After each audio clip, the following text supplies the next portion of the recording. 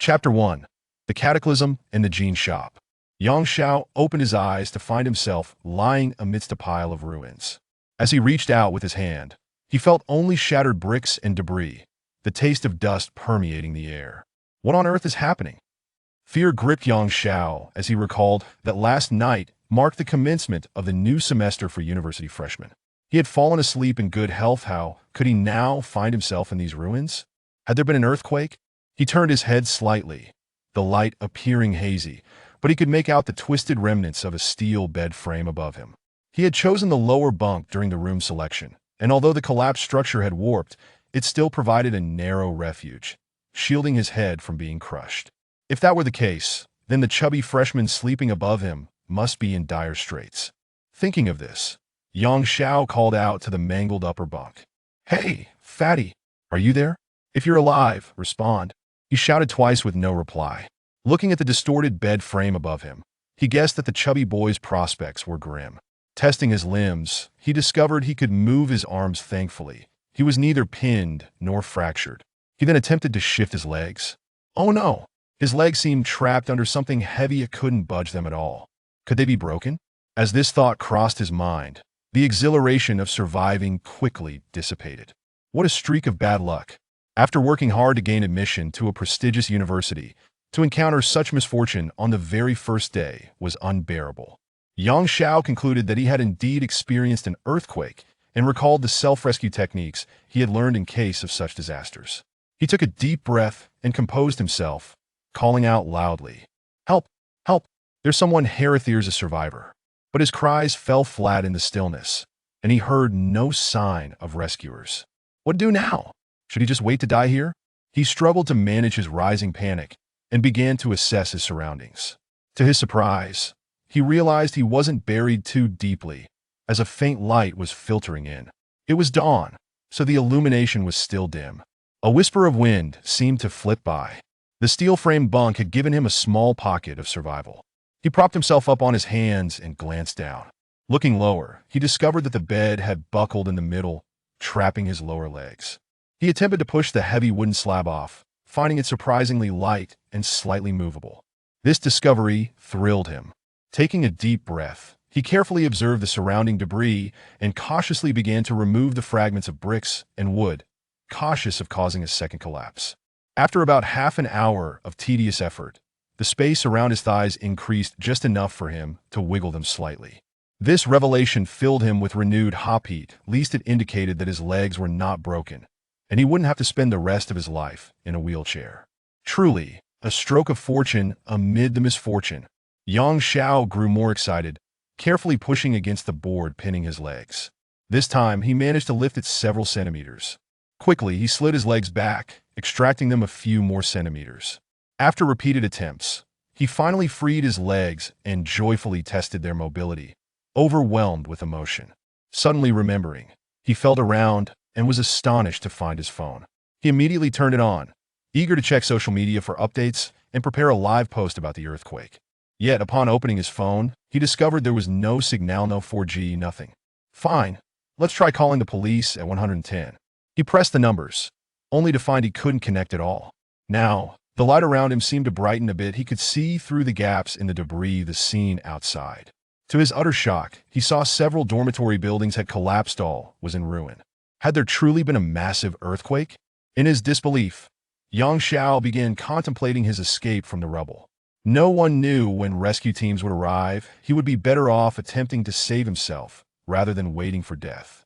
Thankfully, he realized he wasn't buried under a thick layer of debris. The dormitory had 6 floors, and he occupied room 601. Perhaps he was fortunate enough to have landed atop the rubble when it collapsed. If he had been on the first floor, he might have been completely buried under heavy debris, with no hope of escape. Xiao understood that after an earthquake, secondary disasters could easily occur.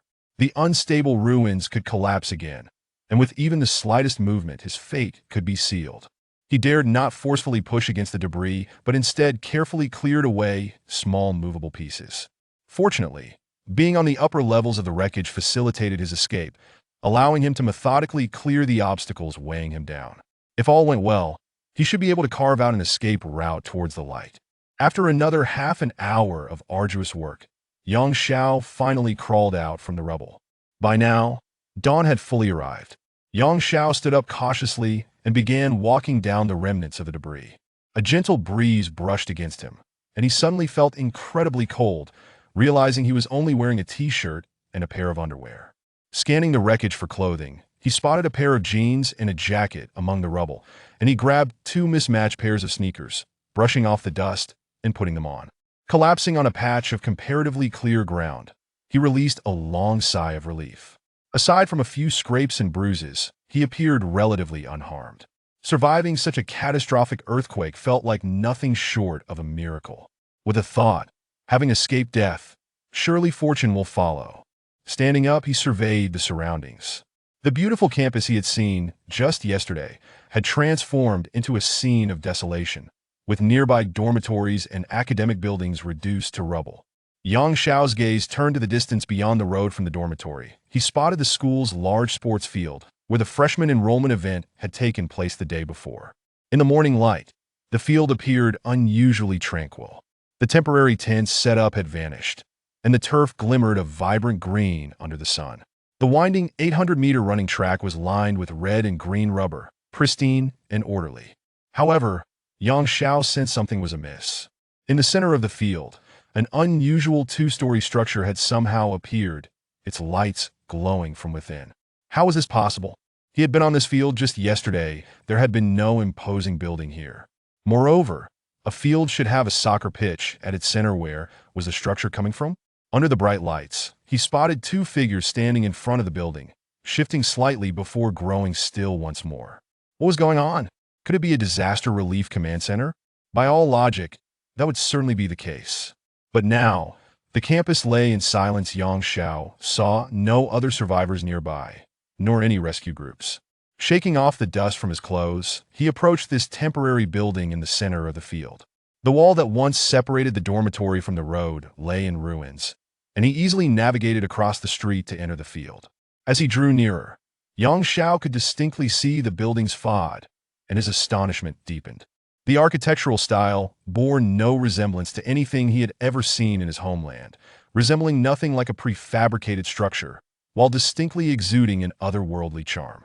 The round building was at least 30 meters in diameter, rising 2 stories high, and its exterior shone a brilliant orange. Stopping about 30 meters away from the building, he was struck by the sight of 2 unusually dressed guards standing at the entrance. Each of them towered at least 2 meters tall, clad in armor and wielding swords more than a meter long. What on earth was this? Yang Xiao rubbed his eyes and even pinched himself. Could this be a dream? As he took another 10 paces forward, he noticed a sign hung above the entrance with 4 bold characters. Jean Shop. Buzz. Yang Xiao felt a buzzing in his head. Surely, this had to be a figment of his imagination. Nothing about the scene before him made any sense. An earthquake, a wreckage, no survivors, no rescue teams, and now a bizarre orange building labeled Jean Shop with towering armored figures standing guard. What was going on? Yang Xiao felt utterly bewildered. All right, even if this were a dream, he might as well explore it. Gazing nervously at the towering guards by the entrance, he slowly ventured forward. "Excuse me, who are you?" he inquired. The guards exchanged a quick glance at Yang Xiao, but they remained silent, standing like statues, exuding an air of detachment. Hesitating for a moment, Yang Xiao gathered his courage and stepped inside the orange building, where he unexpectedly found an elderly man standing behind a counter, illuminated by a bright lamp overhead. Welcome to the Jean Shop," the old man said with a smile. Yang Xiao felt momentarily stunned and asked, "Jean Shop? What game are you playing?" The old man chuckled softly. "I am Gu Bo, the owner of the Jean Shop." "The Jean Shop? What are you selling?" At this moment, Yang Xiao felt 1,000 bewildered thoughts racing through his mind, simply couldn't understand what was happening. Within 7 days, all life forms on Earth will undergo mutations. Different creatures, when hunted, will drop various gene fragments. You can collect these fragments and bring them to our Jean Shop for sale. Mutations in 7 days? Yang Xiao was utterly dumbfounded. "Old man, can you speak plainly? I can't make sense of this." What kind of absurd dream was he experiencing? Had he indeed spent too much time playing video games? Old man Gu Bo gazed steadily at Yang Xiao and suddenly smiled, saying, "Do you think you're dreaming?" Yang Xiao Bao said, "Isn't this a dream? Ah, the civilization of Earth has been obliterated overnight. You've now entered a new era, the era of gene mutations. It's estimated that less than one-tenth of humanity has survived in 7 days. When other creatures mutate, humanity will no longer be the dominators of this world. The Earth will be ruled by these mutated beings." "Old man, are you telling a story or playing a game?" Yang Xiao interrupted in a panic. Young man, I hope you can endure these 7 days. Your fate will begin anew after that. Here is a piece of advice. First, find a way to survive the next 7 days." Chapter 2. The search for sustenance. Yang Xiao emerged from the gene shop, his mind clouded and disoriented as he passed by 2 warriors. He took a moment to scrutinize them. Their armor and broadswords exuded an aura of formidable menace, and the design of their attire appeared to be foreign, at least to Yang Xiao's prior experience. Was this a game or merely a dream? Doubts flickered through his mind. That moment, the sky began to brighten. Yet the campus remained shrouded in an eerie silence. In the wake of such a catastrophic event, one would expect rescue teams to have arrived by now, yet their absence was conspicuous. Suddenly, the words of the old man Gu Bo from the gene shop echoed in his mind. Over 90% of humanity perished overnight. If what Gu Bo claimed was true, it would indeed explain the lack of rescuers. If all were dead, who could come to provide assistance? Yang Xiao rubbed his eyes and pinched his thigh forcefully, yearning for this to be a mere illusion. But the sharp pain confirmed the harsh reality. He lifted his gaze to the horizon, realizing that the entire world seemed enveloped in a delicate veil of pale blue mist, which was imperceptible up close but revealed itself only when viewed from a distance. This peculiar blue haze struck Yang Xiao as odd, though he could not articulate why. Despite the multitude of inexplicable anomalies surrounding him, Gu Bo's admonition lingered in his thoughts. Find a way to survive for 7 days. Survival was imperative to continue living. To ascertain whether, as Gu Bo had suggested, a profound transformation would occur in Earth's biology after a week. 7 days. Without water, one would perish. Food and water. A sudden epiphany struck Yang Xiao, prompting him to sprint towards a collapsed building on campus. The site of the campus market, where he hoped to find ample provisions. Numerous supermarkets and shops lay beyond the campus, but the market was the closest, and he had visited it just the day before, retaining a vague recollection of its layout. Furthermore, the market was a single-story structure, making it easier to scavenge for supplies amidst the rubble, unlike the taller buildings outside, where food would likely be buried beneath layers of debris. Upon reaching the campus market, he found it in ruins, with debris strewn about, intermingled with various food items. Amidst the wreckage, Yang Xiao discovered a brand-new canvas backpack and a wheeled suitcase, both items that had once graced the shelves of the market. After a brief contemplation, he navigated to the section that had once sold salted chicken wings, chicken feet, ham sausages, and beef jerky. Indeed, food was plentiful, easily accessible without the need to sift through the debris. He opened the suitcase and began to fill it with salted chicken wings, chicken legs, ham sausages, and beef jerky, simultaneously packing some into the backpack. Having secured a sufficient amount of meat, he proceeded to the cookie section, seeking chocolate and biscuits, ultimately filling the suitcase to the brim, along with several bottles of mineral water. It was essential to have water, that he continued to load his backpack with chocolate, biscuits, and mineral water until it could hold no more. The provisions he had gathered would sustain him for over 20 days. Just as he was about to leave, a voice called from behind. "Hey, student, which department are you from?" Startled, Yang Xiao turned to see a young man approaching unsteadily, his face smeared with dirt and blood staining his jeans, indicating a potential injury to his leg. "Who are you?" Yang Xiao inquired. "I'm a third-year student from the finance department. Xiao, I've injured my leg." "Which department are you from?" "Well, brother Xiao, you should rest for now, that I must be on my way." Yang Xiao replied hastily, shouldering his bag and dragging the suitcase away. This was not the time for idle chatter. Many survivors would soon emerge, and he needed to hide the food while the crowd was still sparse. The sustenance he had gathered was crucial for the impending 7 days. His survival hinged upon it. "Hey, where are you going?" Xiao called after him, a mix of confusion and anger in his voice. What kind of person was this? Lacking even a shred of compassion, he offered no help. As Yang Xiao made his way toward the playground. He pondered where best to conceal the food. The backpack was manageable, but the large suitcase was another matter entirely.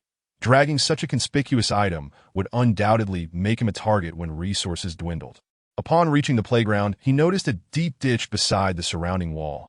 Typically used for drainage, but currently dried out. A wall, over a meter high, had once separated the drainage ditch from the playground. Although most of it lay in ruins, this section miraculously intact.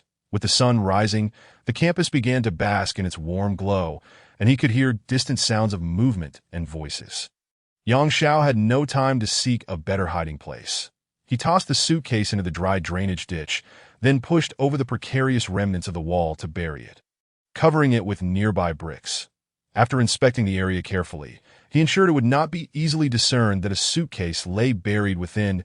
He committed to memory the characteristics of several nearby trees, ensuring he would not forget the location before heading back to the jean shop. Yet, a sudden thought crossed his mind, prompting him to turn back towards the market. He found Xiao just sitting amidst the ruins, vigorously drinking from a bottle of mineral water, a torn packet of biscuits in hand. "Why are you back?" Xiao's expression was tinged with displeasure. According to reason, Xiao should have been tending to the injured.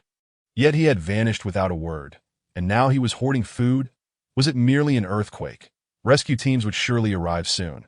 Xiao seemed the archetypal opportunist, profiting from disaster. How repugnant. "I came back to find something." Xiao dismiset Xiao's scrutinizing gaze. Striding towards a section of the ruins where knives and tools had once been displayed, if his memory served him right, he had seen a 1-foot-long watermelon knife there the previous night. Indeed, he unearthed 2 such knives amidst the debris, adequate for slicing watermelons, though too flimsy for any serious use. Better than nothing, he thought as he slid the knives into his backpack, leaving the handles protruding for easy access. From a distance, Xiao cast a cold glance at Xiao. "What are you doing picking up watermelon knives? Greedy much?" Xiao hesitated for a moment before replying. "Brother Xiao, allow me to offer you a simple warning. This is no ordinary earthquake disaster. I advise you to gather some food quickly. Furthermore, a peculiar structure and some strange individuals resembling aliens have appeared in the center of the playground. I suggest you investigate. Good luck." With that, Xiao picked up 2 bottles of water and 2 packets of biscuits before hastily departing. "Have you lost your mind? Are you so engrossed in games that you believe in aliens?" "It's just an earthquake." Xiao's mocking voice followed him. Xiao dismissed the taunts, hastening on his way. As he passed another ruin, he spotted a 3-meter-long steel pipe and picked it up, swinging it a few times. Feeling it would serve as a decent weapon, as he navigated past several wrecked structures, he observed others crawling out from the debris, indicating he was not the only fortunate survivor. Injured individuals began to wail in the rubble. Xiao reflected that now was not the time for compassion. The jean shop in the center of the playground was too enigmatic, as were the 2 warriors outside and the old man Gubo. He resolved to remain near the jean shop to gather more information, striding purposefully towards its central location. Chapter 3. The quest for shelter. Xiao settled down about 30 meters from the jean shop. Feeling fatigued and slightly famished, he unscrewed a bottle of mineral water and gulped down several mouthfuls, tearing open a packet of soda biscuits to satiate his hunger. As he munched and sipped, he observed the 2 warriors standing at the entrance of the jean shop. With the sun just rising, he could clearly discern their features. Their gleaming silver armor reflected the light, a sight he had never encountered before. The warriors wore helmets that concealed all but their eyes, nose, and mouth, and their towering stature, over 2 meters, marked them as anything but ordinary. The average height of people on Earth hovered around 1.70 meters. Those exceeding 2 meters were an exceptional rarity. Xiao even caught sight of their striking blue eyes, emanating a potent aura of intimidation. The swords at their waists, each over 1 meter long, were truly awe-inspiring. Was this a film set? The thought crossed Xiao's mind, only to be dismissed almost immediately. Who would dare to stage a film by demolishing a prestigious university? Xiaonan University was a key institution in Huaxia, with thousands of students. Now, the campus lay in ruins. Throughout his journey, he had come across countless corpses. This was stark reality. But what exactly was transpiring? Having finished a bottle of water and a packet of biscuits, Xiao felt his strength returning. "What are you doing sitting here?" A voice called from behind him. Instinctively, Yang Xiao tightened his grip on the steel pipe and turned to see Xiaozhe, who had also adopted a similar stance, carrying a canvas backpack filled with half a bag of food. Xiaozhe gazed at the peculiar bright orange structure in the distance, his heart brimming with astonishment. The young man had indeed not deceived him. The building was undeniably bizarre, that I asked the vice president of the student council. Xiaozhe had spent 3 years at Xiangnan University, familiarizing himself with every corner of the campus, when had such an odd edifice appeared in the center of the school playground. "Is this the building you were referring to?" Xiaozhe inquired. Yang Xiao nodded, stating, "There are 2 warriors outside, and an elderly man inside that I have already ventured in. You should meet the old man. He may shed light on certain matters." "Come with me," Xiaozhe suggested. Feeling a twinge of unease, the scene was too surreal, almost dreamlike. "All right," Yang Xiao replied, gripping a metal pipe as he accompanied Xiaozhe towards the building. "Jean Shop." Xiaozhe read the 4 characters, equally bewildered as Yang Xiao, and felt a mix of curiosity and trepidation towards the 2 sentinels at the entrance. However, Yang Xiao, having previously entered the Jean Shop, was less apprehensive and led the way inside. "Welcome to the Jean Shop," the elderly man.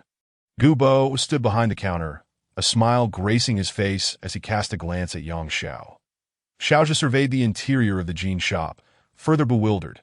Everything within was dreamlike, starkly different from the furnishings found on Earth. Particularly striking were the various small glass vials behind Gu Bo, their vibrant colors radiating an extraordinary glow. Xiaozhe regarded Gu Bo with curiosity. "Elder, who are you?"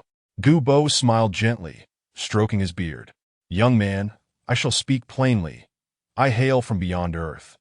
Your civilization has been obliterated, and in 7 days, a period of genetic mutation will commence, affecting all life forms on Earth, including humanity. You will encounter numerous unforeseen challenges, but first, you must endure the next 7 days."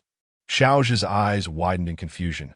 "Elder, what purpose does this Jean Shop serve?" "We collect various genetic fragments and sell potions capable of altering your physical functions. You may not comprehend this now, but in 7 days, the significance will become clear." Just as Xiaozhe intended to inquire further, Gu Bo ceased answering, instead offering a smile and advice. "Young man, consider how to survive these 7 days. Today marks the first day. All survivors will gradually emerge from the ruins, and food and water will become scarce that do not squander your time here." Xiaozhe, upon hearing this, turned to Yang Xiao, his lips twitching slightly before hastily exiting the Jean Shop, racing towards the Academy's marketplace. It dawned on him why Yang Xiao had scavenged so much food. He had merely collected a few bottles of water and some biscuits from the debris. He needed to hurry back and gather more supplies. Yang Xiao remained in the Jean Shop, glancing at Gu Bo. "I presume that besides providing gene-altering potions, your Jean Shop also offers special weapons and armor, such as the armor worn by the 2 guards and the swords in their hands?" Gu Bo smiled mysteriously, replying, "You are correct. Our Jean Shop provides not only gene potions but also weapons and armor. However, you currently possess nothing to trade. What do you require then?" "Gold." Yang Xiao immediately envisioned a scenario akin to a video game, where transactions were made with gold coins. "We have no interest in gold, and in the days to come, its value will diminish to that of a mere mineral that in the era of genetic mutation. The most valuable commodities will be genetic fragments and the potions and crystals derived from them." "Where might I acquire genetic fragments?" "As I mentioned, in 7 days, all organisms on Earth will undergo genetic mutations. You will need to hunt those mutated beings to obtain corresponding genetic fragments, which you can then bring to me for trade. During these 7 days, may I seek refuge under your protection?" "No, our Jean Shop offers no protection to anyone. Your survival relies solely on your own abilities. Even if someone were to pursue you within the Jean Shop, I would not intervene," Gu Bo said with a smile. "Am I allowed to rest overnight in the Jean Shop?" "Indeed, the Jean Shop welcomes all. However, you are not yet a member. After spending 10 minutes inside, you will be asked to leave." 10 minutes? Yes, you have already been here for 8 minutes. Once the 10 minutes are up, you will automatically be ejected from the shop and cannot re-enter for 2 hours. "How does one become a member of the Jean Shop?" "When you sell us your genetic fragments, you will become a member. The more you sell, the higher your membership level, and the longer you may stay inside the gene shop. Yang Zhao's initial plan to use the gene shop to endure the 7 days fell through. He would need to seek alternative means. Currently, unable to hunt for genetic fragments, he could not purchase armor or weapons from the gene shop, nor enhance his chances of survival. After a few more idle exchanges with the elderly man, Yang Xiao suddenly felt a flash of light before finding himself outside the gene shop. What just happened? Was he truly ejected after 10 minutes? Where could he find refuge during these 7 days? If Gu Bo's words were true, then in 2 days, the remaining survivors would begin to compete for food. With his bulging backpack filled with provisions, how could he possibly protect himself? Moreover, he would need to sleep at night, and those driven by hunger might kill him at any moment. Xiaonan University was nestled within a valley, surrounded by mountains, with the renowned Yu Mountain looming on one side of the playground. Yang Xiao observed a few survivors making their way towards the center of the playground. Drawn in by the striking orange building, that it would not be long before everyone learned the gravity of the situation from Gu Bo. Resolutely, Yang Xiao set off towards the nearby mountains. Chapter 4. Into the mountains. Yang Xiao reached the edge of the playground and ventured into the woods. Entering Yu Mountain Point, one thing struck him as odd. Many buildings had collapsed. Yet the terrain and forest of Yu Mountain appeared largely unscathed. Had there truly been an earthquake last night? Why had Yu Mountain remained untouched while Xiaonan University lay at its base? Such a phenomenon defied logic. Analyzing the scene before him, it seemed that virtually all human-occupied structures had crumbled, while uninhabited areas remained largely intact. A targeted massacre against humanity, inflicting immense harm, and no wonder Gu Bo claimed that 9/10 of humanity perished overnight. Had such a calamity truly befallen the entire globe? 60 billion souls. If this were accurate, it represented a meticulously orchestrated slaughter. But who possessed the capability to execute such a scientifically implausible extermination? Was it the aliens represented by Gu Bo? The thought sent shivers down Yang Zhao's spine. Typically, there was a paved road leading from the foot of Yu Mountain to its summit. However, Yang Xiao found himself traversing a seldom trodden forest path, surrounded by towering trees and dense underbrush. He drew a watermelon knife from his backpack, wielding a metal pipe in his left hand, as he cleared the vines and branches obstructing his path. Proceeding cautiously, the sun ascended higher in the sky.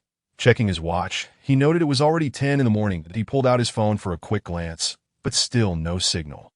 With most structures demolished and the city devoid of power, it was no surprise that there was no network coverage. Perhaps even the telecom company's transmission towers and facilities had been destroyed. After contemplating this, Yang Xiao switched off his phone to conserve battery, intending to preserve its charge for emergencies, where it could serve as a flashlight. Recalling Gu Bo's words about the impending genetic mutations in 7 days, Yang Xiao realized he needed to remain close to the playground for his hideout. In a critical moment, he would need to return swiftly, convinced that the gene shop would offer means to combat the mutated beings. After approximately half an hour of trekking up the mountain, Yang Xiao discovered a large rock formation amidst the jungle, covering several dozen square meters, surrounded by 2-meter-high underbrush, a natural hiding spot. From this vantage point, he could clearly observe the entire playground below, including the gene shop. Should he face an attack from mutated creatures, he could reach the playground within half an hour. Yang Xiao resolved to use this location as his temporary refuge for the next 7 days. Daytime in the mountain woods was relatively safe. However, nighttime posed various dangers, with mosquitoes, centipedes, and venomous snakes emerging after dark. Yang Xiao removed his backpack and placed it atop the large rock, setting down the watermelon knife and metal pipe nearby before settling in for a rest. From this point forward, he would adjust his biological clock, sleeping during the day and remaining vigilant at night. After dozing off until around 2 in the afternoon, Yang Xiao awoke naturally to the sound of commotion from the playground below.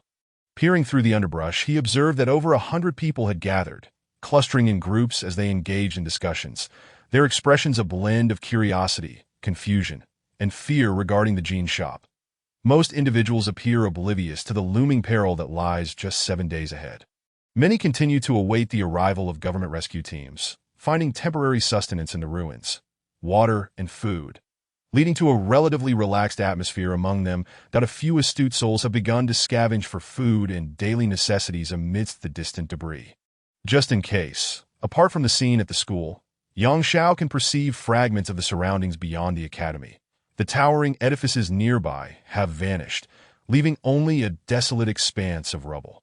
Here and there, a handful of figures can be discerned moving about the ruins.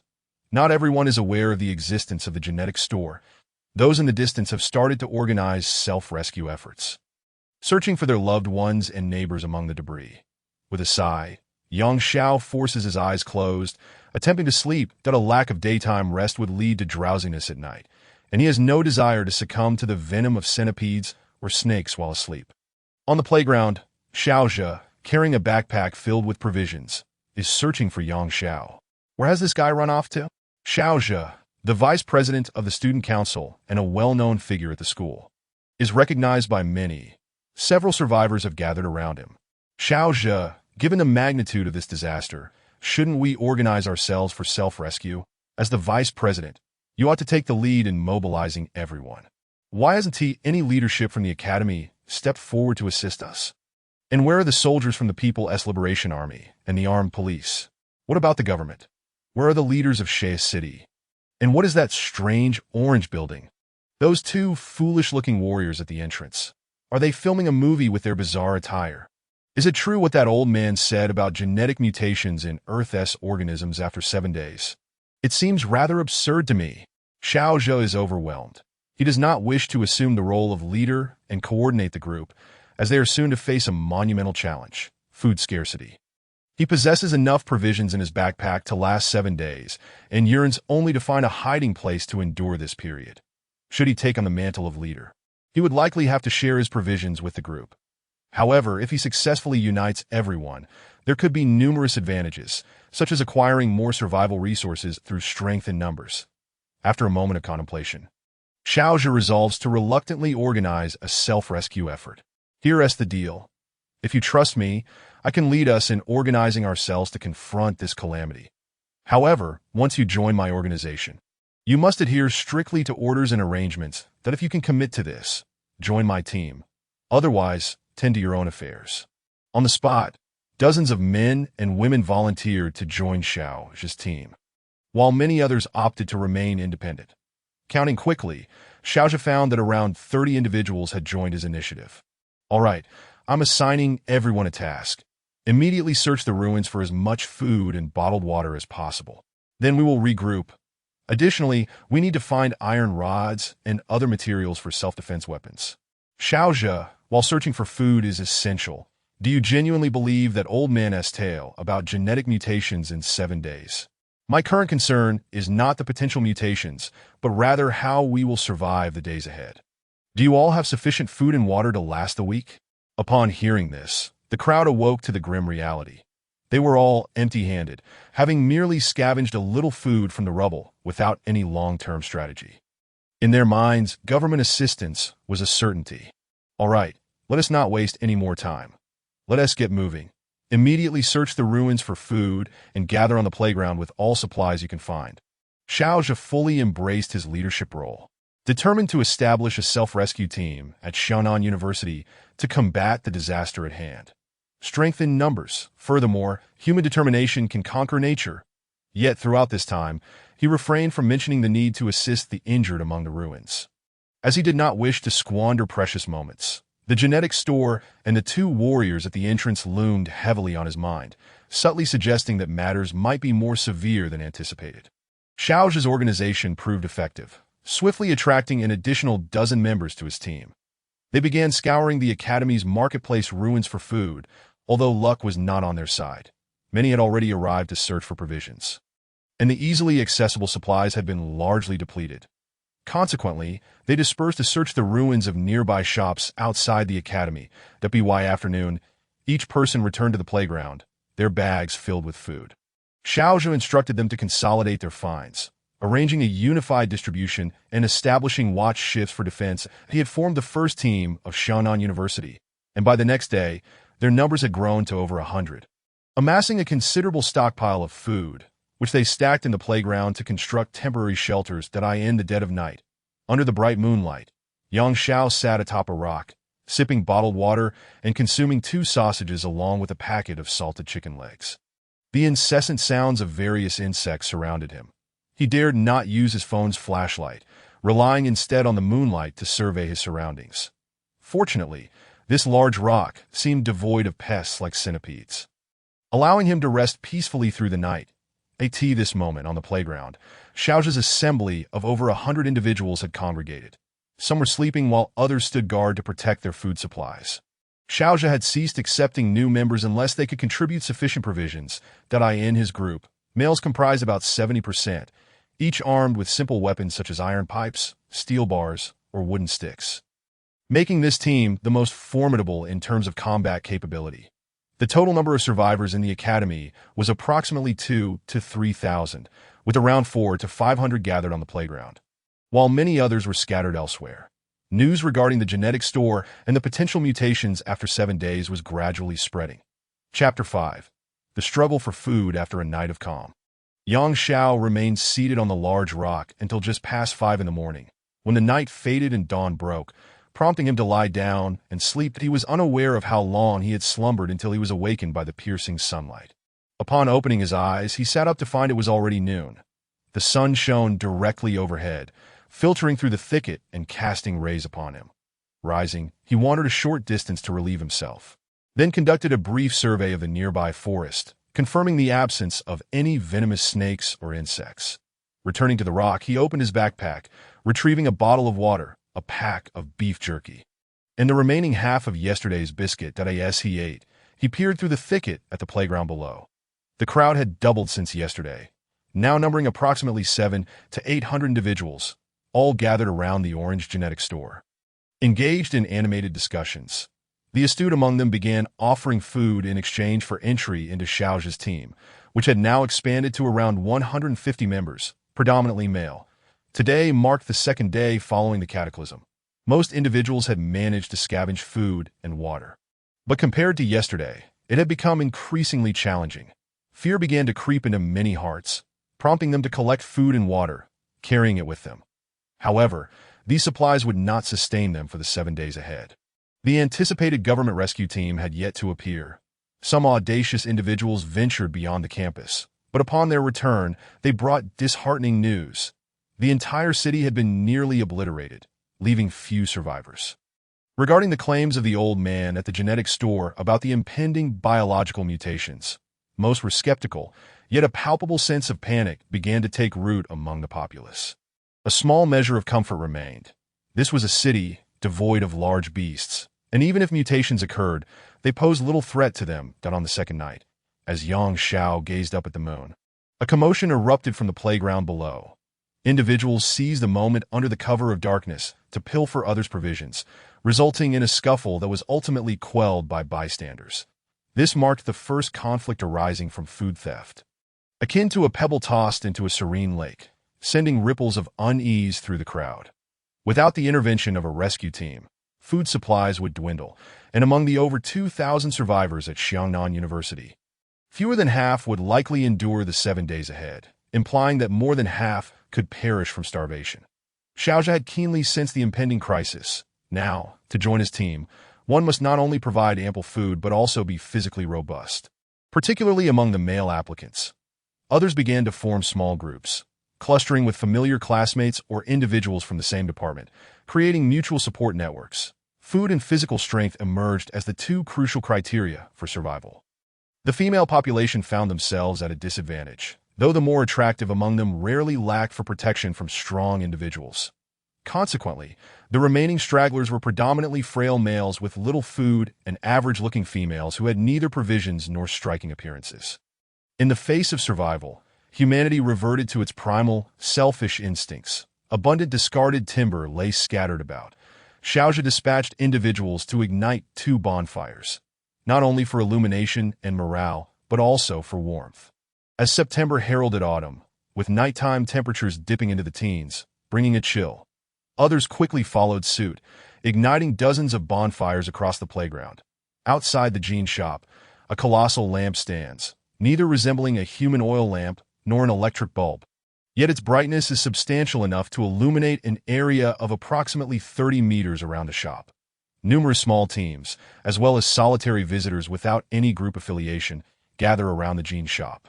In the dead of night, Xiao consumed yet another pack of chicken wings and drank half a bottle of water.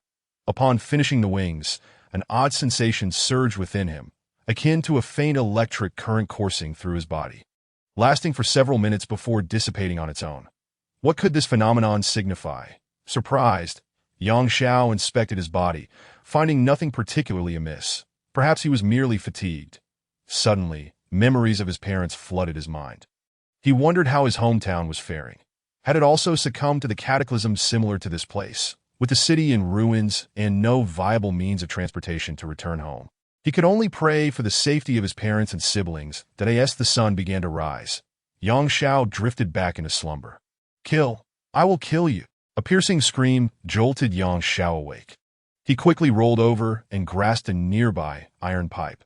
The cries emanated from the playground down the hill, and through the gaps in the bushes, he discerned two individuals engaged in a frantic chase.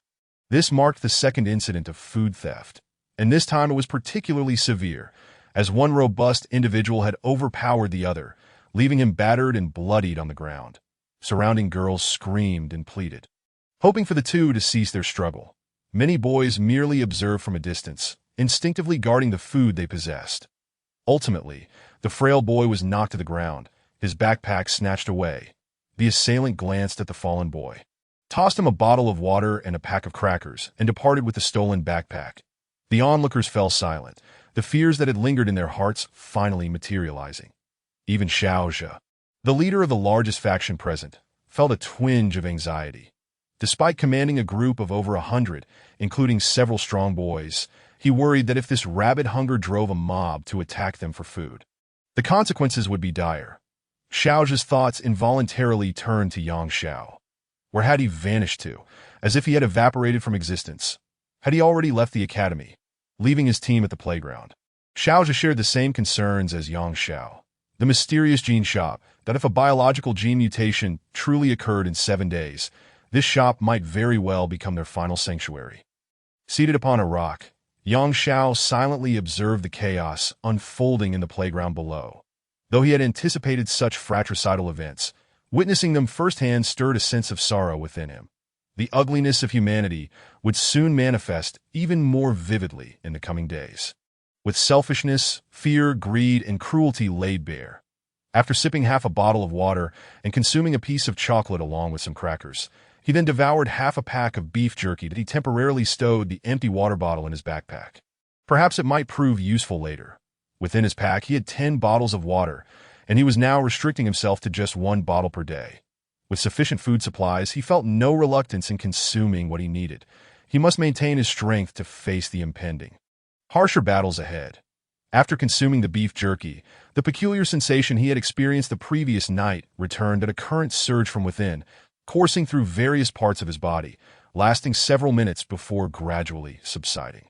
This time, the sensation was even more intense than before. What on earth is going on? Chapter 6. The Food Crisis. After finishing lunch, Xiao took a stroll nearby, a tea present. No one else had ventured into the mountain forest, so he remained safe. After all, the mountains offered no food, and most people would not choose to seek refuge there. After a brief activity, he returned to the large rock and succumbed to an afternoon nap. Despite his efforts to reverse his biological clock, his daytime sleep remained intermittent, waking several times throughout, unable to indulge in a full slumber. This marked the 3rd day since the cataclysm, and the people below began to grow increasingly anxious. Many had run out of food and water, having scoured every possible location both inside and outside the academy. The collapsed buildings concealed most of the food, and what could be found was limited. The ruins, now buried under numerous corpses, had begun to rot over the past 3 days, emitting a foul odor, transforming the search for food into a torturous endeavor. The water pipes had long run dry, while there were a few small lakes within the academy. The water was filthy, perpetually green, and reeking of decay, undrinkable. Once modern cities faced great disasters, their fragile ecological systems swiftly revealed their fatal vulnerabilities. More critically, on the 3rd day post-catastrophe, no rescue teams from the government had arrived, leaving everyone's hopes dashed, a relentless torment for all. Fear began to grip the populace that in rural areas. They might have found cleaner streams and crops in the fields, Some students began deliberating on venturing outside the city to nearby villages in search of food and water sources.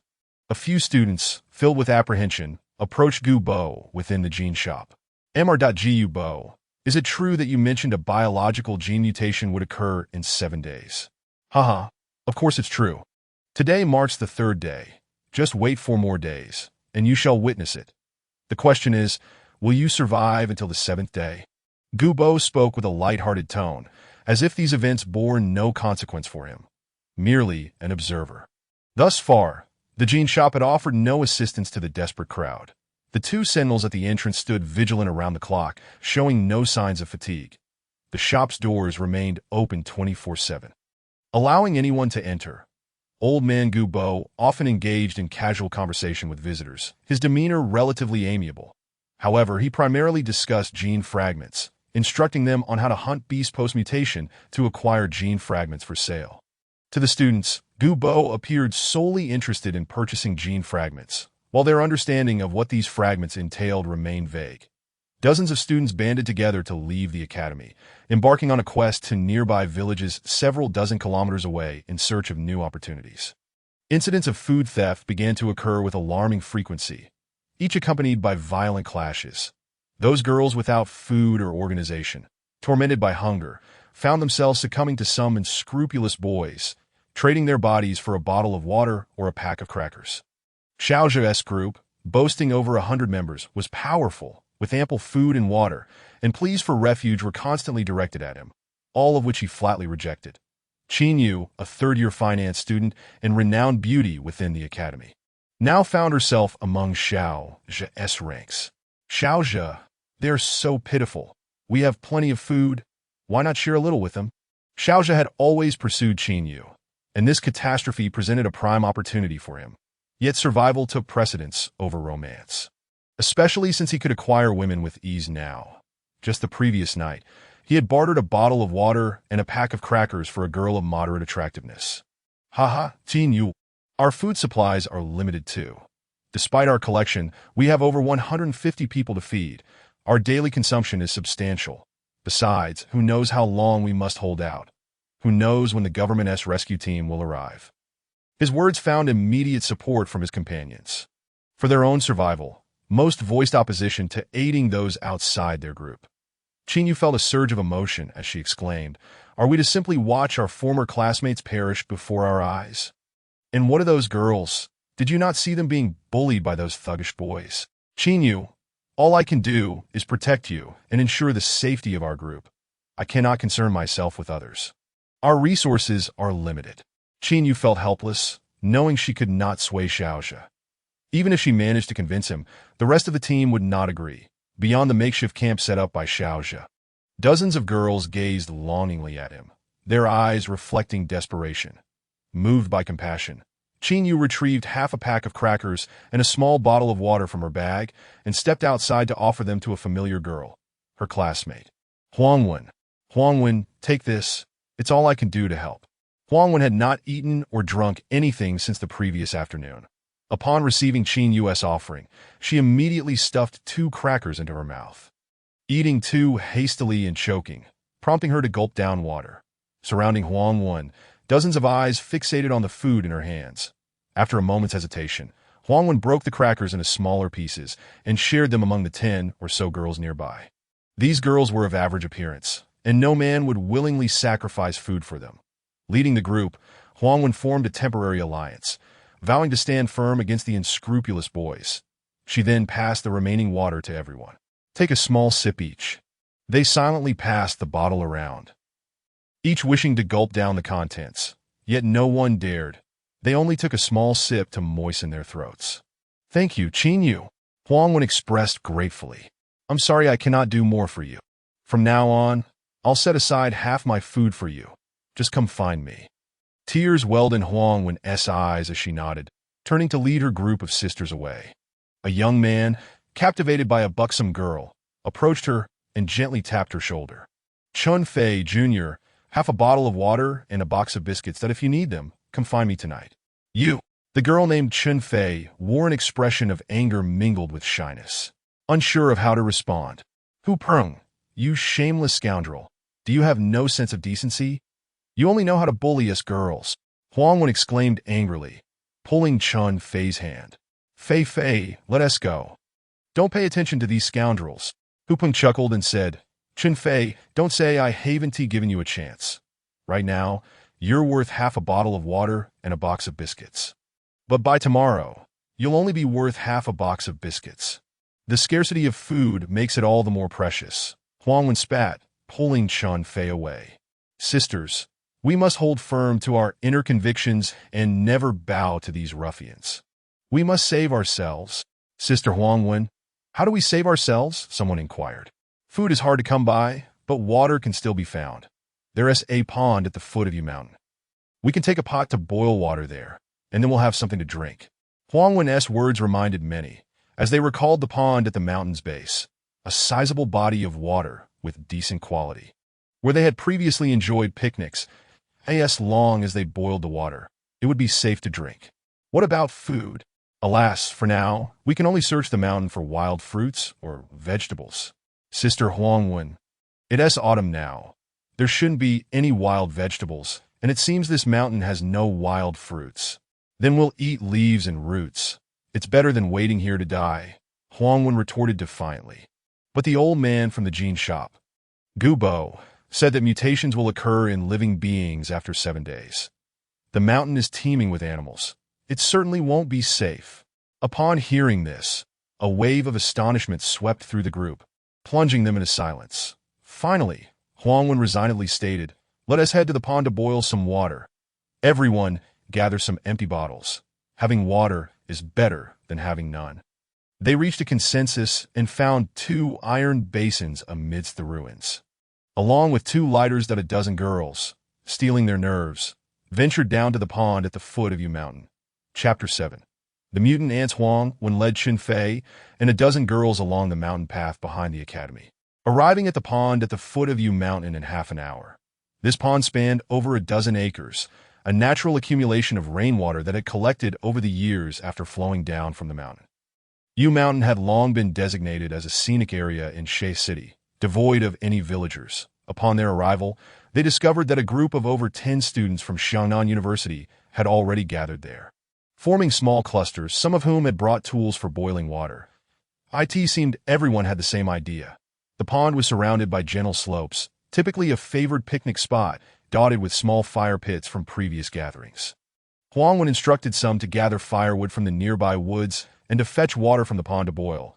As they gazed into the clear waters of the pond, a flicker of hope began to emerge. At least they had water to drink. In several shallow areas of the pond, some were even attempting to catch fish, proving that the heavens do not entirely forsake the desperate. While waiting for the water to boil, some of the girls grew bored and began fishing, while Huang Wen and Chun Fei sat by the pond chatting. Suddenly, Chun Fei pointed towards the center of the pond, exclaiming in surprise, "Everyone look, what is that?" All turned to see a dark shadow, several meters long, slowly moving beneath the surface, creating ripples on the water. Is that a fish? Everyone knew there were fish in the pond, but they were merely small wild crucian carp which they had caught during previous outings. How could there be such a large fish in this pond? That shadow looks to be at least 2 or 3 meters long. It must be a snake. But it's autumn. Snakes shouldn't be swimming in the water now. Not many noticed the unusual happenings in the pond. As others continued to fish in the nearby areas that in the aftermath of the catastrophe, they relished this rare moment of peace by the pond, allowing themselves to relax and forget any lurking danger. However, as Chun Fei observed the shadow gliding toward a section of the pond where people were fishing, an inexplicable feeling of foreboding crept over her. Huang Wen and the others noticed it too. Suddenly, the shadow surged forward with astonishing speed, sending splashes of water flying. Huang Wen sprang to her feet, shouting to those fishing at the edge of the pond, "Run! It's dangerous!" No sooner had her words fallen than a deafening splash echoed, and a monstrous fish, 3 or 4 meters long, leapt from the water, its enormous jaws gaping wide, revealing rows of sharp teeth as it dragged a girl from the pond's edge into the depths. Everyone stood frozen in shock, paralyzed with fear. The girl was pulled beneath the surface without a sound, and moments later, crimson blood stained the waters of the pond. Huang Wen, Chun Fei, and the others trembled in terror. And someone finally shouted, "Run! There is a water monster in the pond." In a panic, they fled down the mountain, abandoning even the boiled water. They ran until they reached the vicinity of the academy. Away from the pond, finally stopping to catch their breath, each of them visibly shaken. Soon, rumors spread about a water monster in the pond that had claimed a life, that a subtle realization dawned upon them. Perhaps Gu Bo's warnings about genetic mutations were not mere fabrications. Yang Xiao awoke around 6 p.m., the sun still hanging in the sky, appearing to hover 3 feet above the horizon. That he unscrewed his water bottle and drank a few sips, then stood up to stretch before preparing for dinner. As he took a few steps, he heard a crisp crack beneath his feet, akin to stepping on an egg. Startled, he looked down to find a creature the size of a quail egg crushed beneath his foot. The insect appeared both familiar and alien. What could it be? Yang Xiao crouched down to examine it closely. The creature was not quite dead. Its antennae twitched, and several legs struggled in vain. The more he looked, the more alarmed he became. This insect was nothing less than an enlarged version of an ant. Indeed, it was an ant. But how could ants grow to such a size? This defied all natural order. Yang Xiao was filled with dread, casting his gaze around, and was astounded to see dozens of ant-sized creatures crawling over the rocks. Could this be what they call genetic mutation? Wasn't it said that we would have to wait 7 days? Remembering Gu Bo's mention of genetic fragments, he began to stomp on the large ants, crushing them underfoot. Yet, aside from the mangled remains that resembled a pile of meat paste, there were no so-called genetic fragments to be found. He realized he could not remain here any longer. Otherwise, he might be bitten to death by these ants without knowing it. Yang Xiao drank half a bottle of water, consumed a pack of biscuits and 2 salt-baked chicken wings, then tidied his backpack in preparation to descend the mountain. Suddenly, an electric sensation coursed through his body, forcing him to sit down again. The current spread throughout him, gradually dissipating after several minutes. What was happening?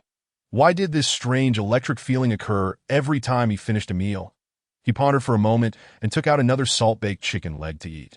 After consuming it, the electric sensation returned. Could this current be related to food? As he thought this over, he also devoured a bag of beef jerky, 2 packs of chicken wings, and another bag of biscuits.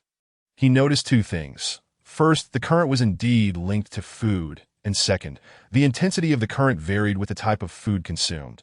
The electric sensation from an equal quantity of beef was comparable to that from chicken, yet far more potent than that from biscuits. Why did food generate this current? What impact did it have on his body? Furthermore, he realized he seemed perpetually unsated. After the electric sensation, he could immediately eat more. Yet he didn't feel hungry if he abstained. Reflecting on how the current affected him, Yang Xiao suddenly recognized that each time it surged, he felt invigorated, as though he had boundless energy. An urge to punch the rock before him. Spotting a root as thick as an arm on the ground, he hesitated before picking it up and with both hands twisted it forcefully to his astonishment. The root snapped with a resounding crack. Yang Xiao was taken aback, left in a daze for a while. What was happening?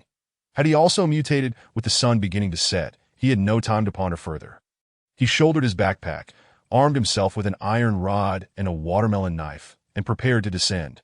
Before leaving, he collected 2 crushed ant carcasses, wrapping them in leaves and placing them in the outer pouch of his backpack. Half an hour later, as night fell, Yang Xiao emerged from the mountain and arrived at the playground. Scattered across the grounds were thousands of people.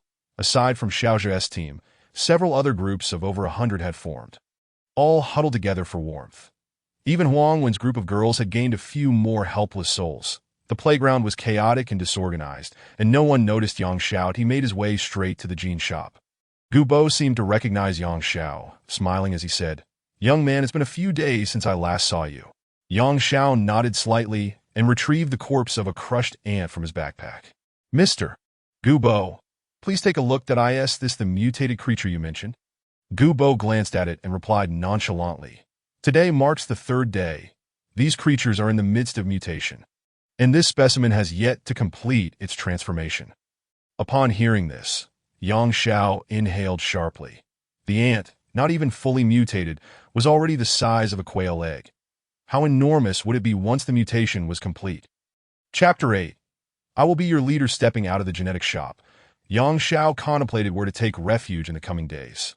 Currently, the safest place within the academy was the playground where the genetic shop was located. However, being alone posed significant dangers that no matter how formidable he might be, a person must eventually sleep. Once he succumbed to slumber, the food in his backpack could easily be stolen, perhaps even before he fell asleep. He could be openly robbed or worse, murdered in his sleep. Just as Yang Xiao exited the genetic shop, he sensed two individuals following him closely, which heightened his vigilance. His senses had become remarkably acute. His hearing, sight, and taste were far more refined than before, but he surmised that the strange currents he had encountered were responsible for this enhancement, and he even felt as though he were undergoing genetic mutation himself. Staying on the mountain was no longer an option. With the ants mutating, other insects and animals were surely undergoing changes as well. Sleeping on the mountain would be tantamount to courting death. After some contemplation, Yang Xiao resolved to seek out a team to join, leveraging their strength to help him navigate these perilous days. That he even pondered what his own genetic mutation might entail, given his current surge in strength and heightened senses. He should possess considerable combat prowess as for his future transformation. Yang Xiao felt a mixture of anticipation and anxiety. He decided to take it one step at a time, casting his gaze about.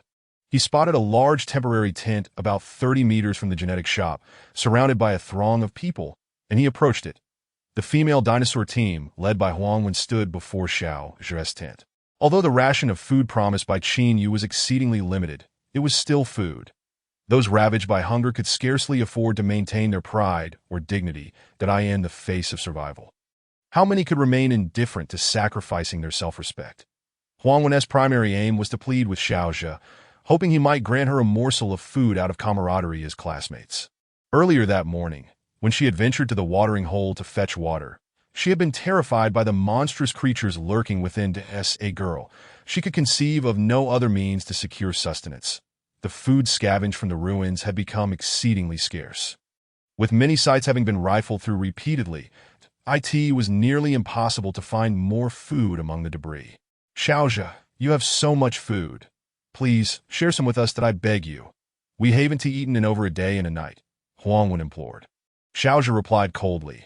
Huangwen, as classmates, I should not turn a blind eye to your plight, but this food is not solely mine. That as you can see, we are over 150 strong here. While we have an abundance, it doesn't amount to much when divided among us. Furthermore, I lack the authority to distribute the hard-earned provisions of my companions to others. Xiao lamented. Were it not for Qin Yu's watchful presence, he would have long since told Huangwen to leave. Though Huangwen was of unremarkable appearance, she had always been the top student in their class, consistently outshining Xiao academically. Yet, her prideful nature had long irked him. Now that she was humbly beseeching him, Xiao felt a sense of satisfaction, albeit one he could not openly express in front of Qin Yu. Biting her lip, Huangwen awkwardly said, Xiao, we did have misunderstandings in the past that I apologize. Please think of the 30-odd hungry girls behind me, that we were once classmates. I implore you to show a bit of kindness and help us. Huangwen was willing to cast aside her pride for the sake of her sisters. Xiao felt a sense of smugness but could not display it. He exchanged glances with a young man beside him, named Hao Lei, who was the deputy leader of the group. Hao Lei scoffed. Enough. Go find somewhere cooler to wait. Even landlords have no surplus food. If we give you some, we might starve ourselves. Besides, looking at you dinosaur-level girls doesn't whet our appetites. Does it, guys? Laughter erupted among the dozen or so boys around him. One with a malicious glint in his eye said, If you really want food, come to me. 2 biscuits for a trade. How about that? I'll offer a piece of jerky, just to show pity on you, another chimed in. The group of boys laughed derisively. Huangwen and her companions felt their heads spin with anger. You will face retribution for this. By the time I face retribution, you will have already starved to death, and you want to be around to see it. Indeed, you should be more concerned about what to eat tonight. Better to enjoy oneself before dying than to starve. Yang Ming stood on the periphery, observing Xiao and his companions with disdain. Such individuals were not worth his association. Initially inclined to ally with Xiao, he now reconsidered in light of the character displayed by Xiao's group. Yang Xiao glanced at Huangwen and her companions, and a sudden idea struck him. To avoid being noticed by Xiao, he promptly turned and melted into the darkness of the night. Huang Wen gritted her teeth, realizing that pleading with Xiao was futile. With tears in her eyes, she addressed Chen Fei and the others. Sisters, is death really so dreadful? They merely live a few more days than we do. Let us not give these beasts the satisfaction that we shall leave. Leading her group of helpless girls away, a few hesitated and quietly lingered, approaching the group of boys that in the face of survival, self-respect seemed feeble and pale. Even the slightest glimmer of hope would compel them to fight for it. Huang Wen shook her head, filled with helplessness and heartache, that in the presence of men, women would always be the weaker party. Now, even the girls within Xiao's team faced the risk of being cast out. With many compelled to acquiesce to the lewd demands of Xiao and his ilk for the sake of self-preservation. Only Qin Yu and a few others remained relatively safe, as her fierce demeanor deterred Xiao from resorting to threats. He preferred that the woman he admired willingly fall into his embrace. Huang Wen and her 30-odd companions returned to their makeshift camp, gathering around the nearly extinguished bonfire in silence, a pall of despair hanging over them. They knew that without food and water, they would not survive beyond 2 days, and by tomorrow, hunger would render them unable to move. Do you need food? A deep voice emerged from the darkness, startling Huang Wen and her companions. They turned to see a man stepping forth from the shadows. Entering their tent, young Xiao stood before the dimming bonfire, holding a steel pipe in one hand and a bottle of mineral water, along with a pack of soda crackers in the other. Despite the faint light, Huang Wen and the others could clearly see him, their hearts swelling with surprise. However, Huang Wen quickly became wary, warning softly, "What do you want? Don't expect us to trade our bodies for your food." In their eyes, the suddenly appearing young Xiao must have sinister intentions, thinking to barter a pack of biscuits and a bottle of water for their bodies. Truly shameless. Young Xiao smiled and replied, "I am not so base. However, I do have conditions." "What conditions? Speak," Huang Wen and Chen Fei said, eyeing the water and crackers in Yang Zhao's hands, swallowing hard that as long as he wasn't there to humiliate them, they would agree to any terms. Some girls even thought that trading their bodies would be worth it for a bottle of water and a large pack of biscuits. Their self-worth had plummeted to the point where they valued themselves at merely 2 small biscuits. The conditions are simple. I shall be your leader. Chapter 9. A Good Night's Sleep. You think you could become our leader with just a pack of biscuits?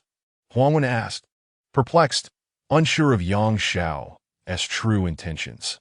2 large packs of biscuits and 2 bottles of water daily, Yang Xiao stated coolly. Deal! Huang Wen exclaimed, snatching the water and biscuits from Yang Xiao's hands. Tearing them open, the surrounding girls rushed in eagerly.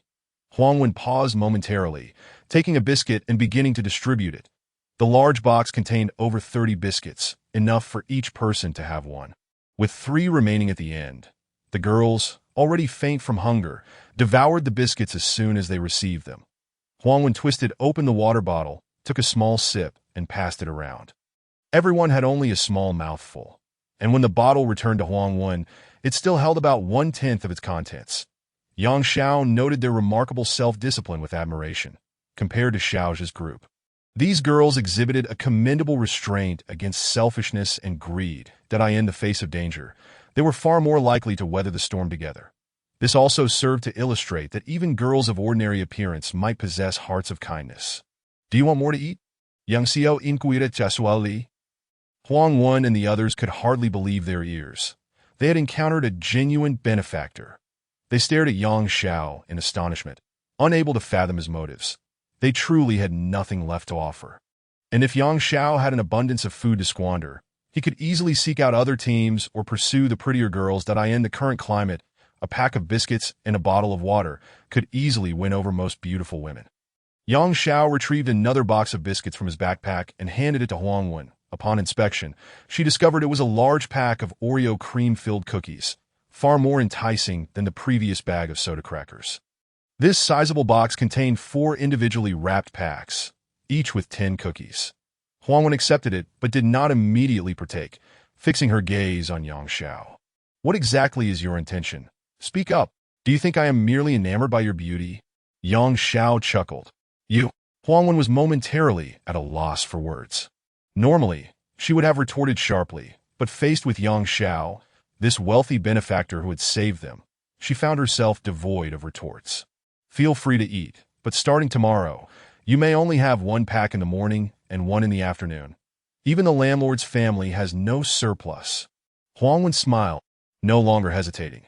She tore open the biscuit pack and distributed 3 packs among everyone. After opening the 4th pack, she took out 2 cream-filled cookies, wrapped the rest carefully, and returned them to Yang Xiao. Yang Xiao was momentarily taken aback, reclaiming the pack of biscuits. Huang Wen's intention was clear. A cookie each was just right, and any leftovers would be difficult to divide. Under such harsh conditions, maintaining unity within the group was best achieved through fairness. It is not scarcity that breeds worry, but inequality. After consuming the Oreo cream-filled cookie, a sense of happiness washed over the group. Truly, heaven had shown them mercy by sending a savior. I am not a savior. We are partners in this endeavor. For the next 4 days, I will provide you with 2 bottles of water and 2 packs of biscuits daily. Your task is simple. While I rest and sleep, you must keep watch and ensure no one disturbs me. If someone does, I expect you to inform me in advance. Yang Xiao finally articulated his objective. Huang Wen and the others were momentarily stunned. Is it really that simple? Indeed, it is that simple. Furthermore, do not entertain the thought of seizing my food while I sleep.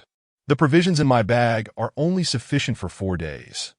After that, should our collaboration prove fruitful, I can supply you with more food. Yang Xiao was also wary that this group of women, driven by hunger, might turn against him, so he laid out the bait early on. After all, he had a safety net.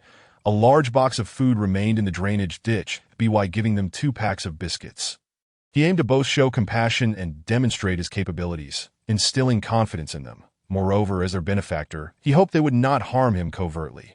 Yang Xiao was indeed gambling, betting that these girls would not be as unscrupulous as Xiao Zhe and his group. As long as they harbored a kind heart, they would not conspire against him. Huang Wen looked at Yang Xiao and nodded resolutely. Rest assured, during these 4 days, unless we all perish, none shall lay a finger on you. Sisters, grasp your weapons. From now on, we shall split into 2 shifts, one to sleep while the other stands guard, ensuring your absolute safety. By the way, may I ask your name? No need for formality. My name is Yang Xiao. All right, you may rest now. Huang Wen finished speaking and pointed to the best sleeping spot in the tent, a mattress salvaged from the ruins. Yang Xiao had been sleeping on rocks for the past few days, his body sore and stiff. Upon seeing the soft mattress, he felt a surge of joy and promptly lay down, using his backpack as a pillow. The group of girls quickly picked up iron pipes and other weapons. Beginning their watch, a dozen girls teamed up to gather wood from the nearby ruins, rekindling the campfire. For them, the sudden glimpse of hope invigorated their spirits. Yang Xiao had not slept well during the past 3 nights on the mountains. At night, he forced himself to keep his eyes open, constantly wary of venomous snakes or centipedes slithering close. Even during the day, he dared not fully relax, springing up at the slightest noise. Now, with 30 girls keeping watch for him, he felt free to enjoy a good sleep. Once he relaxed his mind, slumber came easily, and soon Yang Xiao drifted into dreams. Surrounding the campfire, Huang Wen and the others felt wide awake. Yang Xiao's unexpected arrival had genuinely excited them, as it offered a glimmer of hope. Though their food supply was limited, it was better than having none at all. When Yang Xiao awoke the next day, it was already past 9 in the morning. He stretched languidly on the mattress, feeling for his backpack beneath his head before getting up. Exiting the tent, he immediately spotted Huang Wen and the 30 girls seated nearby. As soon as they saw Yang Xiao rise, they turned their attention to him. The previous night's poor lighting had obscured their perceptions, but now, under the bright sun, they noticed that while Yang Xiao was not exceptionally handsome, he was certainly well built, exuding a sunlit vitality. These past few days, they had all been starving, yet Yang Xiao appeared well-fed, his complexion markedly healthier than the others. Yang Xiao scanned the group and, unsurprisingly, found no stunning beauties among them. However, some girls boasted decent figures, and a few possessed a certain grace. Only 5 or 6 were genuinely unattractive. The majority were merely ordinary in appearance. Good morning, everyone. Chapter 10. The wealthy benefactor with beef jerky Yang Xiao grinned and greeted them. He had no desire to make the atmosphere overly serious, surrounded by 30 women. Huang Wen and the others managed forced smiles, responding, "Good morning. Did you sleep well last night?" "Yes, I slept very well. Thank you." Yang Zhao's gratitude was heartfelt. "It was nothing. It is what we ought to do," Huang Wen replied. Though Chen Fei and the others felt a sense of urgency, silently urging him to get to the point. They were hungry and wished for biscuits and water. Quickly, Yang Xiao, aware of their parched and hungry gazes, took off his backpack, unzipped it, and produced a bottle of water along with a large pack of Oreo biscuits, handing them to Huang Wen. The girl's eyes lit up. Huang Wen thanked him and began distributing the biscuits, then took a small sip from the water bottle before passing it around. Yang Xiao sat down, cracked open a bottle of water, and drank half of it, eliciting envious glances from the others. Soon, their biscuits were devoured. Yang Xiao then made a dramatic gesture, producing a pack of salt-baked chicken wings and indulging in them, not stopping after finishing one pack before pulling out a sausage and then a pack of beef jerky. The sight sent the girls' mouths watering and their stomachs twisting. A single biscuit barely sufficed, yet Yang Xiao was gorging himself right in front of them. Did he not consider the psychological impact on them? Some girls even contemplated that if given a chicken leg, they might be willing to spend a night with Yang Xiao. Finally, sensing the atmosphere was off, Yang Xiao heard the rumbling of their stomachs and glanced around at the group. Softening, he sighed and handed over a large pack of beef jerky, from which only a few pieces had been consumed, to Huang Wen. Without hesitation, she accepted it, though her feelings were mixed. According to yesterday's agreement, this pack of beef jerky is an extra gift. It won't be available every day, so prepare yourselves mentally. Yang Xiao stated matter-of-factly, leaving Huang Wen and the others feeling awkward as they repeatedly expressed their thanks. Yang Xiao turned and entered the tent, casually declaring, "No one is to disturb me for the next half hour." At that moment, a jolt of electricity coursed through him. He needed to sit on the bed and allow this energy to dissipate slowly. Yang Xiao had come to understand that this electricity was accelerating his body's transformation, and whenever it surged, he felt particularly weak and needed protection. Huang Wen and the others each tore off a small piece of beef jerky, savoring it slowly. The jerky was a high-protein food, providing far more nutrition than a biscuit, and many girls savored it like candy, reluctant to chew and swallow. Half an hour later, the electric sensation within Yang Xiao faded, and he felt his strength increase once more. Today marked the 4th day since the Great Catastrophe. Yang Xiao checked his backpack, which still contained a dozen packs of biscuits, several packs of chicken legs, beef jerky, and 8 bottles of water, sufficient food for himself, even when sharing with Huang Wen and the others. Having hidden in the mountains thus far, Yang Xiao now lived alongside Huang Wen and the others, experiencing firsthand the hardships they faced, which stirred feelings of sadness within him. And no matter how resolute he tried to be, watching these vibrant lives fade before his eyes was a burden on his conscience. Yang Xiao emerged and took a seat opposite the group at this moment. Huang Wen and the others had a very favorable impression of him, all hoping for a man to lead them through these uncertain and terrifying times. "Are you all just planning to sit here and wait for death?" Yang Xiao inquired. Huang Wen and the others were taken aback, responding, "There is no food left in the academy, and we girls are timid and weak, unable to compete with the boys. The stores with food have been scavenged by several teams, and we are not allowed to approach to gather supplies. The academy's cafeteria should have a cold storage, right? That was cleared out 2 days ago. All the frozen meat has been taken." Having always had sufficient food, Yang Xiao had not bothered to think about searching for it. Now, he was purely focused on helping these vulnerable women devise a plan to present. It appears that the ruins of all supermarkets, stores, and even dining halls have been thoroughly cleared by people or directly occupied by certain groups. The frail women, including Huang Wen, find themselves devoid of any opportunity to seize food from them. Yang Xiao let out a sigh. "It seems we can only wait for death." Have you considered whether there are any farmers nearby who might have cultivated some vegetables? All the vegetables grown by farmers within a 5-kilometer radius have been completely wiped out. Moreover, we cannot venture too far from the academy. I've heard that many places have seen the emergence of mutated creatures. Some classmates have reported sighting a black dog, towering over a meter tall. resembling a calf, which fatally bit a student in one swift motion. Upon hearing this, Yang Zhao's heart sank. It seemed that the surrounding creatures were indeed undergoing mutation. Additionally, there have been reports of monstrous fish measuring 3 to 4 meters in length appearing in the Yu Mountain waterhole, which dragged a classmate underwater and killed him yesterday. We witnessed it with our own eyes, a girl added. Yang Xiao had been hiding on the mountainside for the past few days, remaining woefully uninformed about the events occurring around him. Suddenly, a tall girl stood up and declared, "I know where we can find food." Everyone turned to look at her in unison. Where? Right by the Yu Mountain waterhole. There used to be a few households there, but they moved away. Years ago, they cultivated some taro, and I saw those taro scattered around the waterhole yesterday. They seem to be thriving. That I intended to mention it yesterday, but I forgot after being startled by that monstrous fish. Thankfully, Brother Yang Xiao reminded me just now. The taro plant, if left undisturbed, will yield year after year, multiplying in abundance that if one were to casually discard a piece of taro in a suitable environment, it could lead to a vast expanse of taro in 3 to 5 years. Yang Zhao's face flushed with embarrassment. He cleared his throat and said, "I am merely a freshman this year. Not an older brother, but a junior."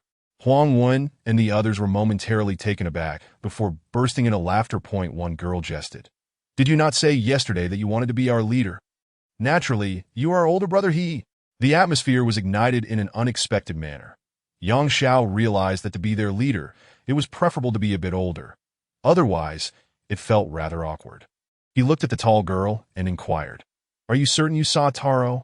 "Of course, I'm a local from Xiao City, that I frequently came here for outings during middle school, so I am quite familiar with the surroundings of Yu Mountain." "Well then, we can devise a plan to dig up those taro. This way, you will all have enough to eat," Yang Xiao suggested.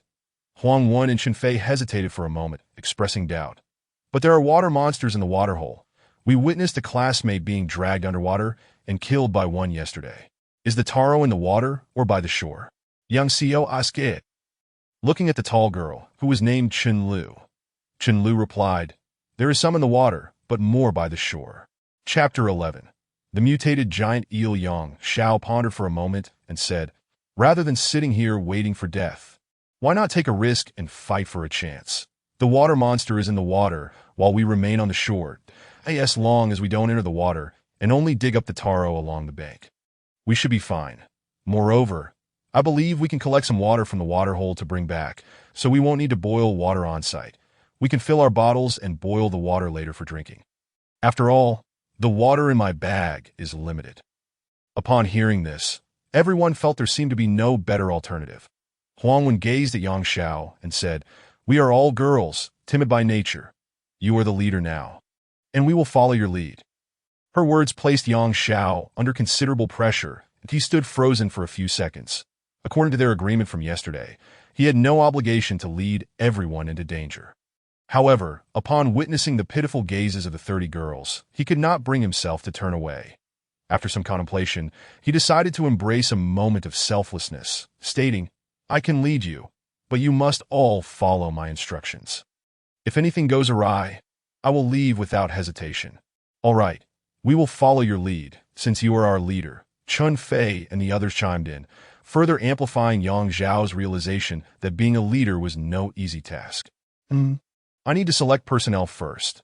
Those who believe they can still move and possess some strength, please step forward. Those who are too weak from hunger can sit on the ground and refrain from moving." Huang Wen and the others exchanged glances before over 10 girls stood up. Yang Xiao surveyed the group and said, "Excellent. You will be the ones that I have a few requests. First, gather as many empty mineral water bottles as possible. We will need them to collect water. Second, each of you should prepare a metal rod. It would be ideal to find a few shovels, as we will need them for digging up the taro.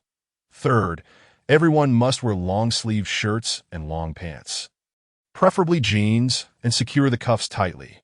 Now, disperse to gather your gear and return here in half an hour." Huang Wen, Chen Fei, Chen Lu, and the others immediately sprang into action.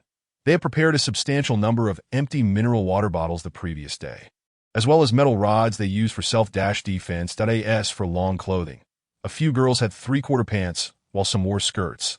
They could easily swap with those who did not need to participate in the digging. After a flurry of activity, half an hour later, everyone was mostly prepared. Huang Wen and the others even borrowed 3 shovels from a nearby group. Yang Xiao assessed the situation and deemed it sufficient before leading the group out. Yang Xiao was unfamiliar with the route, so Huang Wen and the other experienced members took the lead. After about 10 minutes, they finally set foot on the mountain path leading to Yu Mountain. Yang Xiao instructed everyone to halt. "Leader, what is it?" Huang Wen inquired.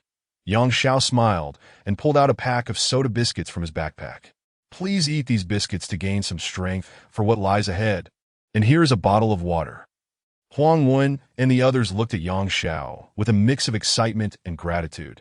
Since the onset of the cataclysm, they had grown accustomed to witnessing the cold, ruthless nature of humanity. Yet they never expected this stranger, Yang Xiao, to show such kindness and compassion. Huang Wen nodded, her voice choked with emotion, and everyone suddenly realized that having a man as a leader was truly a refreshing experience.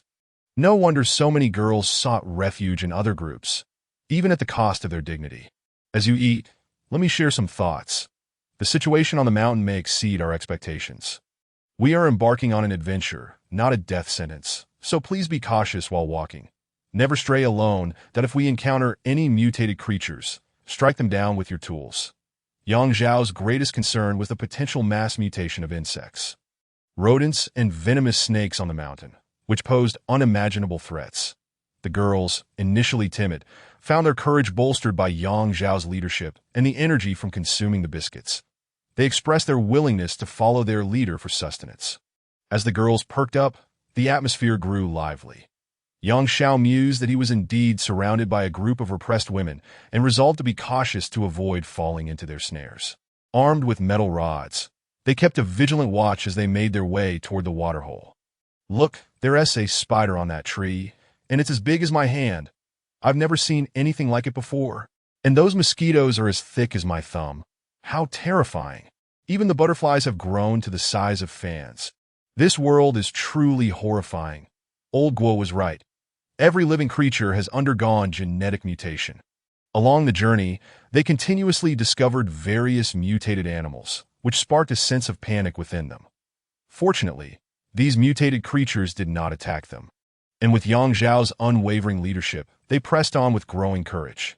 After another 10 minutes, they finally arrived at the edge of the waterhole, standing at a distance, due to yesterday's incident with the monster attack.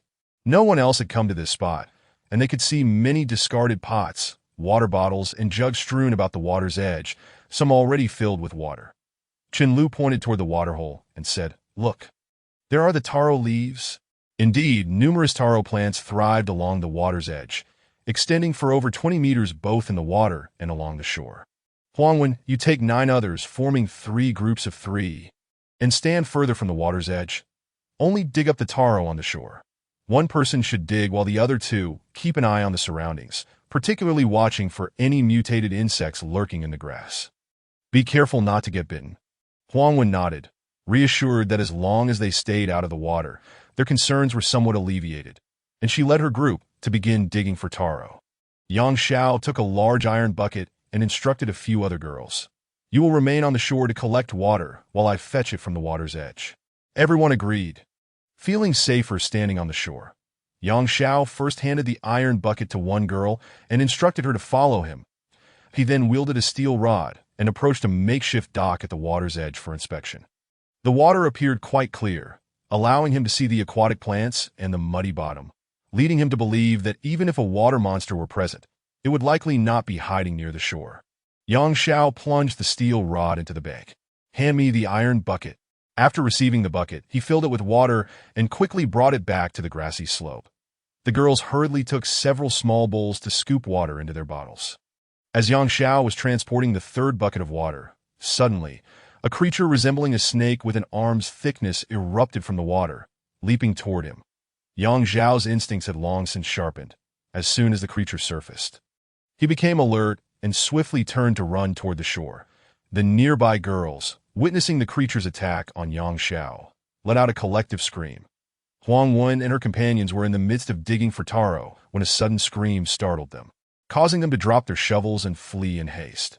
Fortunately, Yang Xiao reacted swiftly, The creature did not manage to bite him and instead fell with a thud onto the grass by the bank. In his moment of panic, Xiao pulled out two 1-foot-long watermelon knives from his backpack, turned to face the beast on the grass, and upon closer inspection, realized that it was not a snake, but rather an enlarged eel. Wow! Even eels have become this gigantic. Chapter 12. The girls rekindle their courage. The eel, seemingly bewildered by its predicament, lay on the grass, staring at Xiao with its gaping mouth, revealing razor-sharp teeth. As if it intended to attack, though it was considerably less formidable on land than in water. This was undoubtedly the most ferocious eel Xiao had ever encountered. Damn it, you scared me half to death. Today, I'm going to stew you for soup. Xiao brandished the watermelon knife, eager to strike.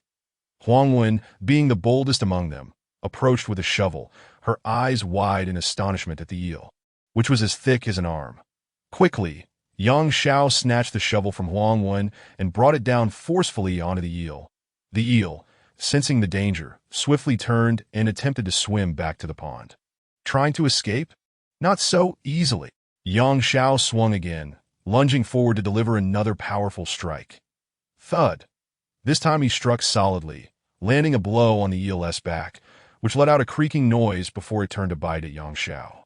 He stepped back in haste, and with another swing of the shovel, struck the eel on the head.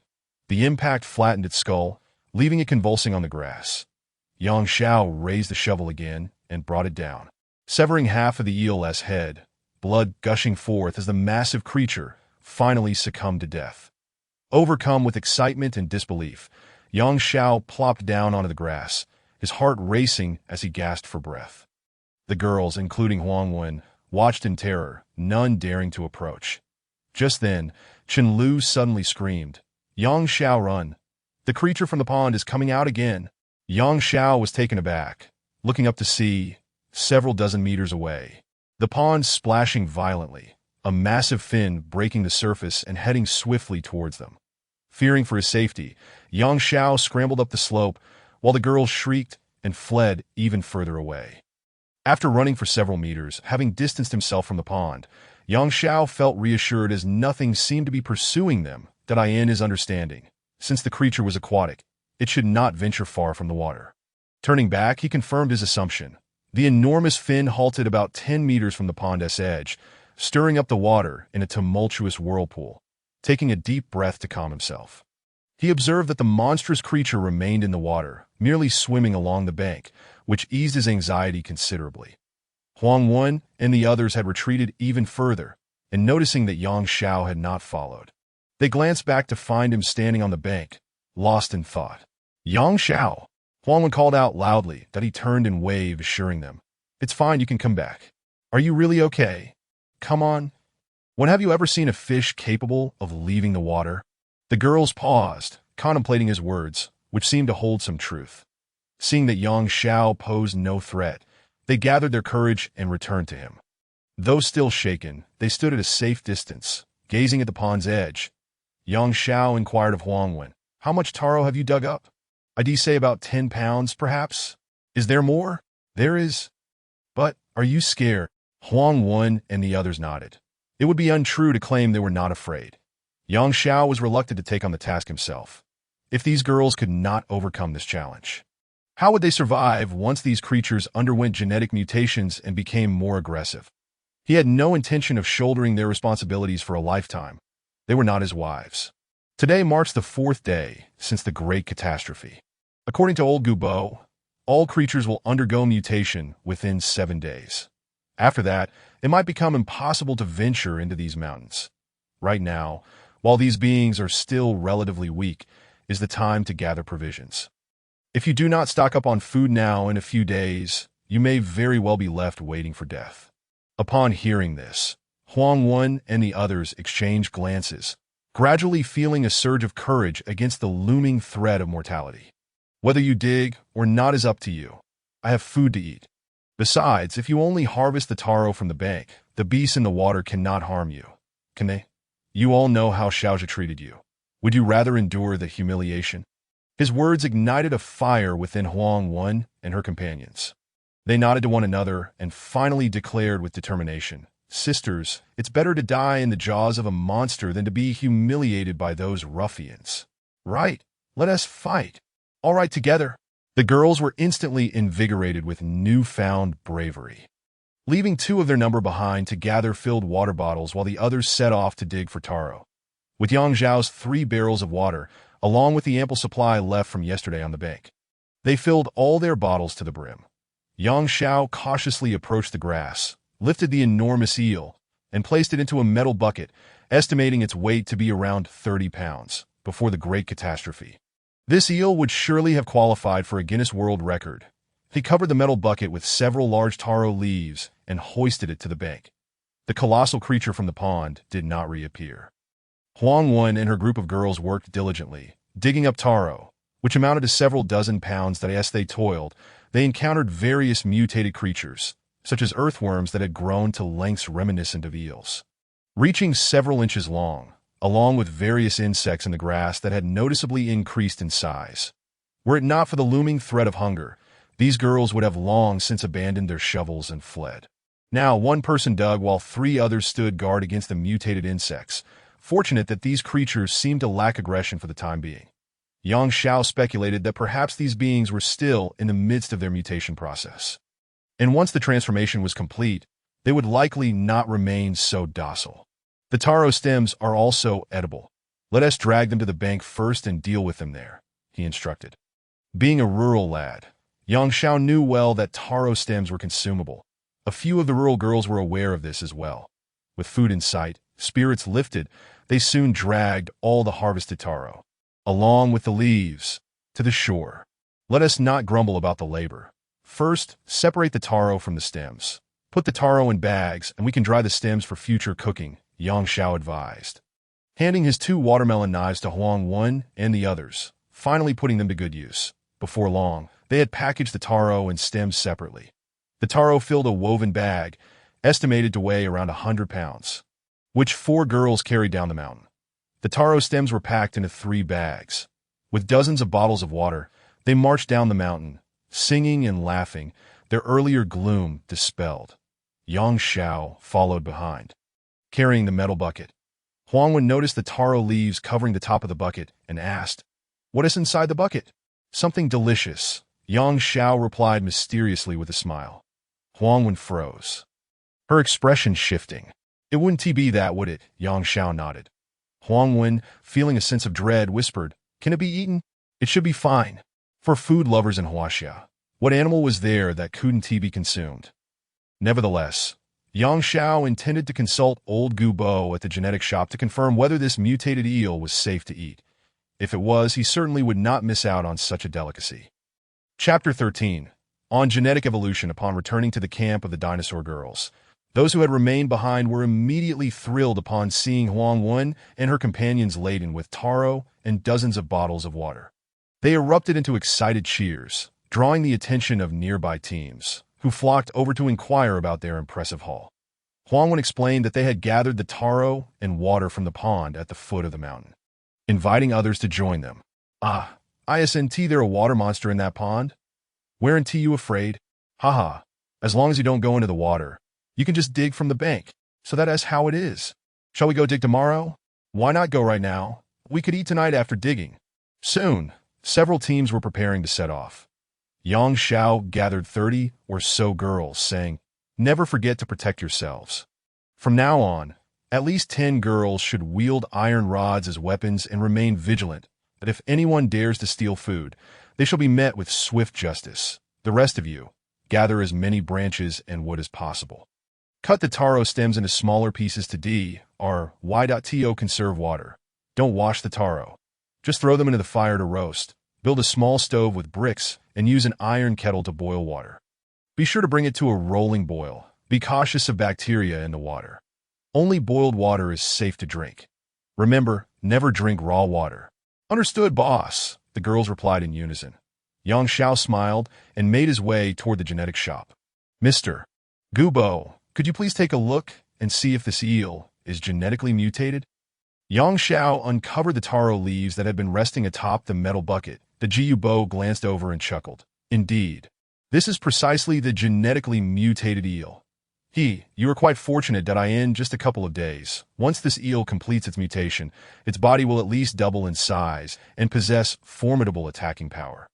Not even 10 of you would stand a chance against it. You truly have a charmed life. Xiao was taken aback. It was indeed as he had surmised. The eel had yet to complete its mutation. This suggested that the strange fish in the pond, along with the various mutated creatures on the mountain, had also not finished their transformations. Once these beings underwent their mutations, it was likely that they would find it exceedingly difficult to navigate the mountains. The mere thought sent a shiver down his spine.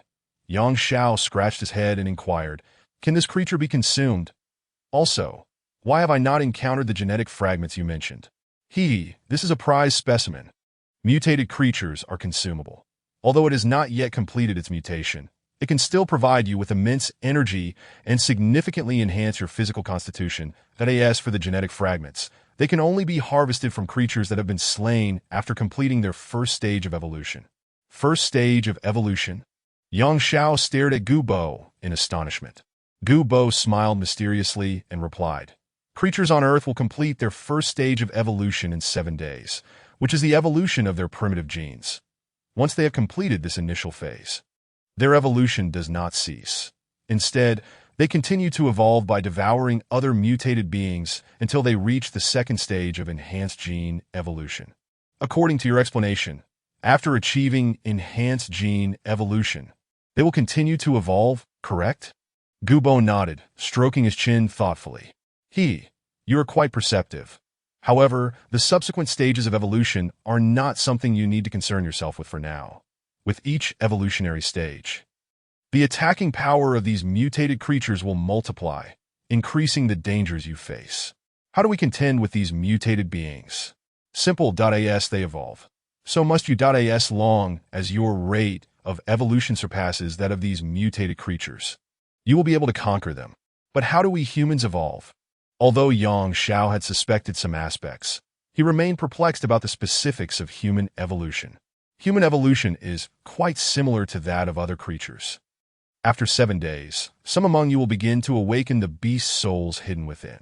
Those who do not awaken immediately will gradually do so during their training, hunting down those mutated creatures to obtain genetic fragments. You can then bring these fragments to my gene shop, where I will refine them into genetic potions for you. Consuming these potions will continuously enhance your internal genes, thus augmenting your combat prowess. Gubo elucidated for half an hour, and Xiao began to grasp the gist of it. For many specific inquiries, Gubo advised Xiao to wait until after 7 days to explore further. Upon taking his leave, Gubo glanced at the enormous eel in Xiao's iron bucket, licked his lips, and remarked, "Why not sell it to me? I'll give you 1 crystal coin. It's been a while since I've had a mutated creature." 1 crystal coin? Yes.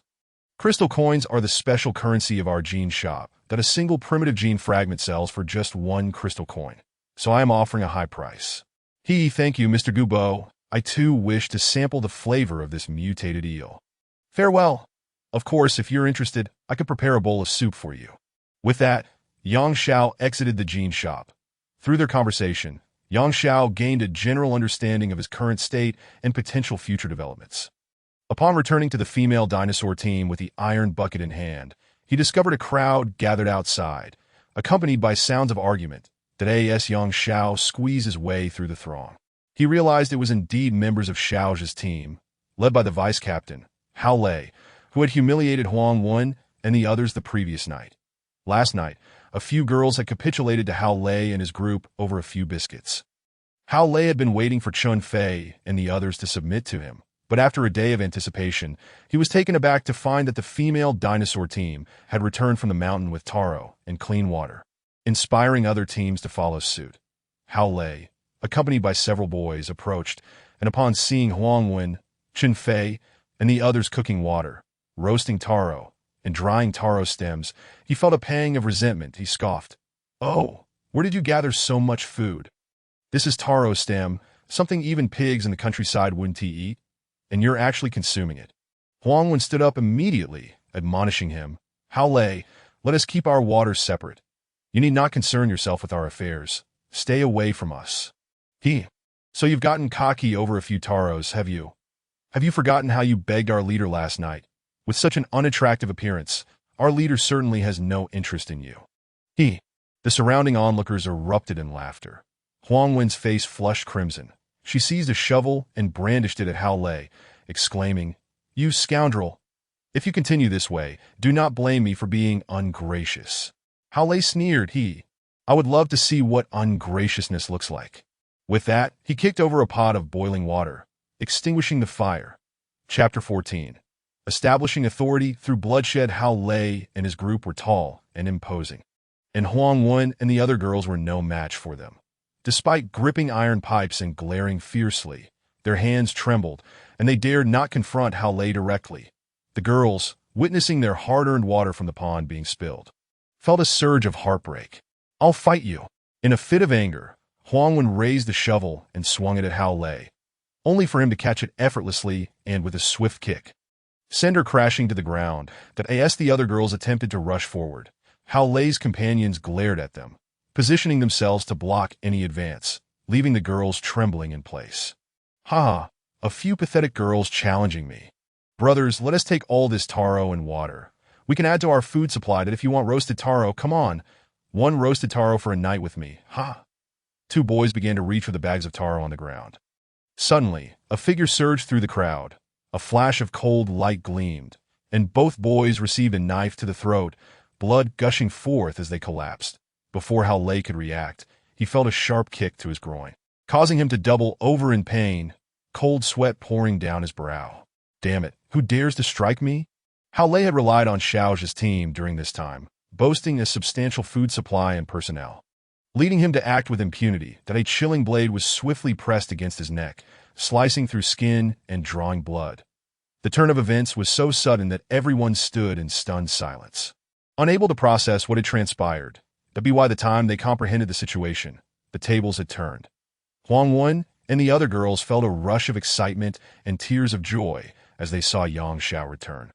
Brandishing a knife in each hand, icy determination in his gaze. "These girls are under my protection. I am their leader. If you dare to touch my people or steal our food, you are courting death." Who are you?"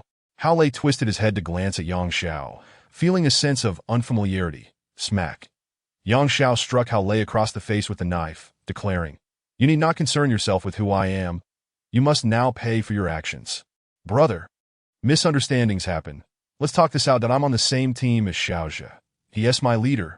Who your leader is matters not. Did you not just insult my subordinates? Kneel and apologize to them, or I shall end you here." Yang Xiao understood that they were in chaotic times, akin to a post-apocalyptic world where individuals fought fiercely for survival. Only the ruthless could endure. Even if Yang Xiao had no intention of seizing others' provisions, he could not prevent others from harboring such thoughts. Huang Wen and the other girls were inherently weak. The sudden acquisition of taro and water had already attracted the envy of those nearby, and they could hardly fend off the encroaching threats. Hao Lei was the first to strike, but if his actions were not swiftly curtailed, it would lead to dire consequences. Thus, Yang Xiao had acted decisively, killing the two boys attempting to snatch the taro and subduing Hao Lei. The remaining boys accompanying Hao Lei were filled with trepidation.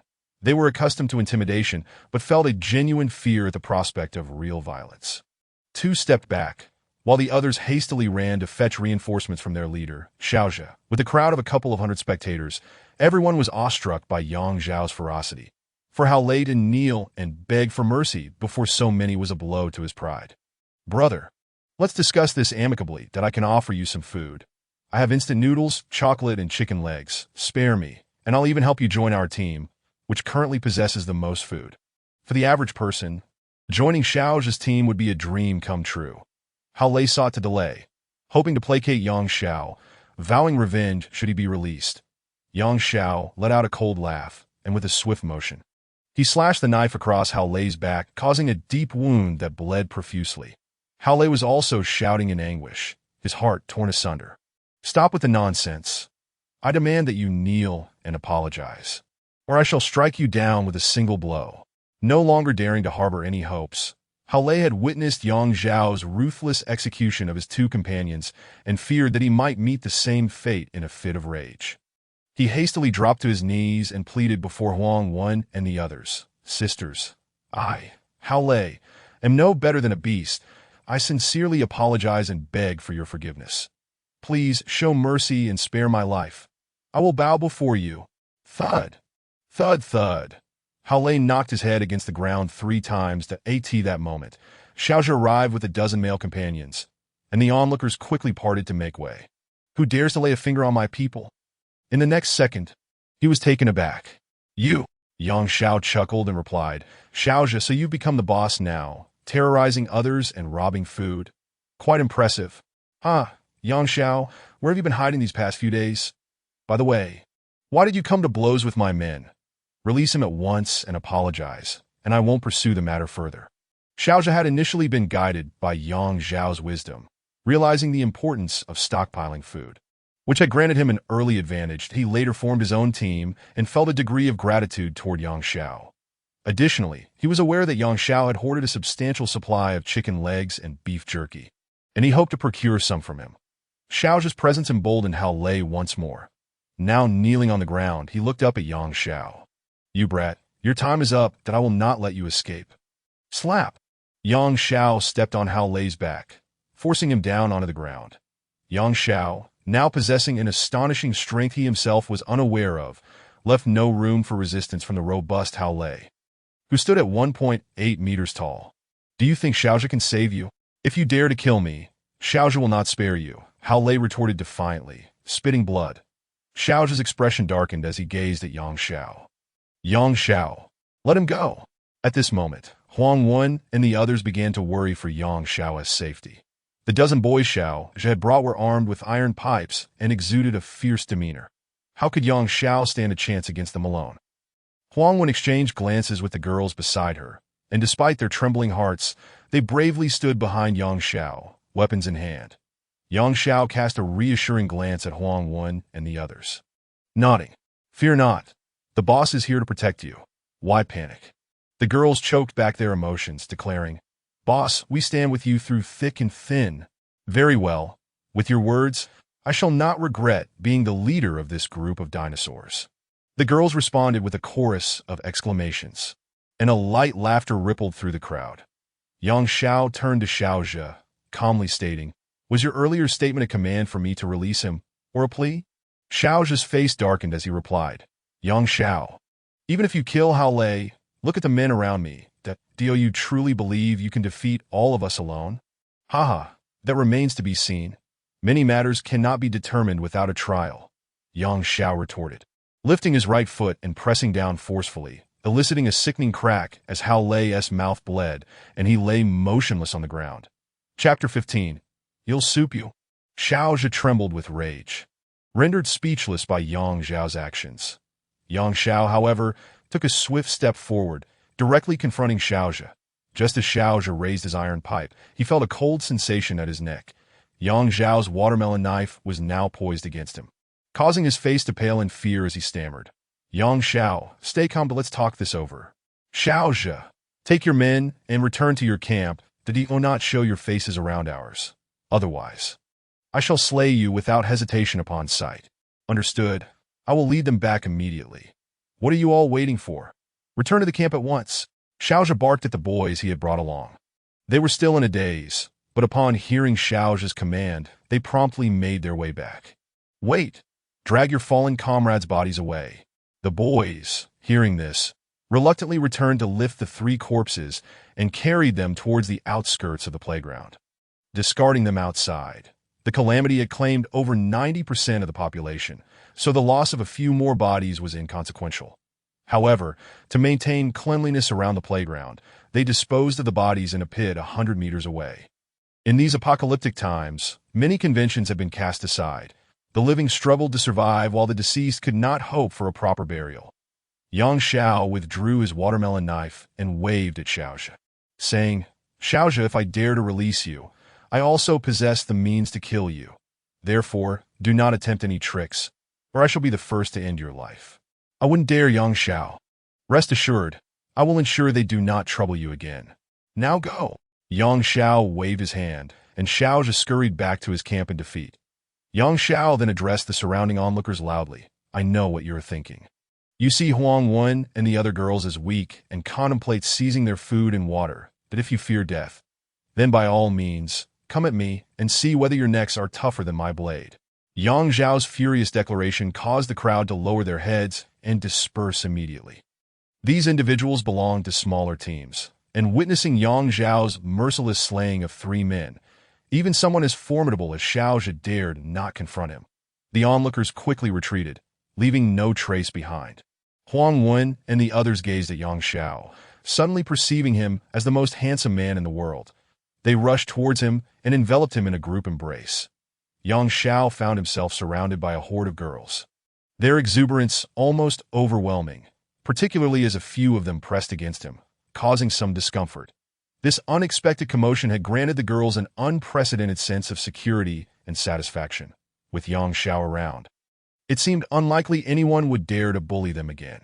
After contemplating for a moment, Yang Xiao suggested, "Let us relocate our camp a little closer to the jean shop. About 20 meters away would be ideal, as there is ample open space there." Without hesitation, Huang Wen and the others agreed, exclaiming, "All right," and immediately set about preparing to move. "Aren't you going to ask me why?" Yang Xiao feigned confusion. "What is there to ask? You are the boss. Your word is law," Chen Lu replied. The other girls chuckled in agreement. Yang Xiao shook his head helplessly, realizing that once girls idolize someone, they could be rather thoughtless. After half an hour, they had successfully established their camp approximately 20 meters from the jean shop. They rebuilt their cooking station, lit a fire, boiled water, and roasted sweet potatoes. Yang Xiao busied himself as well, not knowing which girl had salvaged a large pot from the ruins of the school cafeteria. After a quick rinse, he placed the pot on the makeshift stove to boil water. Then he chopped the genetically mutated eel in the iron bucket into small pieces, rinsed them briefly, and added them to the pot to stew. Surrounding Yang Xiao, the girls watched intently as he cooked the eel, their mouths watering. They had gone 3 days without a proper meal, let alone any meat. Suddenly, Yang Xiao sighed wistfully. "What a pity, we have no salt."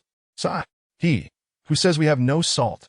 Huang Wen replied, handing him a pack of seasoning. Yang Zhao's eyes nearly popped out of their sockets. "Incredible! You all managed to find this? Haha, that's the advantage of us girls. When we scoured the cafeteria for food, we didn't find much else, but we did manage to collect some pots and pans that others discarded. That we also found not just salt, but soy sauce and chili powder as well. Too bad we didn't come across any oil." Upon hearing this, Yang Xiao immediately gave a thumbs up. "Well done, our girls." Half an hour later, a large pot of eel soup was ready. Yang Xiao added salt, soy sauce, and chili powder, and the fragrance wafted enticingly, irresistible to all. Even the old man Gu Bo emerged from the jean shop. "Oh my, who cooked such delicious food?" Yang Xiao chuckled and invited. "Old man, come and have a bowl." Gu Bo approached without hesitation. Huang Wen and the others held a deep respect for Gu Bo from the jean shop and the 2 tower warriors outside. Upon seeing Gu Bo walk over, they promptly made way for him. Gu Bo settled himself next to Yang Xiao, and Qin Fei quickly handed him a dozen iron bowls. Yang Xiao filled a bowl to the brim with the mutated eel soup and offered it to Gu Bo. Gu Bo took it gratefully, exclaiming, Fragrant, so fragrant." He slurped a mouthful. "Truly delightful." There were only about 10 bowls, and the 3 of them shared one, taking turns to sip the eel soup, each girl's face radiating satisfaction and happiness. Chen Lu and the others used iron rods to extract the roasted sweet potatoes from the fire and toss them in front of everyone. "Time to eat roasted sweet potatoes." Yang Xiao handed one to Gu Bo, saying, "Would you like one?" Gu Bo shook his head and said, "I'm not interested in that. Please give me another bowl of eel soup." Gu Bo understood that Yang Xiao and the others were facing food shortages, and he felt slightly embarrassed asking for more. Yang Xiao didn't mind and promptly filled another bowl for Gu Bo drank it down in a few gulps, his gaze sweeping over the pot to see it nearly empty. Feeling too shy to ask for more, he thanked Yang Xiao and turned to leave. Feeling a twinge of embarrassment, he approached Yang Xiao while holding a black longsword acquired from the jean shop, and said, "Having consumed 2 bowls of your soup, consider this a token of my gratitude." Yang Xiao, however, had no intention of being polite. He was eager to accept the blade, as he took the sword.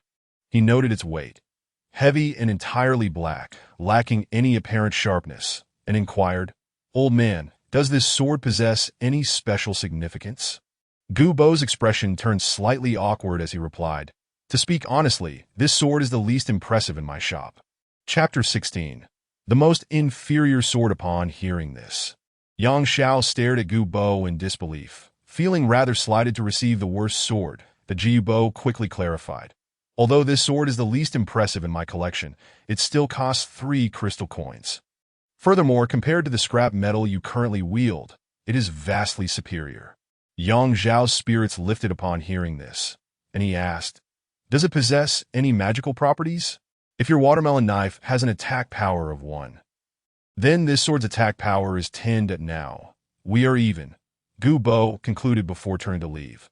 Suddenly stopping, he looked back and added, "In 2 days, the time for biological gene mutation will arrive. Make sure not to stray more than 50 meters from the gene shop." With that, he vanished into the shop, gripping the black long sword. Yang Xiao focused his thoughts and swung it at a nearby steel pipe. With a sharp sound, akin to slicing through vegetables, the pipe was cleanly severed. "What the hell?" Yang Xiao exclaimed, his surprise echoing in the astonished eyes of the nearby girls, who gazed at the black sword with a mix of awe and excitement. With the addition of the black longsword, Yang Xiao felt emboldened, and the girls sensed an added layer of security. The aroma of roasted taro wafted through the air. That a bite of the roasted taro followed by a sip of delectable eel soup was an exquisite indulgence for Huang Wen and the others. Approximately 2 meters from the tent, 3 girls stood, their faces betraying their hunger as they swallowed hard. These 3 girls had offered themselves to Hao Lei and his companions for a few biscuits the previous night. Upon hearing that Huang Wen and her group had unearthed a wealth of taro, and that a young man had defended them by dispatching Hao Lei's crew, they intended to return. However, having ignored Huang Wen's advice the night before and insisted on bartering their bodies for food, they had been expelled from the team and now felt too ashamed to return. Starving, they mustered the courage to approach Huang Wen's campsite. Huang Wen and her group had already spotted the 3 girls. As long as Yang Xiao was present, they would not casually offer food to outsiders, and the group felt disdain for the girls' previous behavior. Huang Wen, however, felt a pang of compassion as she glanced at Yang Xiao. "These 3 are my sisters. They succumbed to Xiao's group out of hunger yesterday, and it pains me to see them like this that I am unsure whether to help them. You are the leader, so I shall defer to your judgment."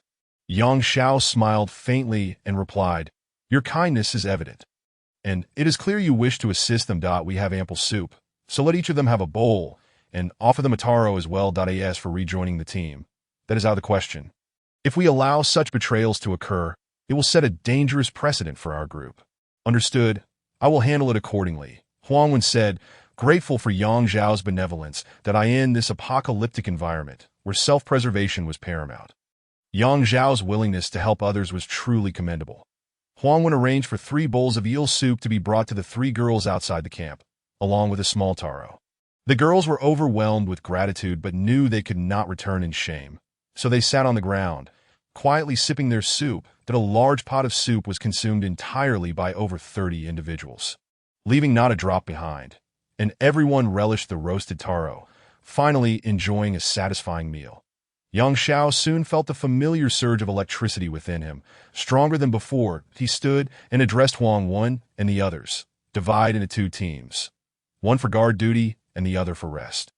"If anything occurs, call for me immediately." With that, he entered a designated area within the tent and sat cross-legged, welcoming the flow of energy coursing through him. During this relocation, Huang Wen and the others had thoughtfully created a separate makeshift space for Yang Xiao, recognizing that as the only man among them, he required privacy. Indeed, this so-called private space consisted merely of a few broken wooden boards and tattered posters, allowing Yang Xiao to hear the conversations of those nearby. The other girls huddled together for sleep and rest.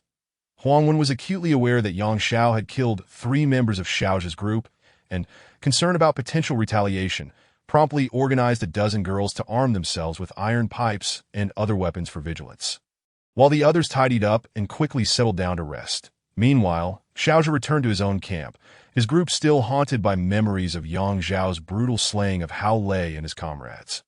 Just days prior, They had been university students, the elite of society. Now, in the face of catastrophe, their mentalities had shifted drastically. Though their true natures of selfishness, greed, and lust had emerged, the thought of taking a life still filled them with trepidation. Yet, how could the largest survivor group from Xiaonan University be intimidated by Xiao and his 30 female companions? If word of this spread, they would become the subject of ridicule. Even in the apocalypse, one must maintain a semblance of dignity. Xiao struck a broken table in frustration, exclaiming, Xiao is utterly arrogant. How dare he kill Hao Lei in my presence? This is intolerable. Indeed, boss thought if we submit now, how can we continue to lead this group? We have amassed a considerable amount of supplies, and many would covet what we possess, that if we show weakness, they will perceive us as easy prey and may band together to seize our resources. Exactly, boss. Xiao may be formidable, but he is but one man. Together, we can crush him into pulp. The group erupted into fervent discussion, scheming to reclaim their lost pride. Xiao pondered for a moment before declaring, prepare 20 strong young men. Tonight, while Xiao sleeps, we will launch a surprise attack and beat him to death. Understood, boss. As Xiao's crew prepared for their night raid, he dispatched 2 individuals to monitor Xiao's movements. The watcher soon reported back, boss, Xiao and his group have relocated their camp to within about 30 meters of the gene shop. No matter, keep a close watch on Xiao. As long as he is present, we will strike tonight and deliver a merciless beating. Xiao sneered, aware from his previous interactions with Gu Bo that the gene shop would not intervene in personal disputes as long as their establishment remained unharmed. By afternoon, the watchers returned with news that Gu Bo and Xiao were sharing soup together, seemingly on friendly terms. Xiao was taken aback.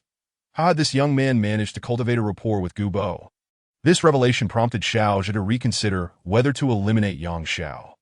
The motive for killing Xiao was not solely revenge for his fallen comrades, but also to uphold the group's prestige and instill fear in others. In this chaotic world devoid of governance, rescue, law, or morality, survival depended on one's strength.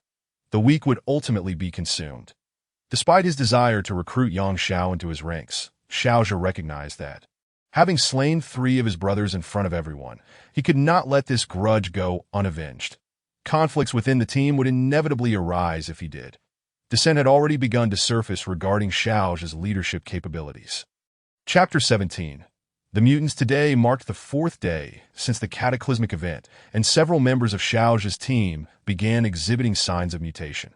They sensed peculiar changes within their bodies, their strength growing along with alterations in their vision, hearing, and sense of smell, while certain body parts exhibited unusual transformations. Xiao experienced similar sensations. The previous night, he had sensed something amiss, and after dinner that day, he felt a surge of energy coursing through him.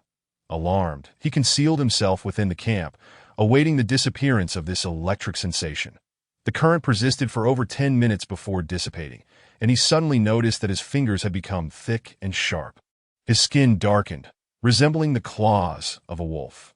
What is happening? Xiao picked up a piece of broken brick from the ground and squeezed it with force, shattering it into several fragments. Transformed, he soon discovered that he could control the mutation of his fingers through his consciousness. And after several attempts, he could adeptly manipulate them into powerful wolf-like claws. Xiao gasped in astonishment, and a sense of exhilaration began to replace his initial fear. According to Gu Bo's assertions, not only other creatures would mutate, but humans could as well. The outcomes and rates of mutation varied for each individual. To survive against mutated beings, humanity's only hope lay in their own transformations and genetic evolution. Xiao has suddenly become extraordinarily formidable. He must have undergone a mutation as well. Does he think he is the only one capable of such change?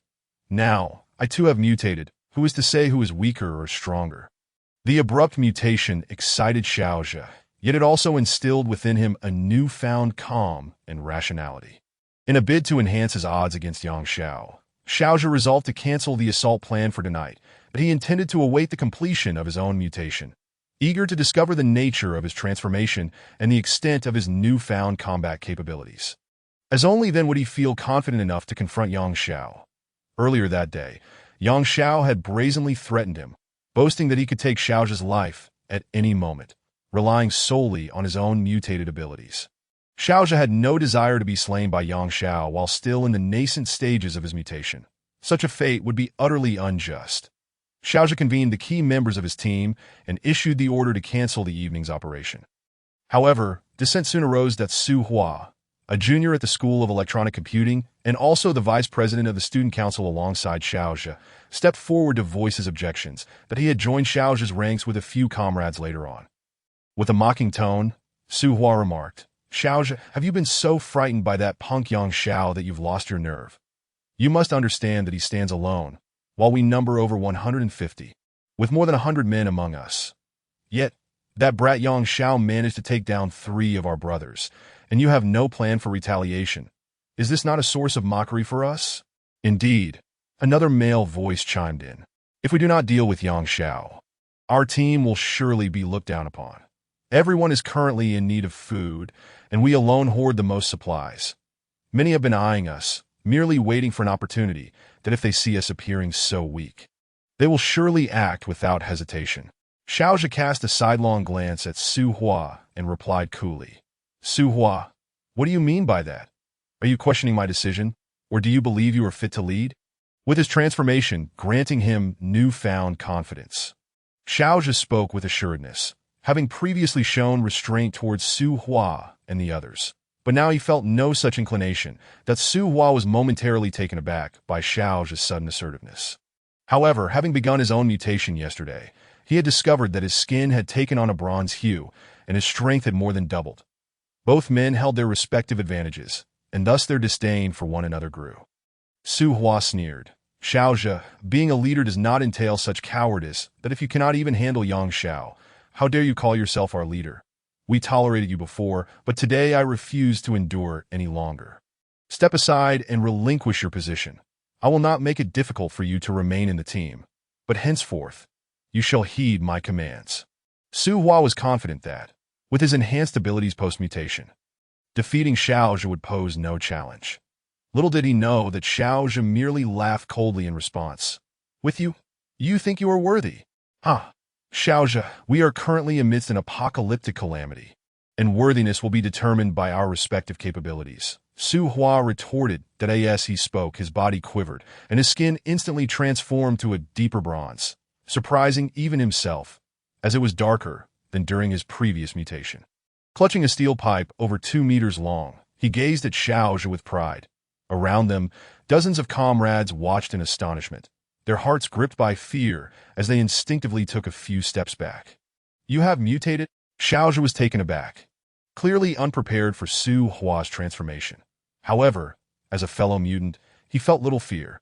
He chuckled lightly. "Ha, Su Hua, I did not expect you to have mutated, and oh wonder you dare to challenge me. May I ask what kind of mutation you have undergone? Do you possess any special abilities?" Su Hua laughed heartily and proclaimed, "Xiao, allow me to demonstrate so that you will willingly step down from your position as leader." With that, he scanned the area for something to display his prowess, but found nothing. His gaze fell upon the steel pipe in his grasp, and he raised it to chest level. With a mighty shout, he exerted force, and the pipe began to bend into a U-shape before the astonished eyes of onlookers. Gasps filled the air as the steel pipe, normally used for water supply and of considerable strength, was bent effortlessly by Su Hua's hands. Showcasing his immense power, he tossed the deformed pipe to the ground, gazed at Xiao with arrogance, and then turned to a subordinate wielding a wooden stick. "Come, let them see. Strike me on the head." The young man hesitated, stammering, "Su Gui, I cannot. What nonsense if I tell you to strike. You strike now." The lad, clutching a stick as thick as an arm, hesitated further. "Su Gu, this is no jest. Enough with the chatter. Hurry up." Su Hua, eager to demonstrate the extent of his post-mutation abilities and intimidate the crowd, sought to establish his dominance. "Fine, Su Gu. I will go easy on you." The boy lifted the wooden stick and lightly tapped Su Hua's head, but the force was minimal, barely grazing his scalp. Su Hua, irritated, cursed, "You coward." He seized the wooden stick and brought it down hard onto his own head. With a sharp crack, the thick wooden stick snapped in two. While Su Hua remained unscathed, he erupted into laughter. "Xiao, what do you think? Are you convinced now? There is no need to wait until tonight. I will take down that punk Yang Xiao right after this. Let us see who dares to underestimate our team again. Chapter 18. Acceptance of Fate. Su Hua's display of strength garnered the respect of many onlookers, their minds haunted by the recent deaths of Hao Lei and his companions. Xiao's retreat had left them feeling insecure, and if someone as powerful as Su Hua were to take the lead, it would undoubtedly bolster the team's fighting prowess and intimidation. Several girls cast admiring glances towards Su Hua, for in this apocalyptic world, survival was a formidable challenge, and they needed to leverage their beauty to secure food and protection. Su Hua surveyed the crowd with satisfaction. "As splendid!" Xiao clapped his hands, stepping forward. Suddenly, he lunged at Su Hua with unexpected speed, catching everyone off guard. "Ah!" Gasps erupted as Xiao's assault took them by surprise. In their minds, it was inconceivable for Xiao to challenge the mutated Su Hua. Seeking death.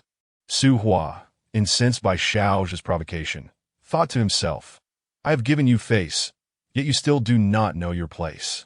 He braced himself, intending to withstand Xiao's strike, eager to demonstrate his hardened skin in that fleeting moment. However, Su Hua felt a sharp pain in his chest. He cried out and stumbled backward, glancing down to find his shirt torn, revealing deep scratches on his bronze skin, 3 of which had even drawn blood.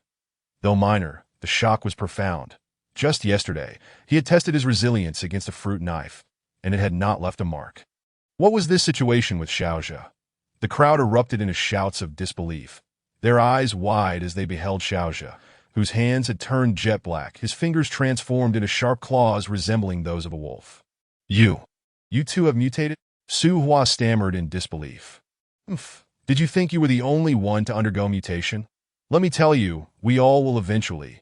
It's merely a matter of time. Do you think your bronze skin is enough to claim leadership? Dream on." Su Hua had previously relied on his impervious skin for confidence, but now he realized it was not invincible. At least Xiao's claws could penetrate it, and his arrogance swiftly diminished. Xiao, being astute, recognized that in the face of adversity, having another mutant like Su Hua in their ranks would only strengthen their collective power. Thus, he spoke calmly. "I understand your desire for vengeance. But have you considered that Yang Xiao's ability to easily kill Hao Lei and the others is not without reason?" Su Hua paused, questioning, "Is he also a mutant?" Xiao nodded. "He likely mutated before any of us. Otherwise, how could he possess the confidence to face so many alone?" "Boss, does this mean we will not seek revenge?" someone inquired, still troubled by the loss of Hao Lei and the others. Xiao declared loudly, "I will certainly avenge Hao Lei and the others, but not immediately. Our mutations have only just begun at this moment. We must remain calm. Yang Xiao is but one person. Once we all mutate, dealing with him will be a trivial task." As Xiao spoke, his comrades nodded in agreement, finding sense in his words. "In truth, our real enemy is not Yang Xiao." Xiao sighed deeply. "Our enemy?" Su Hua was taken aback. Xiao scanned the group, his expression grave. "You must have heard about the numerous mutated creatures appearing around us, such as the man-eating water monsters in the ponds, dogs as tall as calves, and gigantic spiders and ants. According to the genetic store's Gubo, in 7 days, these creatures will complete their mutation process. And by that time, they will possess formidable attacking power. The environment we humans face will become far more dire. Just imagine, in 3 days, if mutated creatures flood in from all directions, how will we ensure our survival?" A heavy silence enveloped the room. The crowd gazed at Xiao, an icy chill enveloping them. Filled with dread that in recent days, they had been preoccupied with seizing food and struggling for survival resources, paying little heed to Gubo's warnings about the consequences of the mutations among Earth's creatures. However, upon hearing Xiao's mention of it, they realized the dire implications were beyond imagination. Compared to the onslaught of these mutated beings, what was a mere Yang Xiao? The collective panic swiftly shifted focus to the mutated creatures. And much of the animosity towards Yang Xiao dissipated. Su Hua retracted his bronze-like skin, reverting to his normal state. Though his heart brimmed with discontent, reality compelled his acquiescence, softening his tone as he spoke. "Xiao, what do you propose we do?" Xiao, having subdued Su Hua and simultaneously elevated his status within the group, amiably patted Su Hua on the shoulder. Su Hua, we must join forces. Unity is essential. We have merely 3 days remaining. Everyone should closely monitor their bodily changes that if any mutations occur, swiftly comprehend the characteristics of these changes to ensure we can defend ourselves before the mutated beings invade. For those unaffected, let's endure a bit longer and focus on logistical support and defense. The crowd found themselves swayed by Xiao's words that he then instructed someone to tally the number of mutated individuals within the team, ensuring that any special dietary needs of the mutated were met, particularly regarding meat, which would henceforth be exclusively supplied to them. As the crowd dispersed, Xiao caught sight of Qin Yu amidst the throng. His heart brimmed with desire for the campus belle. Approaching her, he inquired, "Qin Yu, have you noticed any changes in your body?" Qin Yu shook her head. Perhaps it will take a little longer. Of course. Not everyone will undergo mutation. In reality, fewer than 2 out of 10 will. Qin Yu paused, then asked, "But didn't you just say that everyone would mutate?" That was merely to reassure everyone. I feared they might panic. Rest assured, I will protect you as long as I am here. Your safety is my priority. Upon saying this, Xiao deliberately let his hand rest on Qin Yu's shoulder. Her expression shifted, and she subtly turned away, extricating herself from his unwelcome touch, murmuring a quiet thank you before hastily departing. Xiao watched her retreating figure with a cold smirk, convinced she could not escape his grasp. When the mutated beings inevitably invaded humanity, he was certain she would not resist offering herself willingly. Back in the female encampment, Qin Yu felt a sense of gloom. Her friend, Deng Xiao, approached, casting a glance at her and sighing, resignedly saying, "In the face of such calamity, we women are but the weaker sex. We must accept our fate." Chapter 19. Resignation. Deng Xiao was also a renowned beauty, a close friend of Qin Yu from the same dormitory. In this team, only Qin Yu, Deng Xiao, and a few other attractive girls had yet to succumb to the oppressive influence of Xiao and his cohorts. The majority of the girls had capitulated to survive. This was the harsh reality of the apocalypse. Laws and morals had vanished, leaving only the brutal law of the jungle. The weak are preyed upon by the strong. Xiao and his group could fabricate any excuse to expel those girls who did not comply. And even if they were to face forced humiliation or death, there would be no consequences. Once expelled, they would face starvation, and likely, before that fate, the indignity of being violated by other men. Thus, it seemed more prudent to yield to Xiao and his companions, at least temporarily ensuring their survival and sparing them from excessive humiliation. Qin Yu bit her lip and looked up at Deng Xiao. "Are you content with this? As for me, what can I do if I am not?" Xiao's patience is finite. Now that he is a mutated being, his power has grown. Whatever he desires, none can thwart him. Qin Yu fell silent upon hearing this. Xiao had subtly indicated that out of respect for her, he had refrained from forcing himself upon her. Yet his patience was wearing thin, that if she continued to be oblivious to the situation, once Xiao lost his forbearance, she would be unable to escape the same fate of humiliation. Moreover, the number of women actively courting Xiao had proliferated, making it unlikely for him to remain devoted to her. His intentions would likely be more exploitative. Another crucial issue loomed. In this apocalyptic world, no one could predict what would occur in the next moment.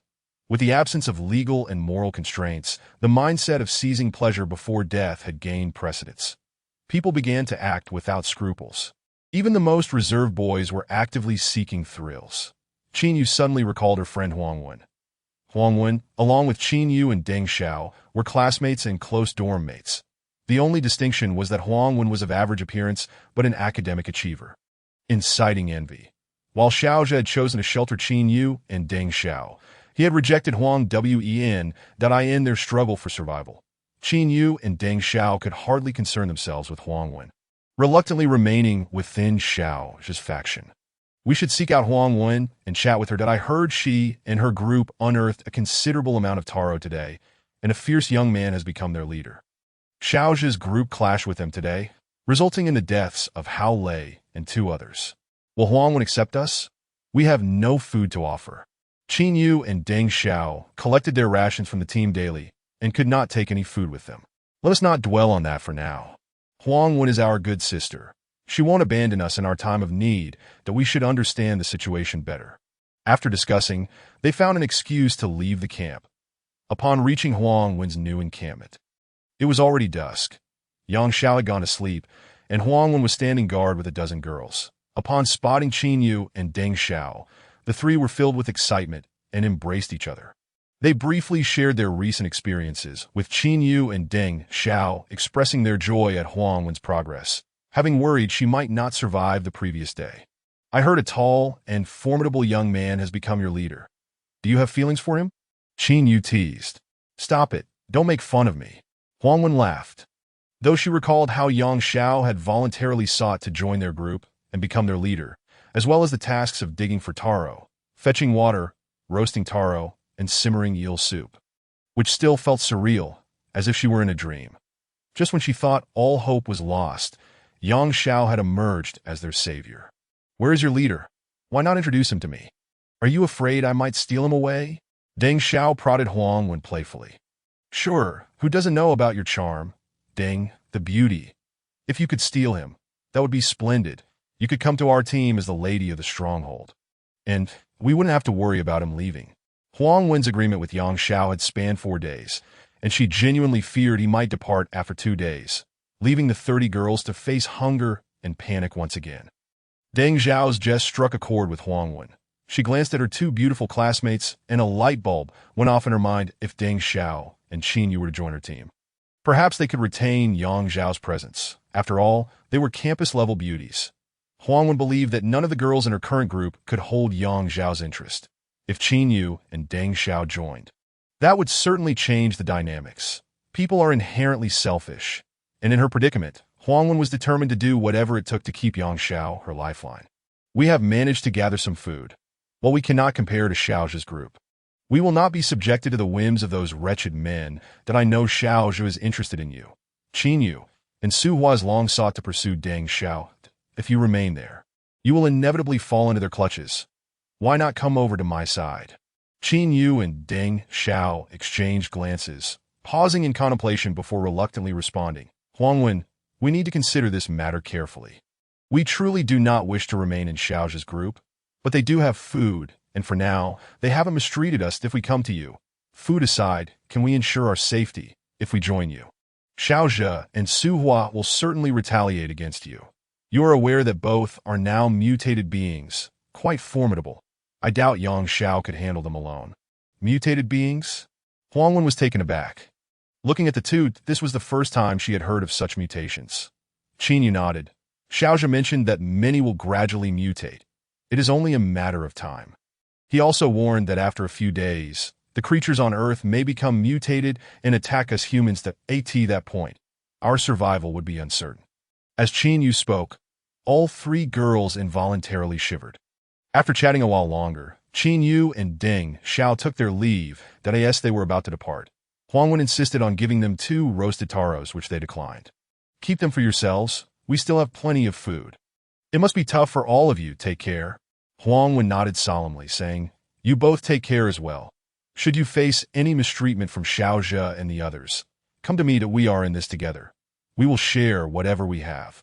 And if it comes to it, we will face death together. The 3 friends embraced tearfully. Yang Xiao experienced the electric sensation for over half an hour before it gradually subsided. It seems the energy of this mutated eel is quite potent, he thought. Somewhat regretful. If only I could have this pot of eel soup all to myself. He reflected on the changes in his body over the past 3 days. Aside from his increasing strength and heightened senses, he could discern no other transformations that he resolved to temporarily set aside his thoughts on the matter, allowing things to unfold naturally. After all, simply increasing his strength each day was a commendable endeavor. Yang Xiao retrieved the black longsword gifted by Gu Bo and observed it for a while before resting his head upon it, drifting into a peaceful slumber, with Huang Wen and the others on watch. He could now sleep soundly without worry. Being the leader was indeed delightful.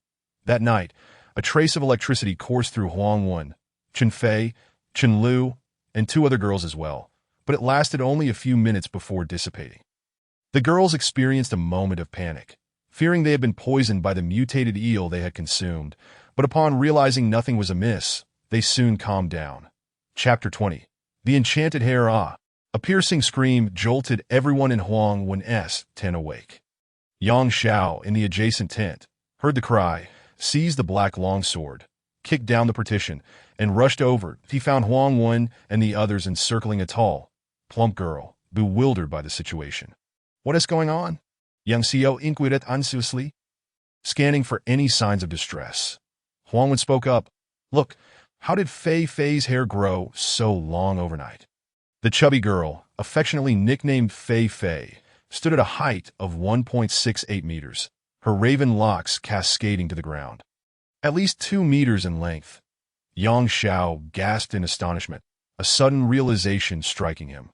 Did you drink the eel soup last night and feel a tingling electricity within you? Yes, how did you know? Fei Fei nodded. Gazing at Yang Xiao, he breathed a sigh of relief and reassured her. Don't be afraid. This is a good sign. You may have mutated. Mutated? The girls chorused, looking at Yang Xiao in disbelief. Indeed, according to the information from the gene shop, as the Earth descends into chaos, all living beings will undergo mutations, including us humans. That, to be honest, I have already mutated, which is why my strength has increased significantly. As he spoke, he casually picked up a broken brick from the ground and crushed it effortlessly into dust, leaving the girls in awe. Fei Fei, momentarily stunned, remarked, But what use is my long hair? I hardly have the time to manage it, and it gets in the way when I walk. You are just beginning to mutate. You need to pay attention to the changes in your body. Try to control your hair with your mind, making it shorter to return to your usual style. Yang Xiao shared his insights with Fei Fei, who listened thoughtfully. After several attempts, her hair suddenly swooshed, shortening back to its previous shoulder length. Gasps of astonishment erupted from the surrounding girls. Great job! Fei Fei, do you see that steel pipe on the ground before you? Yang Xiao pointed to a steel pipe 2 meters away, which served as the girl's weapon, placed there before sleeping. Yes, I see it, she replied. Now, using your mind, try to wrap your hair around the steel pipe and pull it to you. All right, I'll give it a try. Under the watchful eyes of her peers, Fei Fei concentrated, and after several attempts, her hair, seemingly imbued with a life of its own, gracefully coiled around the steel pipe and delivered it to her hands. Ecstatic, she exclaimed, Look! Yang Xiao reached out to touch her newly mutated hair, discovering it was remarkably resilient, akin to steel wire, and felt chilling to the touch. He asked for a watermelon knife, first making a gentle cut. No reaction, then applying more force, yet it still wouldn't sever. Congratulations! Your hair has mutated to be as hard as iron, and if I'm not mistaken, it will continue to grow until your transformation is complete. As hard as iron, and it will keep growing. The girl stared at Yang Xiao in astonishment. Fei Fei pondered for a moment before asking, aside from picking things up, what else can my hair do? The possibilities are vast, but it requires practice and understanding. For instance, you could use your hair to ensnare an opponent and fling them skyward. Wow! Could it really be that powerful? Fei Fei's eyes sparkled with excitement. Having been subjected to ridicule due to her weight, she had always felt underestimated. And now, with newfound powers, she might gain confidence and earn the respect of others. First, try to wrap your hair around Huang Wen, and then, using your mind, give her a forceful toss. Huang Wen, taken aback, shot Yang Xiao a glare. Why use me as a test subject? You're our leader and the only male here. Chen Lu, Chun Fei, and the others joined in the teasing. Reluctantly, Yang Xiao positioned himself about 2 meters in front of Fei Fei. All right, Fei Fei, go ahead. Without hesitation, Fei Fei focused her mind, and her magical hair wrapped around Yang Xiao's waist. Then with a powerful tug, she flung him aside. In that instant, Yang Xiao realized he was in trouble and shouted, Be gentle! But it was too late. Fei Fei, in her excitement, had unleashed her full strength. To the astonishment of the onlookers, Yang Xiao was sent tumbling out of the tent, landing hard on the ground. Huang Wen and the others gasped and rushed to Yang Xiao's side. Boss, are you all right?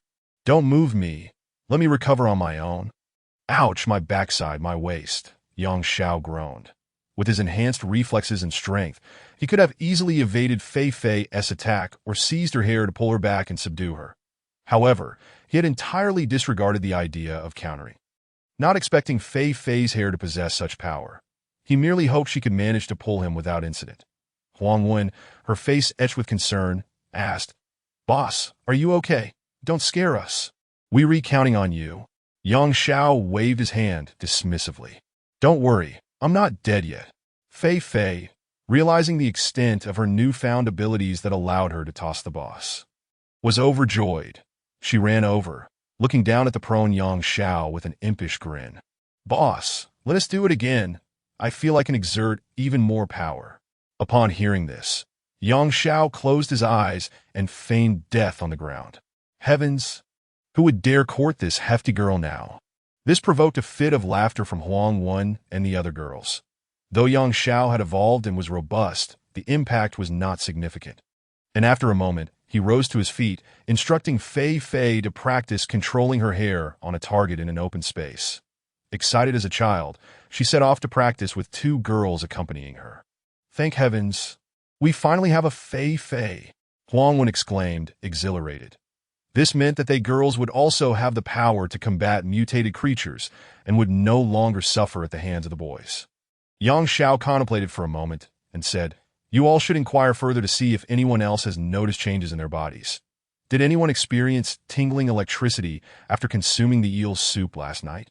Huang Wen paused, then replied, "I did before going to bed last night. I felt a tingling sensation, as if something was wriggling inside me." "Me too," chimed in Shen Fei and Shen Lu in unison. Chapter 21. The mutated black dog Yang Xiao and Huang Wen interviewed each of the 30 girls, concluding that 9 had experienced the electric sensation after consuming eel the previous night. Out of over 30 girls, 9 had undergone mutations, an extraordinarily high ratio, and all had transformed simultaneously overnight. Yang Xiao pondered that this must be related to the eel soup consumed the previous evening.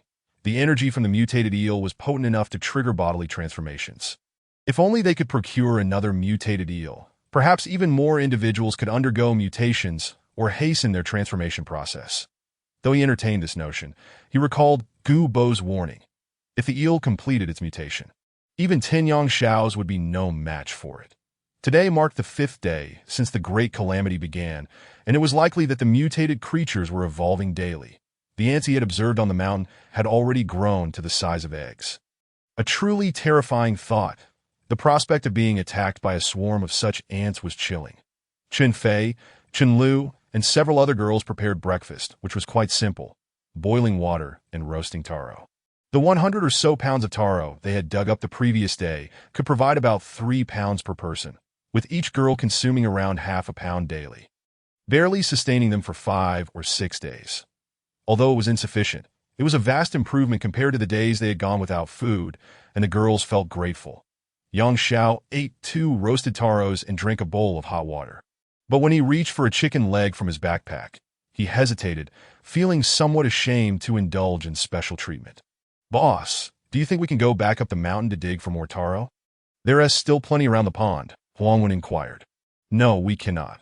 Today marks the 5th day since the great catastrophe, and the creatures on the mountain are mutating more fiercely. Besides Fei Fei, none of you possess any special abilities, and it would be perilous to encounter a fully mutated creature." Fei Fei, now a mutated individual, had become a special protected subject, and Huang Wen had thoughtfully provided her with 2 extra roasted taros.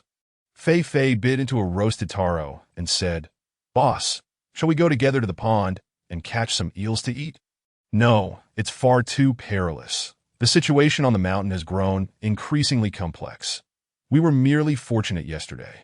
At that moment, dozens of individuals rushed into the playground, screaming, "It's bad, a monster has bitten someone to death." Panic erupted among those present, who stood up to peer around. "Huang Wen, take Fei Fei and inquire about what has transpired. Exercise caution," Yang Xiao commanded, eager to understand the changes occurring outside. "Understood." Huang Wen led Fei Fei to investigate, and moments later, they returned. It was a small team from the School of Business Administration. This morning, they ascended the mountain to fetch water from the pond. They managed to fill a few buckets, but on their way back, as they descended into the school, they encountered a massive black dog the size of a calf. That ravenous beast attacked them, killing two of their companions, prompting them to flee back here. A mutated mad dog? Yang Xiao felt a chill in his heart. Just then, a series of roars echoed, and a 2-meter-tall black creature entered the playground. Upon reaching the edge, the black dog glanced warily at the central orange jean shop and halted its advance. Terror gripped everyone, leaving them unsure of how to respond. Huang Wen and the others looked to Yang Xiao. "Boss, stay calm. We are near the jean shop. That mutated dog should not dare to enter. However, the perimeter of the playground is uncertain that in any case. You must not venture outside if that black dog charges in. Make your way towards the two warriors stationed outside the jean shop." Huang Wen and the others nodded, brandishing iron pipes and makeshift weapons. "Remain here and do not move. Hide the food well to prevent anyone from taking advantage of the chaos," Yang Xiao instructed before stepping out of the tent with his black sword. "Boss, where are you going?" Huang Wen called after him. "I am heading to the jean shop to see if Gu Bo can assist in driving off that black dog." Upon entering the jean shop, Gu Bo stood behind the counter, holding a crystal cup filled with a green liquid. He glanced at it, sniffed, and then drank it down. "Little one, do you need something from me?" "Old man, there's a black dog outside that has intruded. Can you help drive it away?" "Huh. I'm afraid I cannot assist you with that. You must devise your own solution. That dog is yet to complete its genetic mutation and is likely just very hungry. However, rest assured, mutated creatures do not dare to approach within 50 meters of the jean shop. Both you and your girl are safe here." "Alas, yesterday's eels were truly delectable, but regrettably, they are gone today," Gu Bo remarked, smacking his lips. Yang Zhao's mind sparked with an idea as he said, "Have you ever tasted roasted dog meat? It is even more delicious and fragrant." Gu Bo paused, momentarily taken aback, and involuntarily swallowed. Nevertheless, he shrugged, stating, "Unless a mutated creature invades the jean shop to attack us, we will not intervene. That is the rule." Realizing he could not persuade Gu Bo, Yang Xiao exited the shop.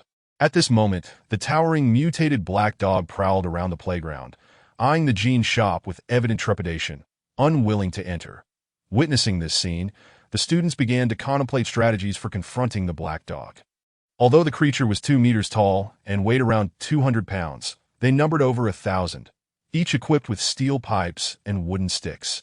Encircling a single black dog was not beyond the realm of possibility. Many had the same thought as Yang Xiao: roasted dog meat. Having gone several days without meat, the mere thought of it was enough to drive them to recklessness. Even those from Xiao's camp felt tempted. Xiao, Su Hua, and 2 other mutants led a group of over 10 boys out of the camp, preparing to hunt the towering mutated black dog. After a night, Xiao's wolf claws had grown even stronger, while Su Hua's copper skin had enhanced its resilience. The other 2 mutants had also evolved. One had developed powerful legs capable of leaping over 10 meters, while the other could emit flames from his palms. Leading the charge, they approached the black dog, each wielding a steel pipe. The remaining onlookers watched with a mix of curiosity and apprehension as Xiao and his group prepared to confront the mutated black dog. As they closed the distance to within several dozen meters, the black dog sensed their killing intent, erupting into a furious roar and charging directly at Xiao and his companions. The mutant with the enhanced legs leaped into the air, soaring at least 10 meters, and kicked at the black dog.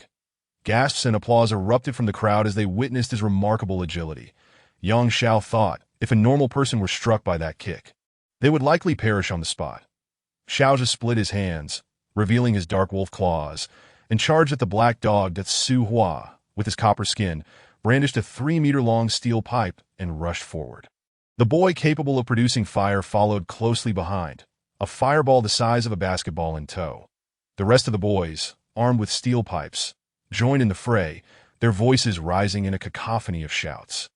In that moment, they all bore witness to the strength of Xiao's team, filled with admiration. Chapter 22. Alliance. The black dog was ferocious, leaping into the air with all 4 legs and biting down on the calf of the boy who had kicked it. With a sickening crunch, the boy's leg was severed. "Ah!" he screamed, plummeting to the ground, blood gushing forth in a horrific display of agony. The black dog landed, and Xiao darted forward like lightning, aiming to grasp the dog's head. Sensing the threat, the black dog leapt aside, evading Xiao and lunged at Su Hua instead. Su Hua swung his steel pipe down upon the black dog. The creature dodged, snapping its jaws at Su Hua. The copper-skinned Su Hua felt a sharp pain in his thigh as the dog bit down. He cried out, retaliating by striking the dog's back with his pipe. Thwack! The steel pipe connected solidly, eliciting a pained howl from the black dog as it retreated. Su Hua looked down to find 4 bite marks in his thigh. Had it not been for his copper skin, a significant portion of flesh would have been lost. Meanwhile, the boy wielding the fireball launched it at the black dog, but his control over the flame was limited.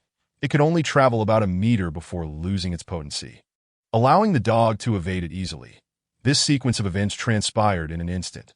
Despite having taken a hit, the black dog had bitten off the leg of one mutant and injured Su Hua, showcasing its fierce nature. The surrounding crowd was paralyzed with fear at the brutality unfolding before them. Many who had previously been eager to engage now quietly retreated. Xiao's entire upper arm had mutated to black.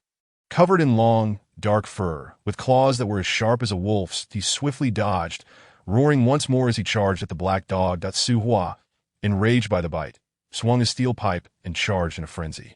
The boy controlling the fireball hesitated for a moment and called to the other boys behind him, "Everyone together!" Armed with steel pipes, they were filled with trepidation at the black dog's ferocity.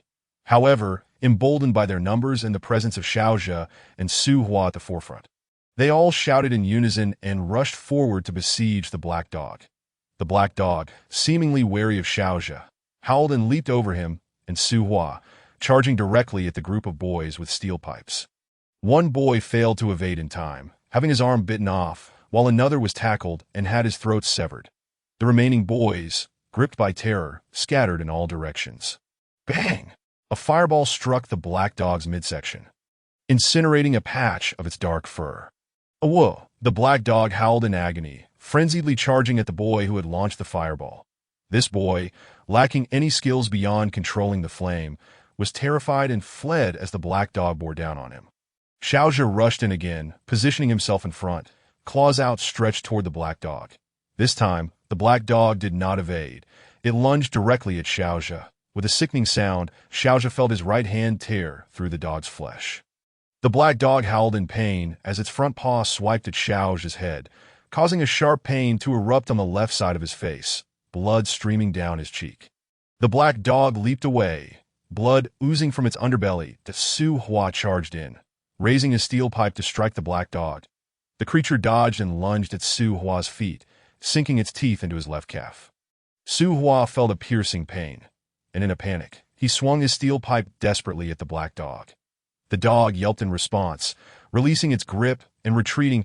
Su Hua's calf bore 4 bloody puncture wounds, the injury more severe than that on his thigh. The black dog, having been struck twice by Su Hua's steel pipe, torn by Xiao's claws, and scorched by the fireball, was now in a state of furious rage. It turned and charged at Su Hua once more. Suddenly, Su Hua realized the gravity of his situation. Amidst a crowd of over 1,000 people, only he and Xiao were standing firm against the mutated black dog. Where had everyone else gone? Fortunately, Xiao did not abandon him, charging to his side, wielding his sharp wolf claws and glaring fiercely at the black dog. The creature paused, seemingly wary, as it stood its ground, growling incessantly at the two. At this moment, Xiao and his companion had long abandoned the thought of roasting dog meat, seeking only to deter the mutated black dog so they could return to the camp to rest and tend to their wounds. Xiao wished to summon those behind him for assistance, only to realize that they had retreated to a distance of several dozen meters. Su Hua, what shall we do? There is no choice but to endure. Hopefully, this mad dog will retreat on its own, that we will hold our ground and refrain from any offensive actions. Let us remain together. I believe the black dog will not dare to attack us. It seems we must proceed in this manner. I did not expect this mutated black dog to be so ferocious.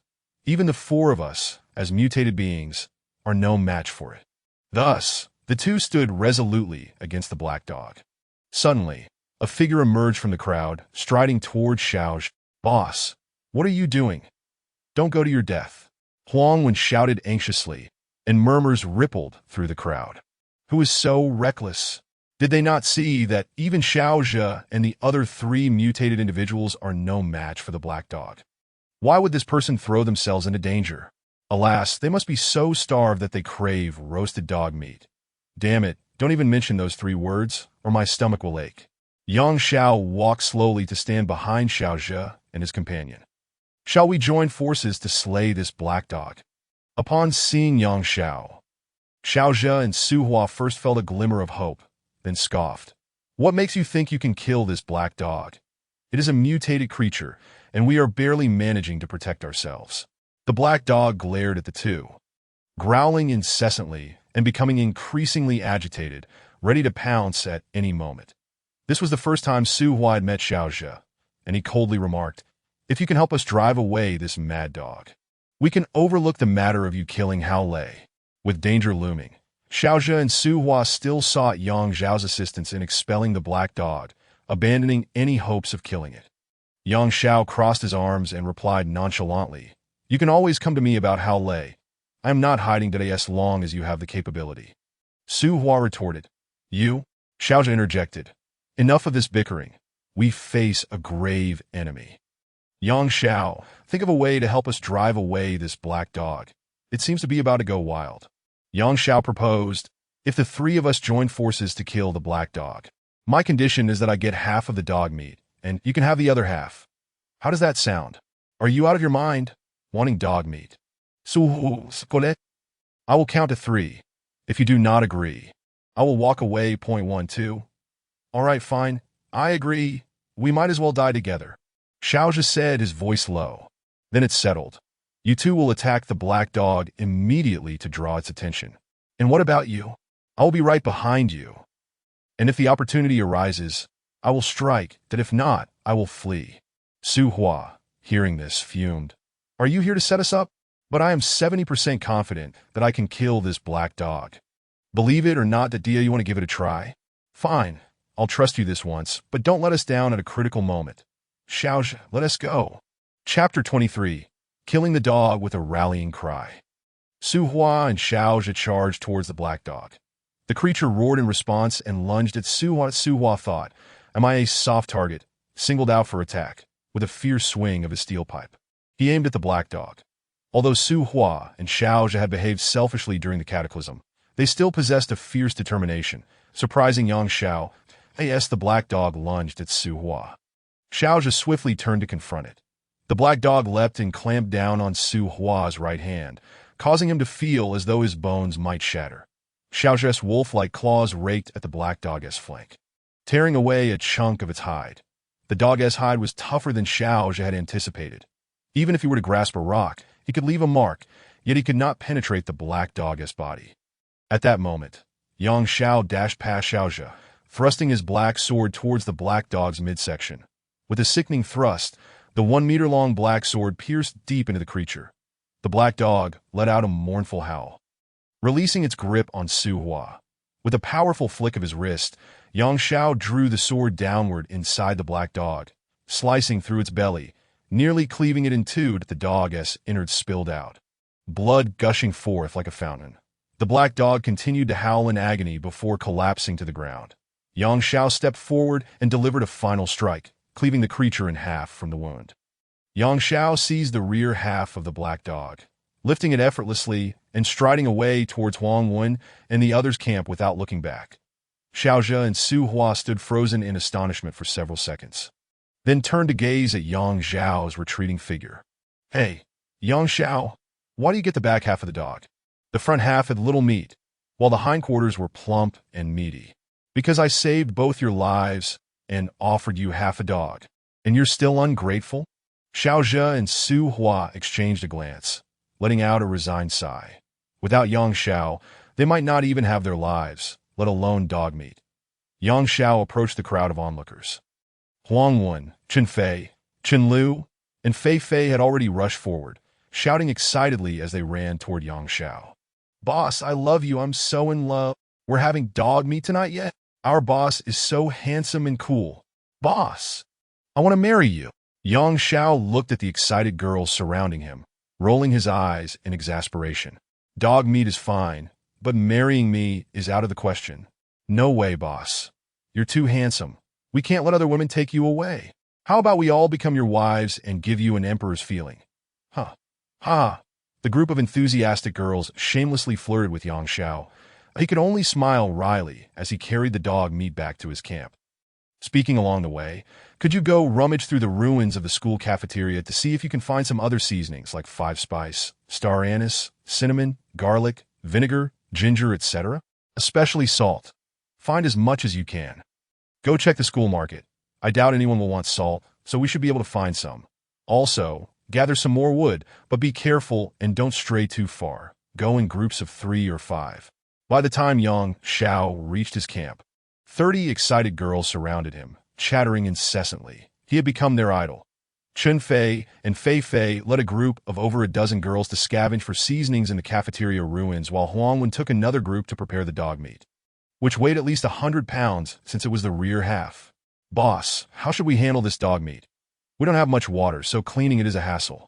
Huangwen inquired. Actually, it's simple. We don't need to wash it with water. Just start a big fire and roast the dog meat over it to burn off the hair. The high temperature will disinfect it even more effectively than washing. Then we can cut it into pieces, sprinkle salt on it, and let it dry for future rations. Tonight, we'll make a pot of dog meat to enjoy a good meal. After Xiao finished speaking, Huangwen led the girls to start a fire. Moments later, a large flame roared to life, but they soon faced a dilemma: how to lift and roast the heavy half of the dog. Boss, it's too heavy. How do we roast it? Xiao chuckled, picking up a 3-meter-long iron rod, heating it in the flames before inserting it into the half of the dog.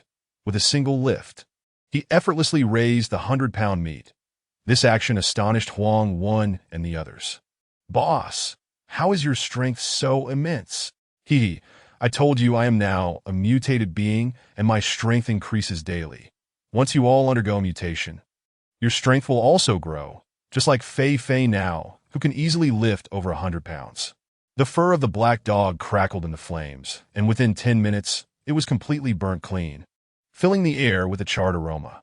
Huangwen and her companions brought over a door plank to use as a temporary cutting board. Xiao placed the roasted dog meat on it, while 3 of the stronger girls stepped forward to begin dividing the meat. They had gathered a kitchen knife along with 2 of Xiao's watermelon knives, perfectly suited for the task. We don't need to chop the big bones. These knives won't cut through them. Just toss them in the pot for soup, Xiao instructed. The other half of the fire was already roaring, and a large pot was set up with water. Huangwen led the girls in preparing the food and smiled at Xiao. Boss, you don't have much to do here. Why don't you go rest? You weren't injured earlier, were you? I'm not injured, and I don't have anything pressing to do. I'll just stay here and watch. I am worried some reckless people might come to steal our dog meat. That shouldn't happen. After your impressive display, who would dare to seek death? You're right. After more than half an hour, Chun Fei, Fei Fei, and others returned to the camp. Boss, we found more than a dozen bags of salt at the school market. We also found a small bag of ginger and garlic in the cafeteria. We didn't locate any other seasonings. We also picked up 20 or 30 iron bowls from the cafeteria. So, we won't have to worry about bowls for our meals in the future. The college cafeteria was previously adorned with stainless steel fixtures, resiliently standing amidst the ruins, enduring even when somewhat dented. Still serving its purpose, upon hearing this, Xiao felt a sense of satisfaction, nodding thoughtfully as he instructed. We must be frugal with our salt. We cannot predict when we might acquire such provisions again. As we traverse the remnants of shops or the former faculty residences, let us remain vigilant for these essential items. Upon the return of Fei Fei, Xiao assigned her the task of leading a group of girls for guard duty. Noting that Fei Fei had undergone mutation, now capable of handling several ordinary boys on her OWIN Chapter 24, stewed dog meat, Xiaozhe and Su Hua returned to the camp bearing a section of dog meat. Despite the loss of a few companions, over 100 pounds of dog meat was an admirable prize. The camp residents had long been preparing to stew the meat, after tending to their wounds. Xiaozhe sat beside Su Hua and inquired, "What are your thoughts on Xiao?" Su Hua pondered briefly and replied, "Xiao is far more formidable than I had anticipated. His strength, speed, and reflexes seem to surpass ours. Moreover, What is that black longsword he wields? I have never encountered such a weapon. Indeed, he pierced that black-headed creature with a single thrust, severing the black dog effortlessly. You must understand, my mutated wolf claws are quite sharp, yet I could only manage to break the surface of the black dog's skin, never penetrating its flesh. Objectively speaking, we were fortunate to have him today. Otherwise, it is uncertain whether we would be able to sit here now. Xiao and Su Hua exchanged glances, nodding in agreement. After a moment of silence, Xiao added, "For the time being, let us not make an enemy of Yang Xiao. In a few days, the mutation of Earth's creatures will reach completion, and we are likely to face a swarm of mutated beings that if the black dog proved so formidable, there may be even more powerful creatures among us." Indeed, I concur with your assessment. Let us endure this period. According to Gu Bo of the Gene Shop, once the mutation of Earth's creatures is complete, we will be able to hunt these beings for gene fragments, thereby enhancing our physical potential. At that point, we must elevate ourselves swiftly. Once we regain control of the situation, we can then address our personal grievances.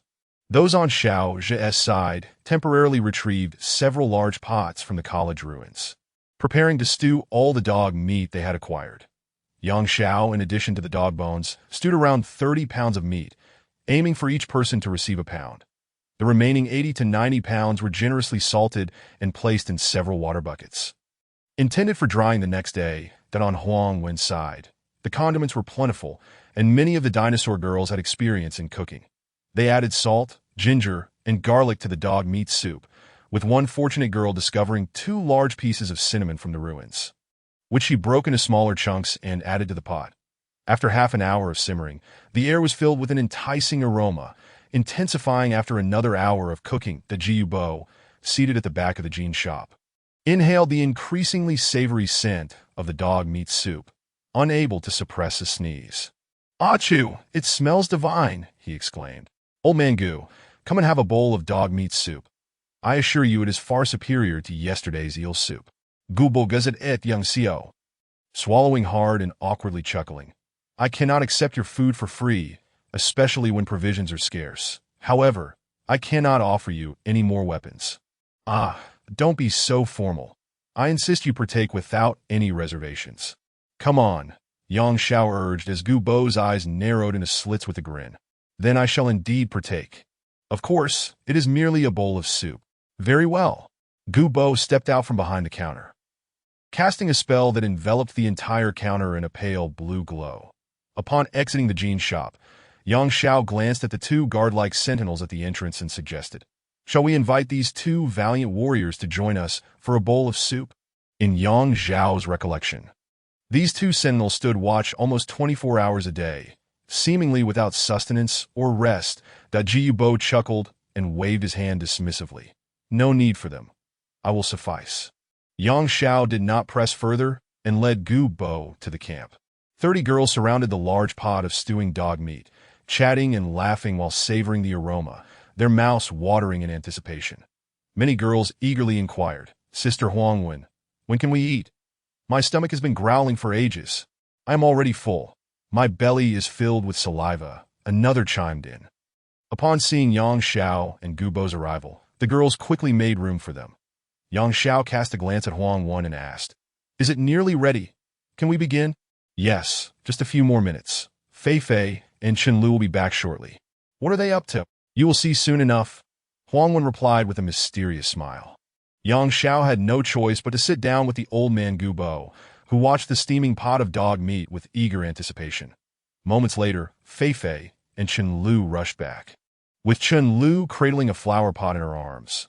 Yang Xiao was taken aback. Was she really in the mood to fuss over a flower pot right after a meal? However, as Chen Lu approached, his excitement grew. It turned out that the pot contained not flowers, but green onions.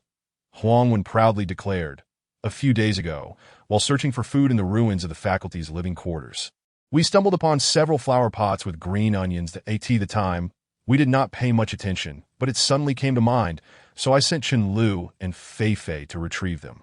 Yang Xiao promptly gave her a thumbs up. Huang Wen snipped off a dozen green onion stalks from the pot, washed them, and chopped them into small pieces, adding them to the pot. The already rich aroma of the dog meat was now complemented by the fresh scent of green onions.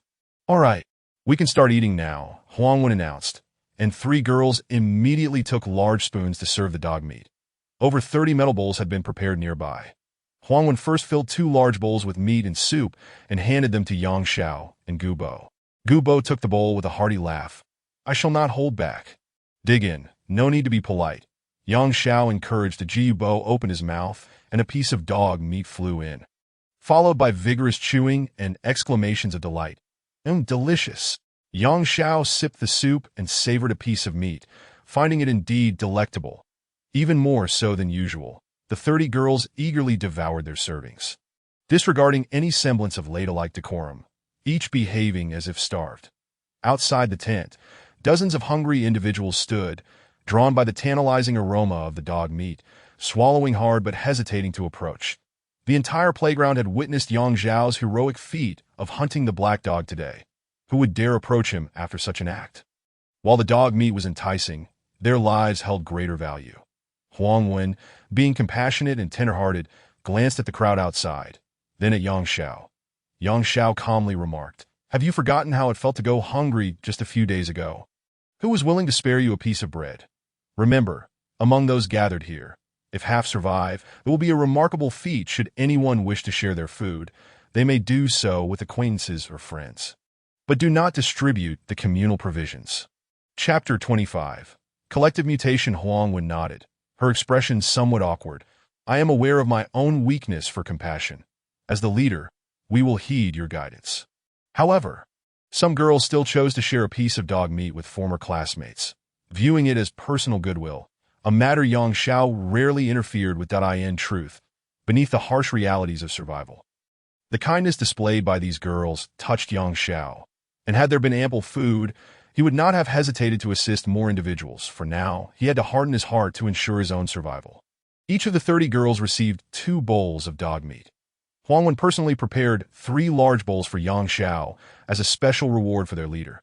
Yang Xiao did not decline, as he was currently undergoing a genetic mutation process, requiring meat to accelerate his enhancement.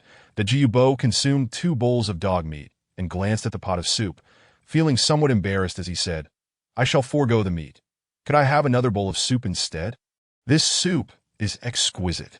Huangwen smiled and, casting a look at Yang Xiao, served Gubo another bowl of soup. The Jiubo expressed his gratitude, then slurped the soup, the delicious broth flowing into his mouth. Delightful, truly delightful," he commented, rising to his feet. Then he rummaged through his belongings and produced a small, green, crystal-like pill the size of a fingertip, offering it to Yang Xiao. Without a moment's hesitation, Yang Xiao accepted the pill, questioning, "Didn't I say I would treat you to a meal? Why are you being so polite? What is this item? I never owe anyone a favor. It disturbs my peace of mind." This pill is known as the Gene Mutation Acceleration Pill. Taking one each day for a week allows an ordinary person to complete their genetic mutation within 7 days. It costs 3 crystal coins per pill, Gubo explained. Yang Xiao chuckled. "You truly are a good man. If just 1 pill is so generous, why not give me 7? Gubo's small eyes widened as he chuckled. "This little one is quite beautiful. I would be at a loss with just 1.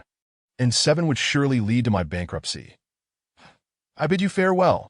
He patted his belly and turned towards the gene shop, still muttering, "Ah, the culinary culture of this earth is truly remarkable, compared to our raw and bloody feasts. It is vastly superior." By the time Huangwen and the others finished their meal, it was already past 2 in the afternoon. Some of the girls began to tidy up, while others took on the duty of vigilance. Yang Xiao, however, had no need to concern himself with such trivialities and retreated to his small tent to rest. The currents within him had already begun to manifest, and they felt even more potent than the day before. He first placed the green pill, which catalyzed genetic mutations, into his pocket and immediately sat cross-legged on the mattress, prepared to harness the electrical currents within. Meanwhile, among the 30 or so girls, a majority began to sense similar currents coursing through their bodies. Having previously received Yang Zhao's insights on bodily mutations, the girls were filled with excitement and quickly found their own spots to sit down and embrace the catalyzing currents to that moment. A similar phenomenon occurred within Xiao's tent. After consuming bowls of mutated dog meat soup, many experienced mutation reactions. Individuals like Xiao and Su Hua, who had already shown signs of mutation, consumed 2 bowls each, accelerating their transformation further. Xiao's wolf claws became sharper and more powerful, his entire arm exhibiting wolf-like characteristics, with even black wolf fur sprouting on his calves that Su Hua's bronze skin deepened in hue. The boy with the leg mutation, who had lost a limb to a black dog, had become incapacitated. Xiao offered him a bowl of dog meat, advising him to recuperate before dismissing him. For an invalid, both Xiao and Su Hua held little interest. In this apocalyptic world, resources were scarce, and they could not afford to care for an extra burden. Young Xiao felt the currents within him persist for over half an hour, coursing through every inch of his skin, that he sensed an overwhelming power building within him, a feeling of expansion. Upon inspecting his body, he found no signs of wolf-like features akin to Xiao, nor the bronze skin of Su Hua, nor any ability to manipulate fireballs that he hesitated before consuming the genetic acceleration pill, which upon entering his mouth, melted into a sweet essence that flowed warmly through his limbs, lasting for several minutes before dissipating. Rising to inspect his hands and feet, he exclaimed, "Damn it, this old man's pill did nothing. What a fraud." Yet, Yang Xiao was unconcerned. His invitation to Gubo for dog meat had never been rooted in expectations of reciprocity. Fei Fei's hair had now grown to about 3 meters long, and her strength had also increased. Chun Fei discovered that the currents within her converged in her palms after a few minutes. Her hands grew numb and sore, causing her considerable distress, and cold sweat began to bead on her forehead. Suddenly, Ace's sound erupted as a current burst forth from Chun Fei's palm, startling her. "What is happening?" Huangwen promptly summoned Yang Xiao. After listening to Chun Fei's account, he pondered before suggesting, "Try to focus your mind and see if you can channel the special energy within you through your hands." "All right." Chun Fei sat cross-legged, her eyes gently closed, concentrating her awareness. She sensed a flowing energy swirling chaotically within her and endeavored to control it with her mind. After half an hour of effort, Chun Fei finally managed to gather the energy in her palms and released it suddenly. Sizz! A bolt of lightning shot forth, shattering a wooden plank about a meter in front of her, with some of the fragments charred black. Yang Xiao nodded approvingly, saying, "Chun Fei, congratulations. It seems you possess special elemental powers, much like Li Jun and Xiao's team, who can manipulate fireballs.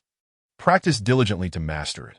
Upon hearing this, Chun Fei leapt up in excitement and rushed to Yang Xiao. "Really? I truly have special powers now." A few days prior, she had faced humiliation from a boy in Xiao's team, and she had harbored a deep-seated resentment. Now, her mutated body endowed her with strength and newfound confidence. Noticing the exuberance displayed by Chun Fei, Yang Xiao quickly diverted his gaze, stating nonchalantly, "Focus on your training." Huangwen, standing nearby, sighed, appearing somewhat discontented. "What is wrong, Huangwen? You haven't mutated?" Yang Xiao inquired. "Sai, it seems I have, but it appears to be of little use." "How can that be? Every mutant possesses strength and unique powers. What is your mutation like?"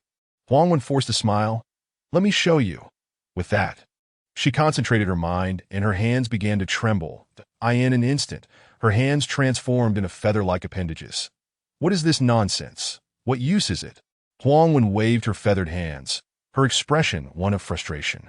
Chapter 26. The Miss Chun Fei had acquired electrical elemental powers. Chun Lu had manifested ice elemental abilities, and Fei Fei now sported a mane of magical hair, while other girls experienced increases in strength post-mutation. Yet Huangwen's feathered hands seemed devoid of utility. Yang Xiao, unable to comprehend the situation, offered consolation. "You have yet to complete your mutation process. Only after you finish will you understand the specific outcome. Perhaps you might transform into a phoenix, soaring through the skies." At this, Huangwen broke into a smile. "A phoenix only exists in myths.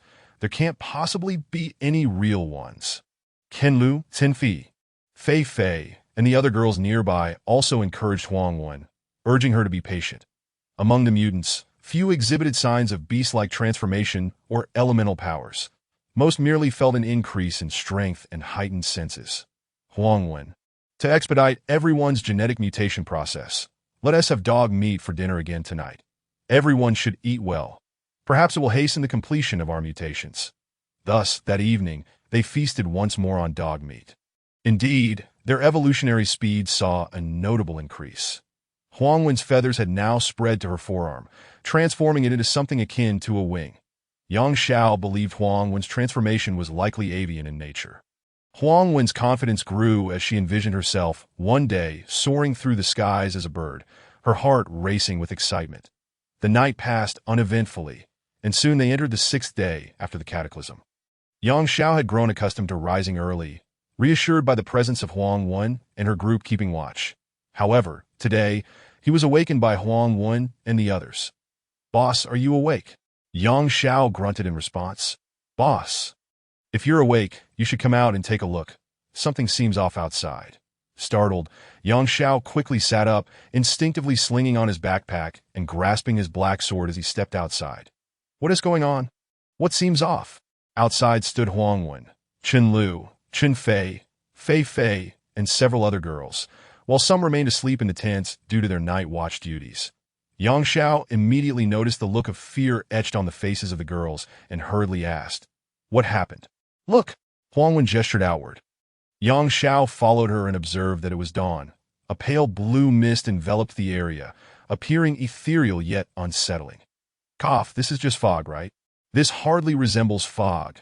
From a distance, it has a light blue hue. Try touching it. There is nothing. It's colorless and odorless. Fog typically has a choking quality." Yang Xiao vaguely recalled the first day of the cataclysm when he had emerged from the ruins, encountering this same pale blue mist, which had seemingly vanished in the subsequent days. Though he found it peculiar, he smiled to reassure everyone, saying, "It is nothing. It's just mist. Once the sun rises, it will dissipate quickly.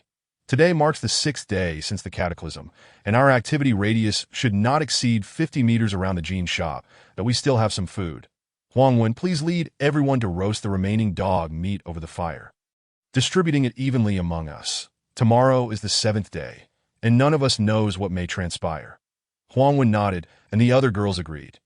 Thus, they busied themselves gathering firewood, cutting meat, and crafting a roasting rack from salvaged rebar and wire, placing the dog meat atop it to cook slowly. The taro they had unearthed a couple of days prior was buried in the fire, skin on, for roasting. Huangwen also instructed a few girls to boil water, allowing it to cool before pouring it into mineral water bottles, distributing it evenly among the 30-odd individuals. The pale blue mist that enveloped the earth had not gone unnoticed by the other students, who speculated about its nature. However, as the mist posed no immediate threat, their discussions soon waned. Yang Xiao felt an unsettling sense of foreboding and made his way to the gene shop, seating himself across from Gu Bo, old man. "This mist seems rather peculiar. Do you have any insights on it?" Gu Bo smiled faintly and said, "Be patient. You shall soon discover the answer. Are you aware of this fog?" "Hee, little one. Do not twist my words that I end truth. You have long accepted the prophecies I spoke of regarding the cataclysmic upheaval of Earth, and you have been preparing for the impending crisis of the apocalypse. What you and your companions need to do now is to patiently await the world's transformation, enhance your abilities, and fight for survival," Gu Bo declared, his gaze sternly fixed upon Yang Xiao. Yang Xiao found himself perplexed by Gu Bo's identity and background.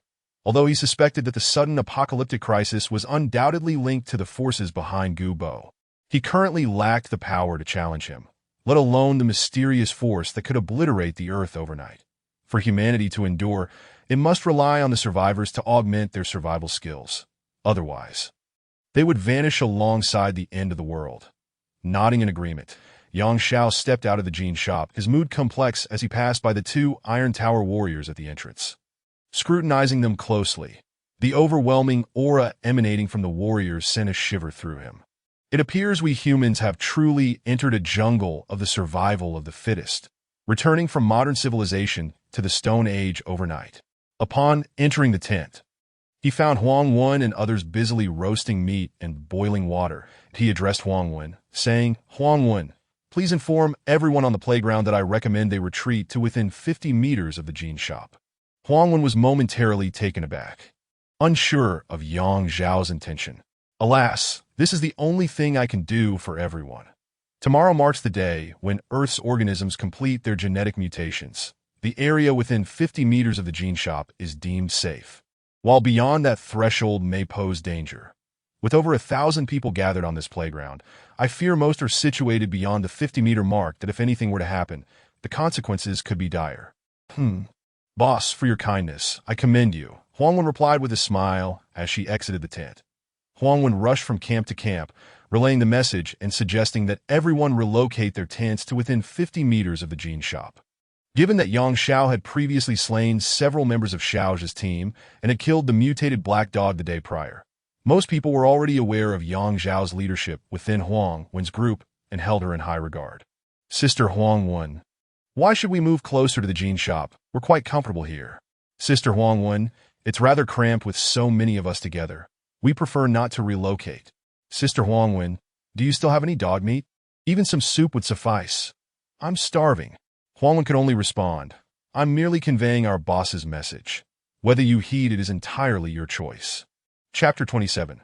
The dawn of doom. Huangwen was unable to explain to everyone why they needed to relocate within 50 meters of the gene shop. So she simply invoked Yang Xiao's name, knowing that his reputation was quite high among the group. Some people heeded Huangwen's suggestion, yet about 1/3 remained obstinate, believing that such a move was unnecessary. As there was no food within 50 meters of the gene shop, why bother moving?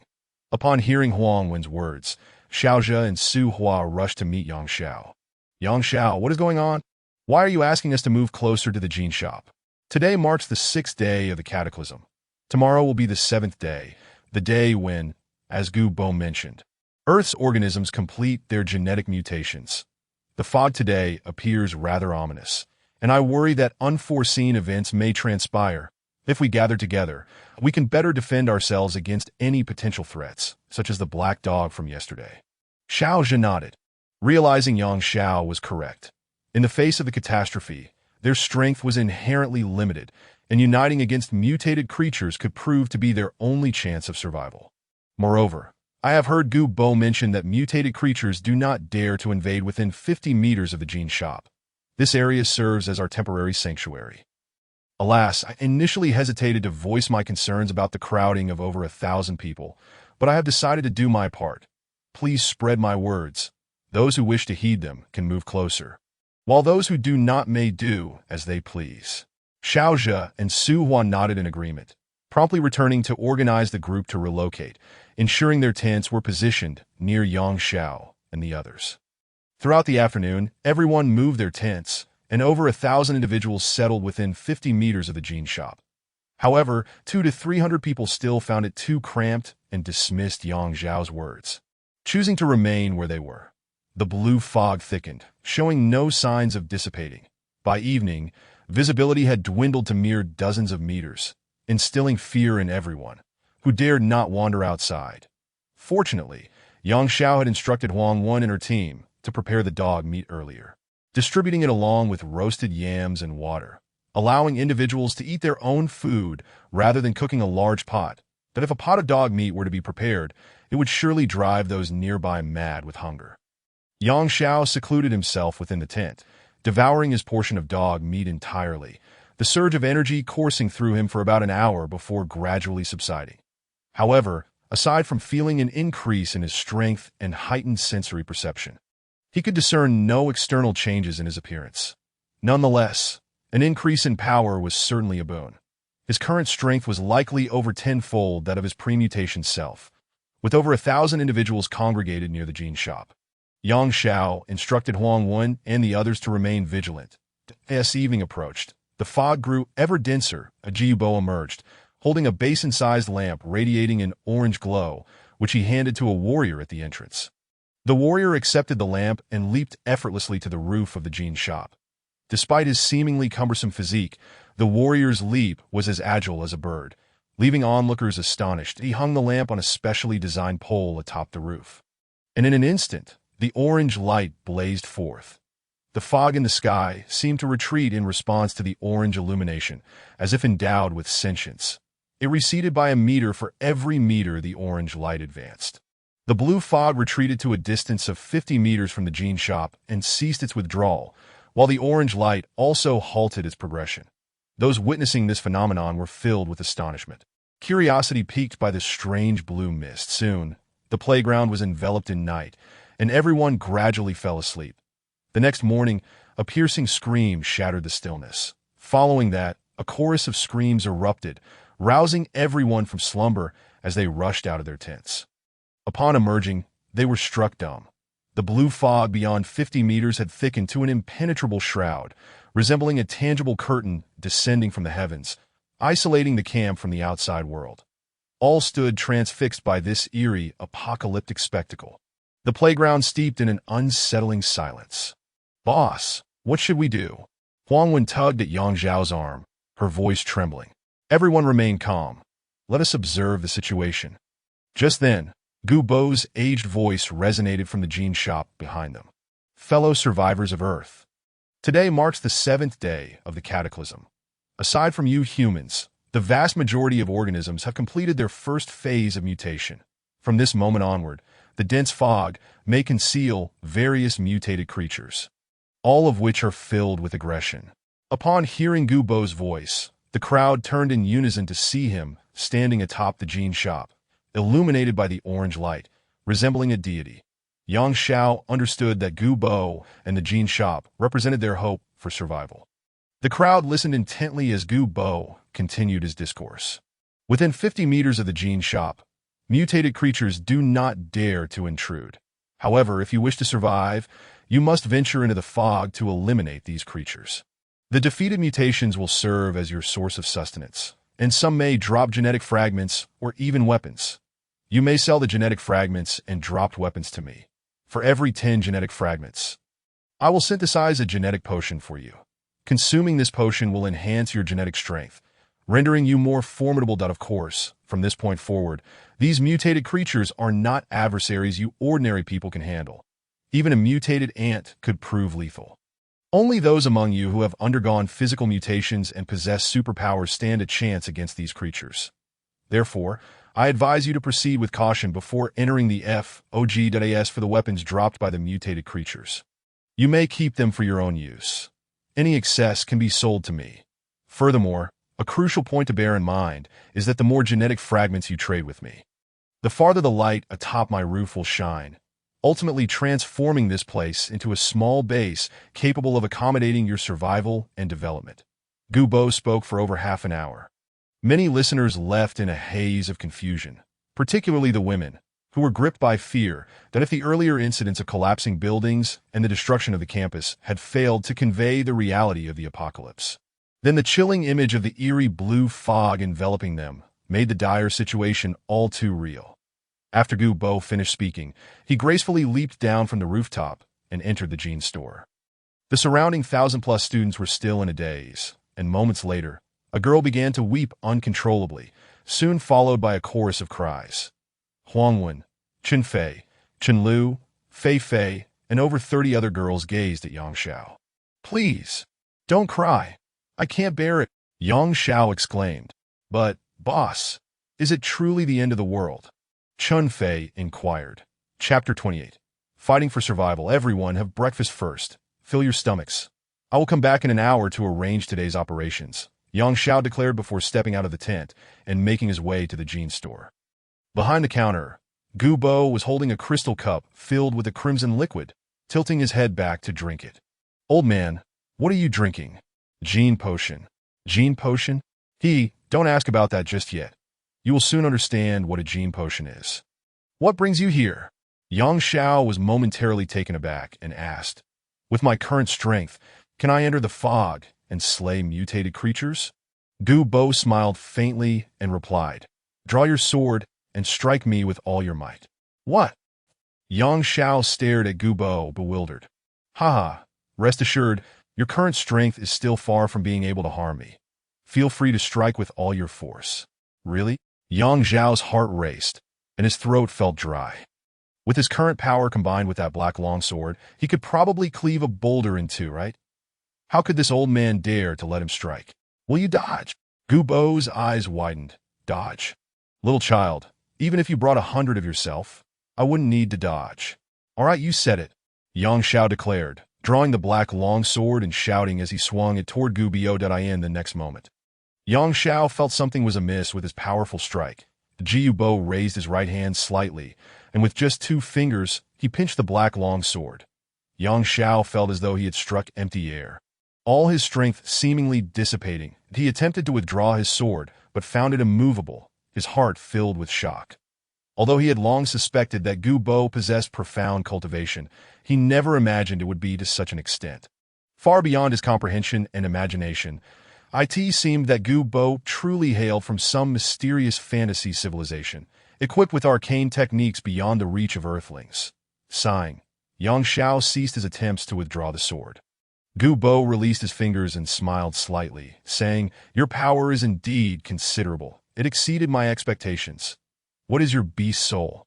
Hearing this, Yang Xiao felt perplexed and replied, "My strength is insignificant before you." "Right. What is a beast soul? I don't have one." Gu Bo pondered for a moment before saying, "To possess such great strength without awakening a beast soul is somewhat unexpected. That a beast soul, for instance, is like Xiao's, which is a wolf. Once he fully awakens, he can transform into a saber-toothed wolf, gaining formidable combat prowess. Then there's Su Hua, whose beast soul is a turtle. Upon complete awakening, he can transform into a ninja turtle, attaining exceptional defensive capabilities. Of course, not everyone will awaken a beast soul. Some may only experience genetic mutations, resulting in a mutated genetic data system that endows them with 4 attributes: strength, agility, defense, and intelligence. Does your body exhibit this genetic data system?" "No," Yang Xiao replied, somewhat astonished that if his body were to exhibit genetic data, wouldn't that resemble the computer games from before the apocalypse? What on earth has happened to this world? Gu Bo smiled gently, saying, "Regardless of whether a beast soul is awakened, everyone will possess a mutated genetic data system that I suspect you will manifest it soon. Your current strength should allow you to venture into the fog for some adventure. Good luck." Yang Xiao exited the jean store and encountered Xiao and Su Hua, who were also seeking Gu Bo for information regarding the fog and slaying mutated creatures. They nodded at Yang Xiao before entering the store. Returning to the camp, Yang Xiao found Huang Wen and the other girls feasting on roasted taro and dog meat. He entered his small tent, opened his backpack, and took out a pack of beef jerky and a bottle of water, devouring them heartily. An hour later, Yang Xiao gathered all the girls. Those who believe they have undergone genetic mutation, step to the left. Those who have not, to the right. Among the 30 girls, 15 moved to the left. Yang Xiao instructed the girls who believed they had undergone genetic mutations to demonstrate their abilities one by one.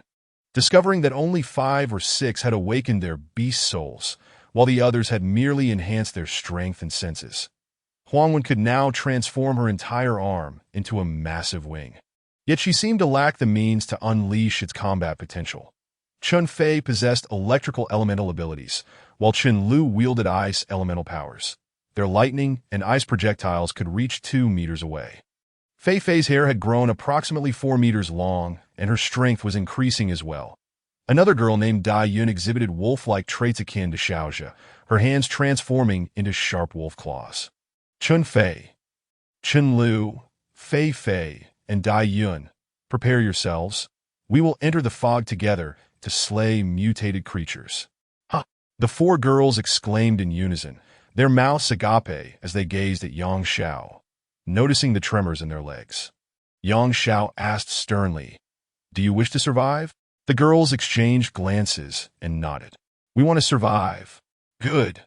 To survive, one must be unafraid of death and bravely enter the fog to slay those mutated creatures. Obtain genetic fragments and enhance your abilities. That, if I am not mistaken, the mutated creatures around us are limited. Even if there are many on Mount Yu, they will eventually be eradicated. Whoever strikes first and slays the most mutated creatures will acquire the most genetic fragments to elevate their abilities. Ultimately, these mutated creatures are a type of resource. If we do not seize them, others will." Upon hearing Yang Zhao's words, the others began to understand. Huang Wen asked, "But why is the boss only taking Chun Lu and the others? What about us?" "You do not yet possess that capability. Once we have hunted these mutated creatures and provided you with ample sustenance, you can enhance your abilities and join us in battle." After hearing this, Chun Fei and the others grasped the underlying meaning, their hearts igniting with determination as they declared, "Boss, no problem. Following you. Even if it means death, it will be worth it." Yang Xiao shot Chun Fei a stern look and laughed. "It's not like we're going to die. Why be so tense? You have 10 minutes to prepare food and weapons. Then we shall depart." He reminded Huang Wen to keep the girls at home vigilant. 10 minutes later, Yang Xiao led Chun Fei, Chen Lu, Fei Fei, and Dai Yun towards the encroaching fog. Over 1,000 onlookers observed the five with mixed emotions. What are they going to do? Are they going to slay monsters? This damned apocalypse feels like stepping into a game world. Will they be devoured by the beasts? Can one resurrect after death? Bro, do you have any resurrection scrolls? Beside Huang Wen's tent, Xiaozhe, Su Hua, and others watched Yang Xiao lead the four girls into the fog. "Xiaozhe, what shall we do?" Su Hua asked. "No rush. Let Yang Xiao scout the path first. We will observe the situation and not hurry this day." Yang Xiao, accompanied by the four girls, gradually approached the dense blue fog. 10 meters, 5 meters, 3 meters. All eyes were fixed upon them. Chapter 29, Battle with the Ants, Part 1. Yang Xiao stood about a meter from the fog. With Chun Fei and the other girls behind him, everyone feeling tense, gripping his black longsword, Yang Xiao pointed at the fog and commanded, "Chun Fei, shoot a lightning bolt into the fog." "All right." Chun Fei stepped forward, flicking her right hand as a silver lightning bolt shot forth, piercing the fog with a sizzling sound. The fog appeared to recoil, as if struck by the electric current, retreating a little over a meter. Precisely the distance Chun Fei's lightning could reach. "Fei Fei, try swinging your hair." Fei Fei stood beside Yang Xiao, her consciousness shifting as her long black hair suddenly grew about 4 meters, piercing the fog like steel wires. This time, the fog retreated approximately 4 meters. Once Fei Fei retracted her magical hair, Yang Xiao noticed a peculiar phenomenon. After the fog retreated, it did not surge back but left a blank space. Holding the black sword, Yang Xiao declared in a deep voice, "Stay close to me. If you spot mutated creatures, Fei Fei, Chen Fei, and Chen Lu will use ranged attacks, while Dai Yun will protect them." Yang Xiao stepped into the fog, which automatically receded about a meter. As he advanced, the fog continued to withdraw. Even after Yang Xiao passed, the fog did not return. He and the four girls dared not delve deep into the fog. Instead, they walked along its edge, consistently pushing it back. After half an hour, they had carved out a passage several dozen meters deep and 5 or 6 meters wide within the fog. As Yang Xiao continued forward, he suddenly heard a creaking sound emanating from the fog not far ahead. "Everyone, be alert!" The four girls immediately held their breath. Yang Xiao gently wielded his black sword, causing the dense fog to recede. Suddenly, a skeleton emerged from the mist, startling Yang Xiao, who froze in place. It was a human skeleton, likely belonging to a student who had camped here the previous night. Yesterday, there were still 200 to 300 individuals who had not ventured within 50 meters of the gene shop. Their tents now shrouded in the mist. Cautiously, Yang Xiao prodded the fog with his black sword, and as it retreated, a complete skeleton came into view, accompanied by fresh crimson bloodstains, indicating that it had been devoured by some mutated creature the previous night. The sight of their classmate reduced to bones sent several girls into a panic, with Chun Fei doubling over in nausea. Creak, creak, the unsettling sound continued to echo. Yang Xiao placed a reassuring hand on Chun Fei's shoulder. "Are you all right? Can you hold on?" Chen Lu supported Chun Fei and offered her a bottle of water, which she took a few sips from. Finally, Chun Fei ceased her retching, feeling somewhat embarrassed as she said, "Boss, I'm sorry, I'm fine now." "All right, everyone be cautious. There are mutated creatures nearby, but if we can't fight them, we run towards the gene shop. As long as we enter within 50 meters, we will be protected, and the mutated creatures will not pursue us further." Before launching any attacks, they had all planned their escape routes. Yang Xiao glanced at the four girls and moved forward once more, as the mist receded to reveal 3 more skeletons. Suddenly, a fist-sized insect-like creature burrowed out from one of the skeletons. Yang Xiao flicked his sword and lunged at the mutated creature while shouting, "Attack!" In the ensuing chaos, Chun Fei unleashed a bolt of lightning. Chen Lu conjured an ice ball, and Fei Fei's long hair swirled into action. With a sharp crack, the skeleton shattered, and upon closer inspection, they discovered a strange creature had been struck beneath Yang Xiao's black sword, its body covered in a layer of ice. Yang Xiao lifted it. Stunned, was this not a mutated ant? The four girls exchanged astonished glances. I can't believe the ants mutated into something the size of a fist. That's utterly terrifying. It seems these classmates were consumed entirely by the mutated ants. Indeed, the creaking sound we heard earlier must have been the noise of the ant swarm. Yang Xiao used his sword to lift the ant's corpse. With a thud, a shiny, irregularly shaped black crystal shard fell to the ground. Yang Xiao quickly picked it up. It felt cold and slightly heavy. What is this? Chun Fei inquired. I believe this is what Gu Bo referred to as a gene fragment, he replied. So gene fragments are like this. What purpose do they serve? Also, Gu Bo mentioned that the corpses of mutated creatures are edible. Can we eat these mutated ants as well? Chun Lu asked. I think we can roast them over the fire, crispy on the outside and tender on the inside. With a touch of salt, they should taste quite good. Fei Fei chuckled. Fei Fei, if you keep eating like this, I'm genuinely worried about you, Dai Yin remarked with a laugh. Yang Xiao surveyed the four girls and said, Look at you all, after just slaying one ant. You're already contemplating how to eat it. There are still swarms of ants ahead. We must eliminate them all so you can feast to your heart's content. The four girls giggled and followed Yang Xiao as he continued forward, with Fei Fei producing a pre-prepared bag to store the ant's corpse. They dared not rush, carefully pushing back the fog while remaining vigilant of the ground around them. One after another, they encountered several solitary mutated ants, each employing their skills to dispatch them. Yang Xiao discovered that he could kill an ant with a single thrust of his sword, whereas Chun Fei's lightning and Chun Lu's ice balls could not achieve a single hit kill. The lightning could numb the ants, and the ice balls could slow their movements, requiring the two to unleash 3 consecutive attacks to eliminate one ant to AS for Fei Fei's magical hair. Its iron-like strands could not pierce the bodies of the mutated ants directly. Instead, she would wrap them up and then slam them into the ground repeatedly, usually needing to strike 5 or 6 times to dispatch the mutated ants. Dai Yun's wolf claws were nearly capable of directly killing mutated ants, but she had to engage them closely, putting herself in danger.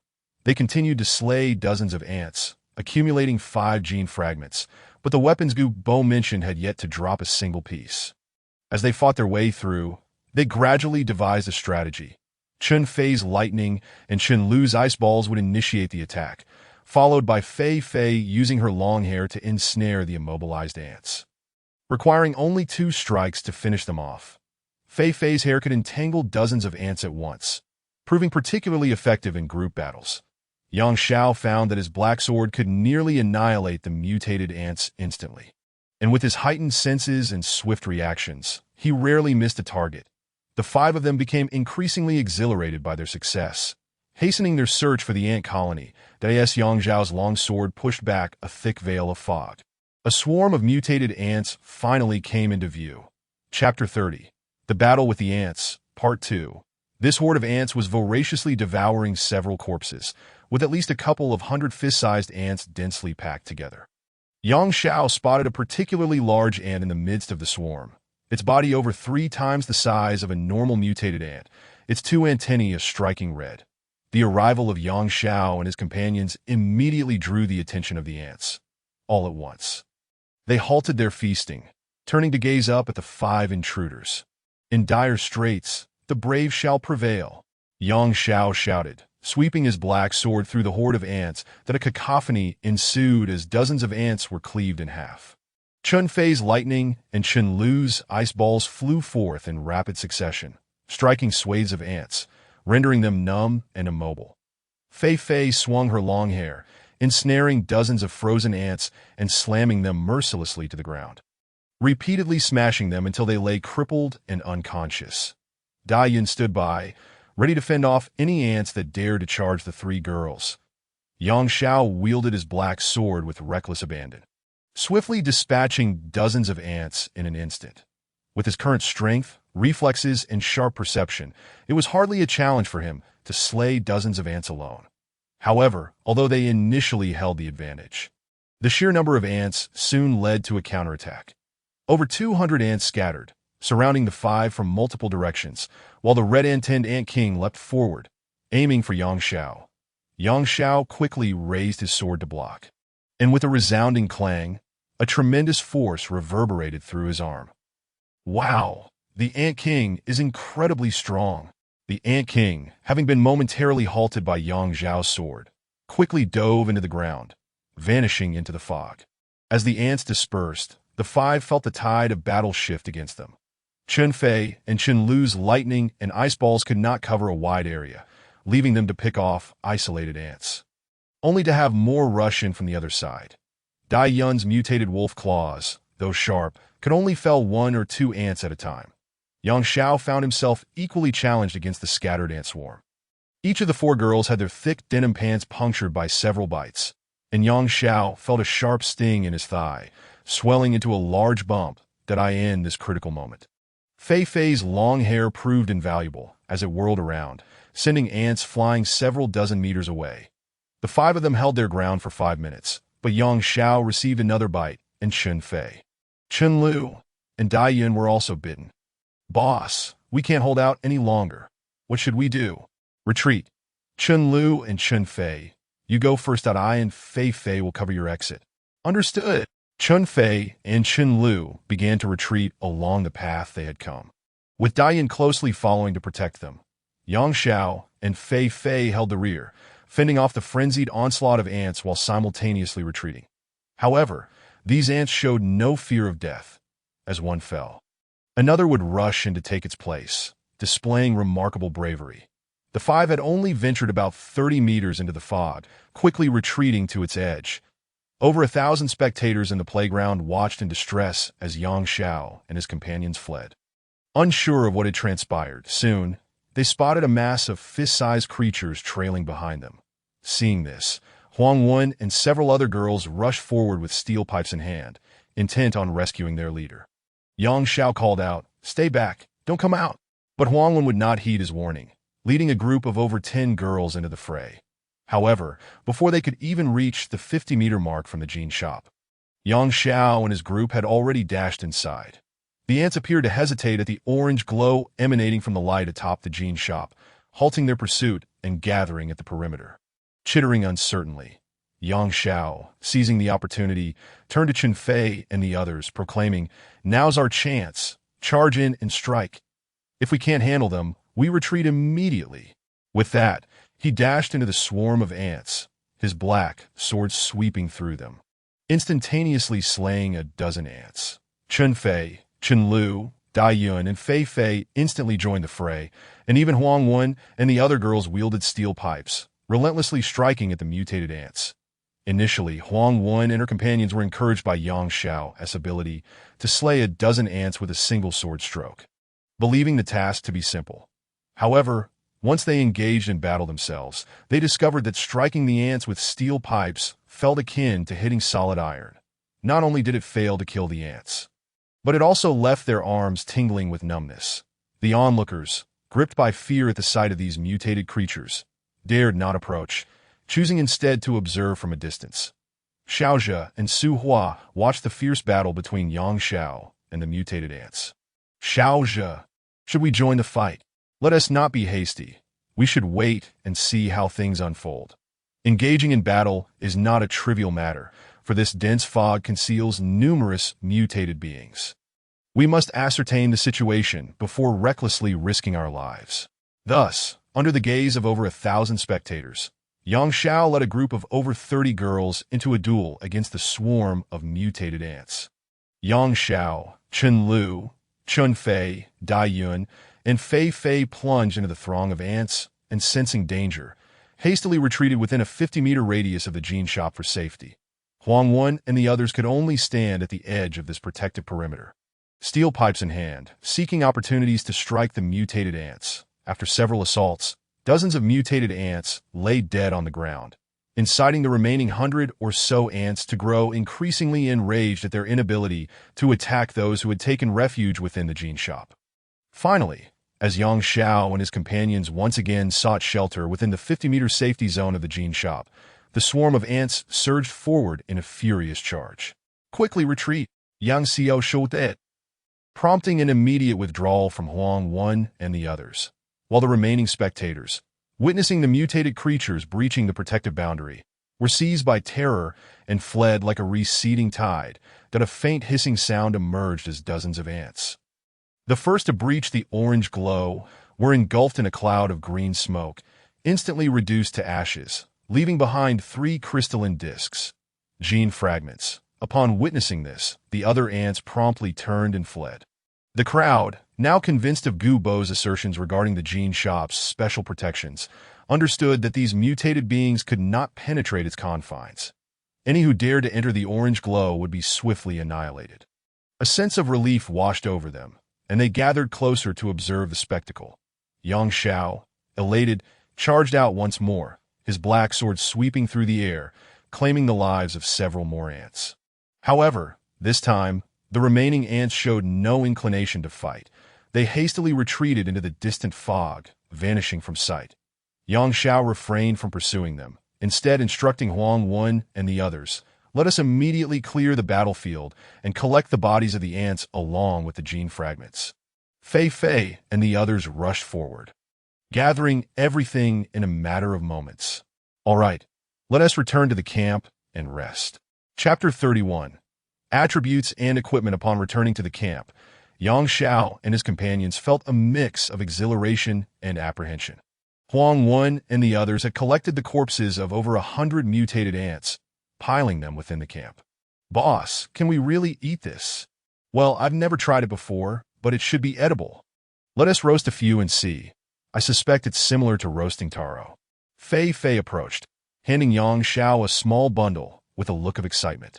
"Boss, we have a total of 25 gene fragments. What are these used for?" the girls inquired. Gazing at Yang Xiao, that he took the bag and replied, "I'm not certain what they can do yet. I'll need to visit the gene shop to find out. The spoils belong to Chen Fei. Chen Lu, Dai Yun, and Fei Fei as well. Each of us will receive 5 gene fragments. Come with me to the gene shop, and let us see what Gu Bo has to say." Yang Xiao had no intention of hoarding the gene fragments for himself. Even if he did, no one would likely protest. However, he recognized that this was a long-term endeavor rather than a one-time transaction. Moreover, he realized that he could not have slain so many ants alone. Upon hearing Yang Xiao's words, Fei Fei and the others appeared quite thrilled, not only because he did not monopolize the gene fragments, but also because they perceived him as a fair individual who respected them. Yang Xiao casually gathered a few of the mutated ant corpses and, accompanied by the 4 girls, entered the gene shop. The Gu Bo stood behind the counter, a smile illuminating his face as he regarded Yang Xiao. "Congratulations. You have become the first in this area to slay a mutated creature and obtain gene fragments." "Oh, is there a reward for this?"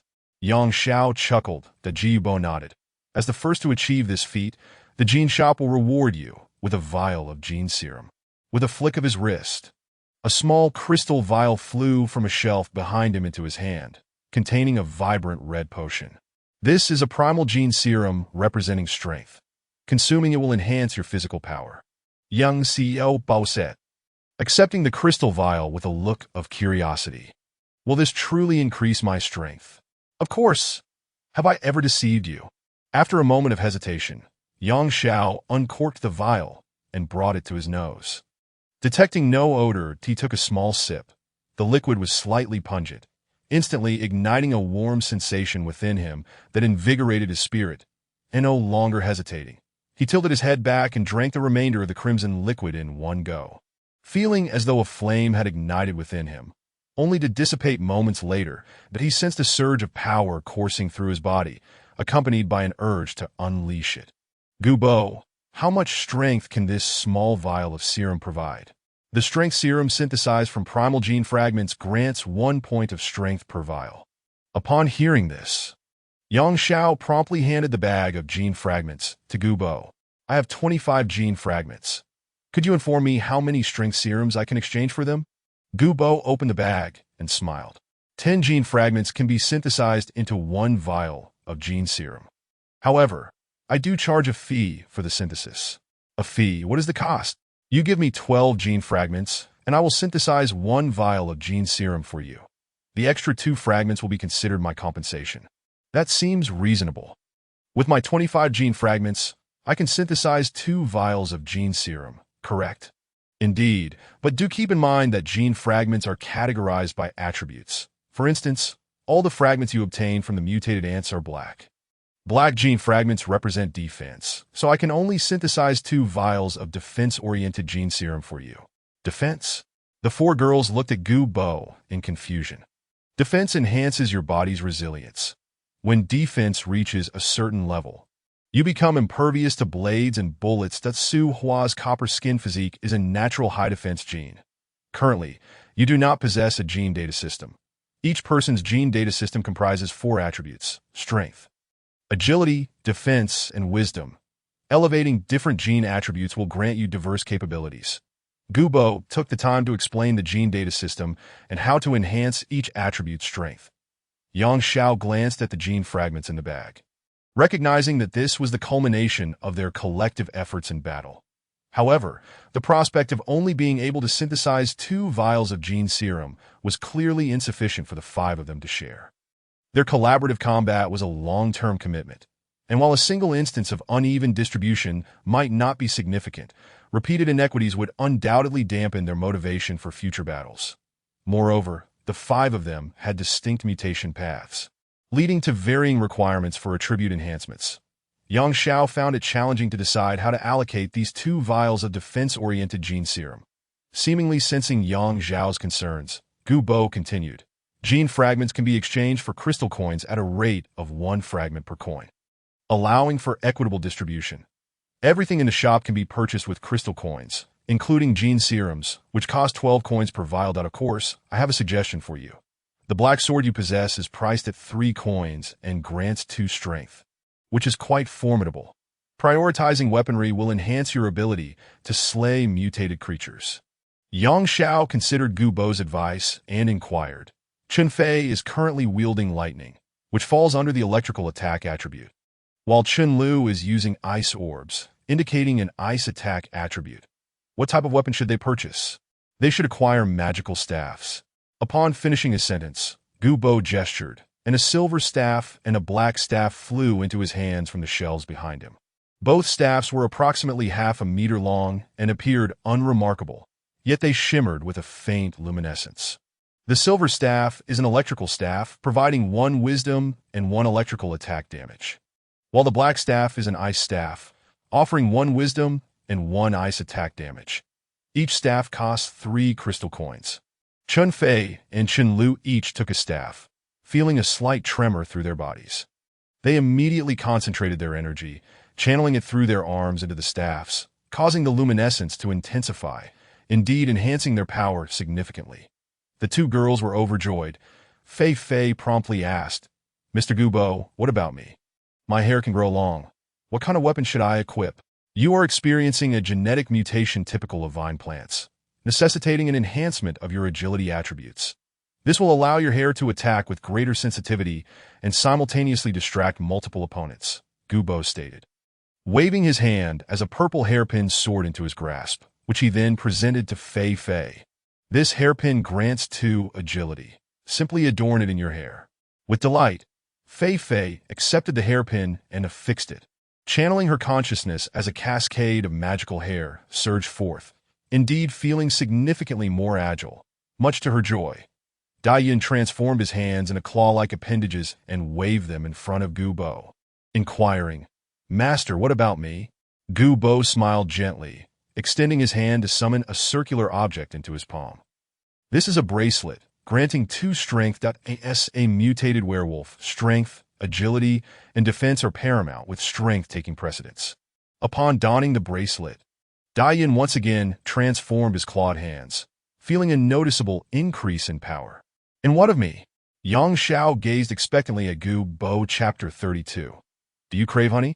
Your situation is somewhat intricate, currently.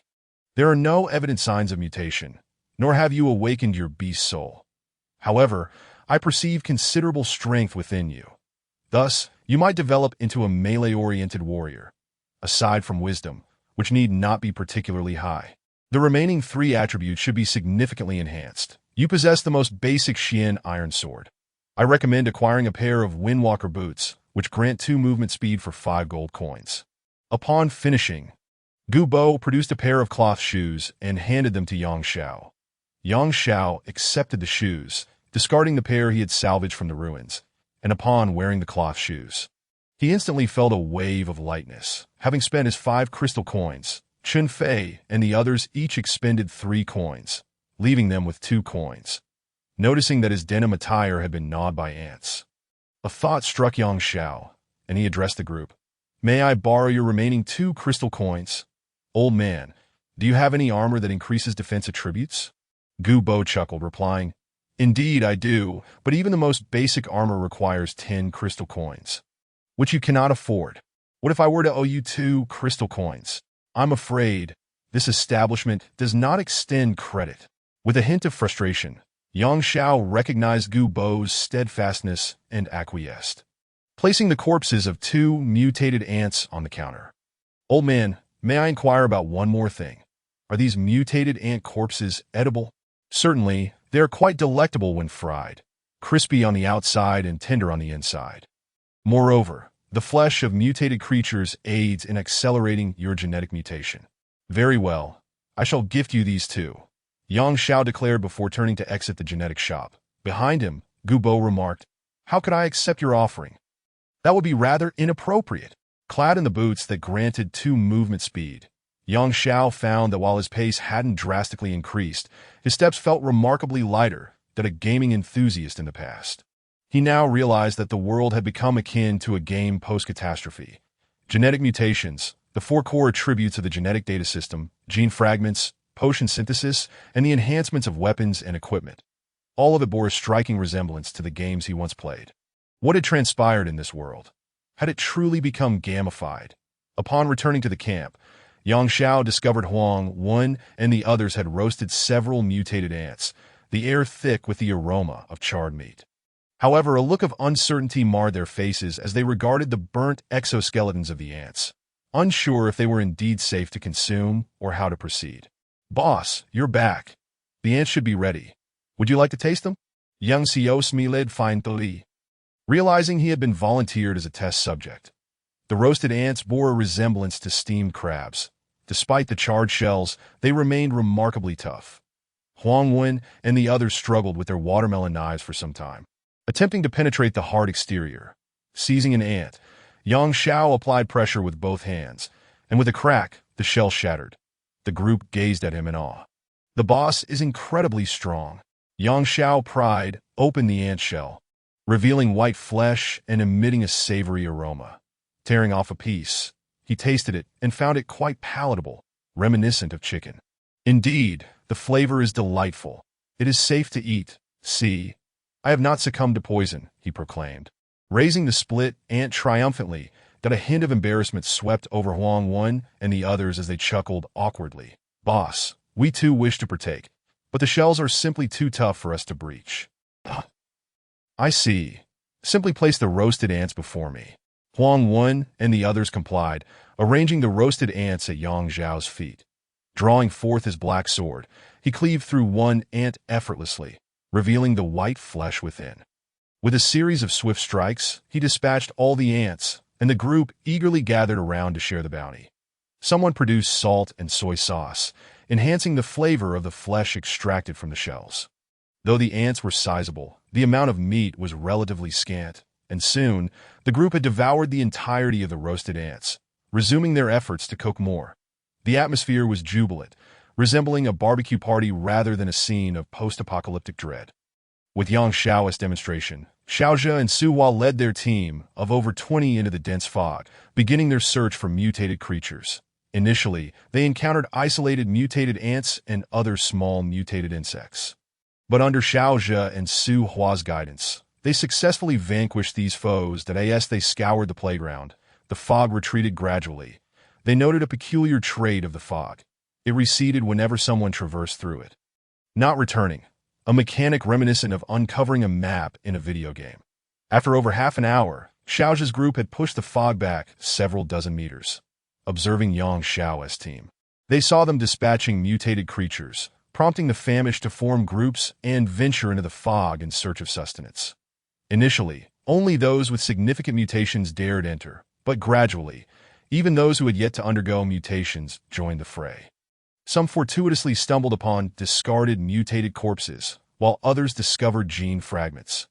Ultimately, thousands joined the search in the playground, continuously driving the fog back to their horror. The 300 individuals who had remained 50 meters from the genetic shop the previous night were found to have perished. Their remains reduced to skeletal forms. That 2/3 of the playground had been searched, the fog receding steadily, revealing the original layout.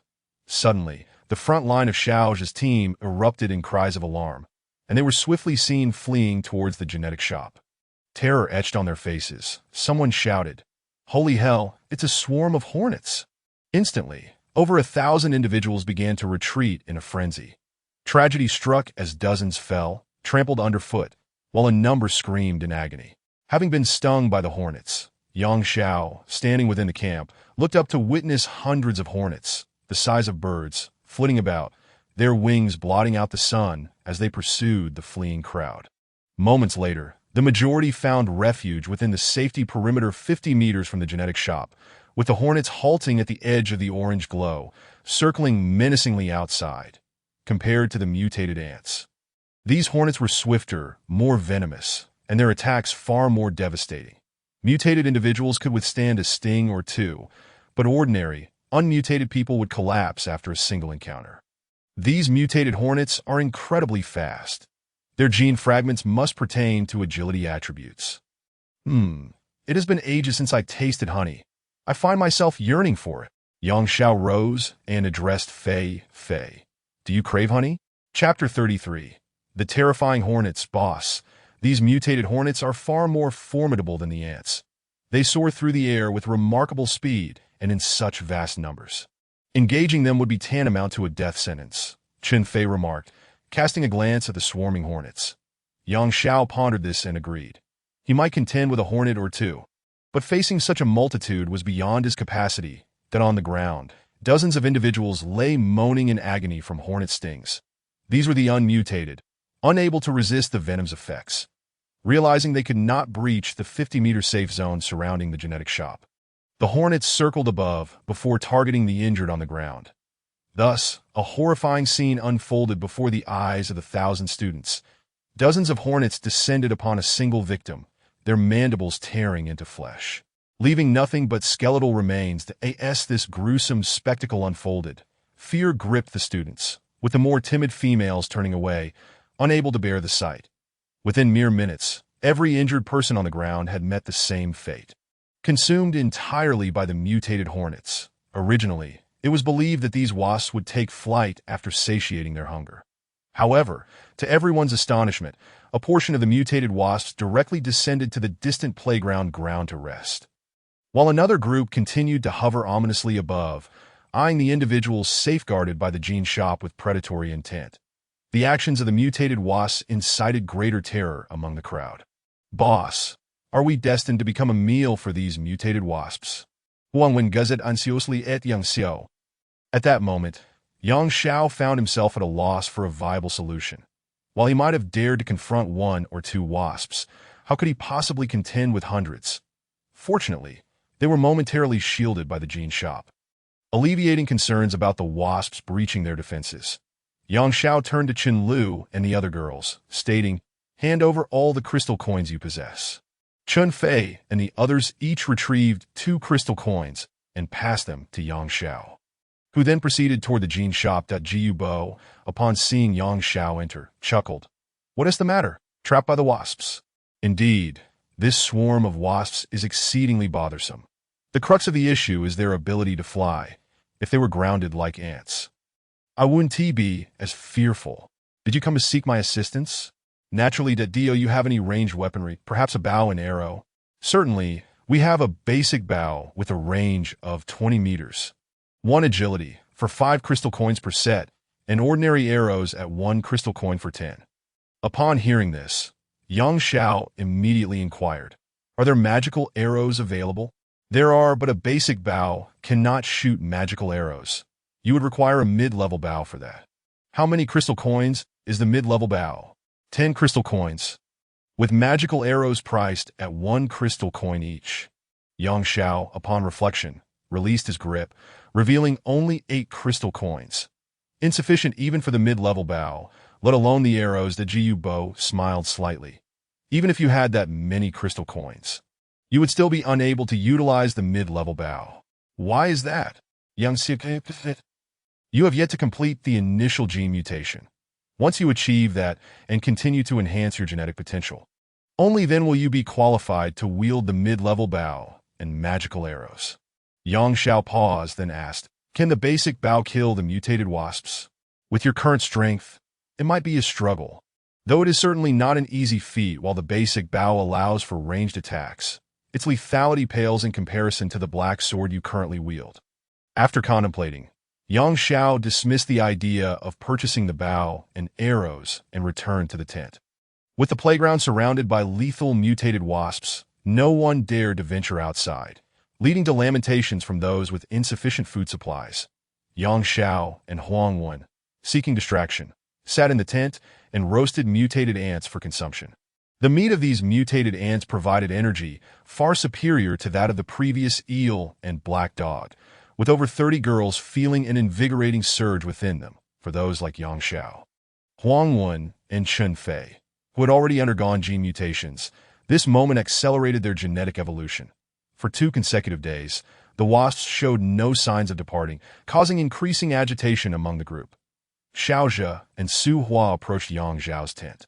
Xiao, do you have any means to drive away these wasps? If this continues, we will surely perish here, and the longer we remain, the more detrimental it becomes for all. Your food supplies are nearly depleted, aren't they? Xiao nodded.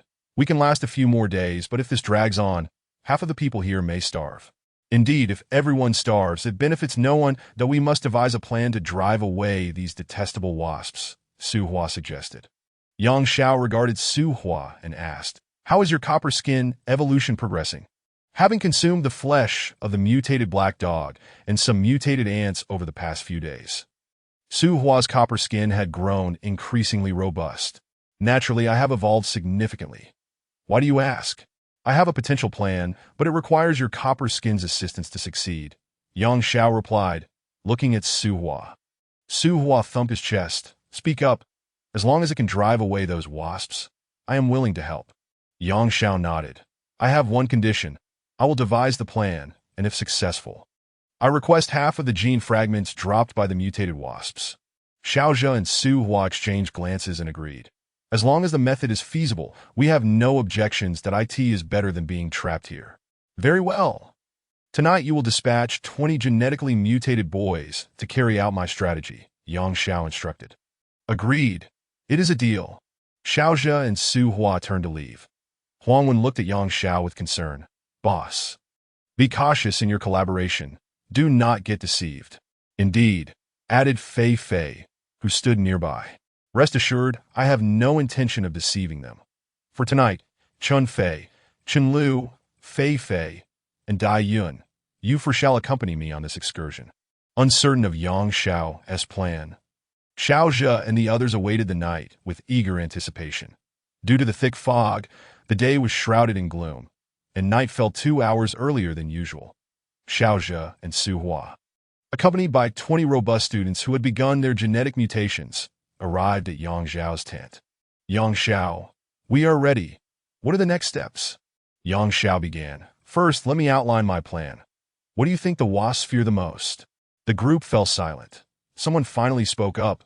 It goes without saying, wasps are most afraid of fire and smoke. Back in the countryside, we would burn their nests. Correct that I intend to employ a fire assault against these wasps. Chapter 34. Fire assault. A fire assault? The group stared at Xiao in disbelief. These are mutated wasps, as large as sparrows with formidable attack power. Besides, they are flying all over the place. How can we execute a fire assault? Indeed, in the past, we would wait for the wasps to return to their nests at night before launching a fierce fire attack to eliminate them entirely. But these mutated wasps have no nests. They are fluttering about the playground. How can we set them ablaze? The crowd voiced their skepticism. Yang Xiao smiled.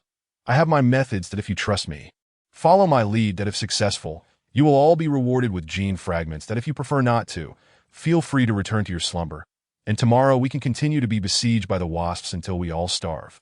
The group was well aware of the significance of gene fragments. Having seen Xiao Zhe acquire some after defeating a few mutated ants, they had traded these for gene potions at the gene shop, while others, like Yang Xiao, had opted to purchase simple weapons. The allure of gene fragments was irresistible. With over 100 wasps present, if Yang Xiao's plan could indeed eliminate them, they would stand to gain significantly. The thought of being trapped by the wasps was an outcome none desired.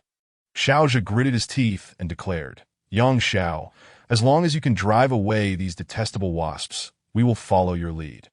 With Xiao Zhe's agreement, the others no longer questioned Yang Xiao's plan. Yang Xiao nodded. Excellent. I will now assign tasks that I end this post-apocalyptic world. The school's roads are littered with many cars, most of which remain intact. However, we lack the keys to start them. My objective is the gasoline within their tanks. Gasoline? You intend to use it to burn the wasps?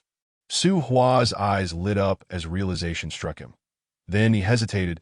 While gasoline is indeed an effective weapon against wasps, how can we ignite it while they are flying? You need not worry about that. Your task is to locate the gasoline. I know you are all quite strong now, so if possible, detach the fuel tanks from the cars and bring them back. Yang Xiao, that is no problem. How many do you need?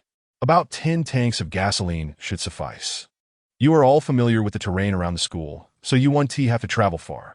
There are dozens of cars parked along the road near the playground that it's nighttime now. And the wasps are likely resting. Be cautious and try to avoid the wasps while removing the fuel tanks. For safety, I suggest working in groups of 5. Very well. That sounds manageable.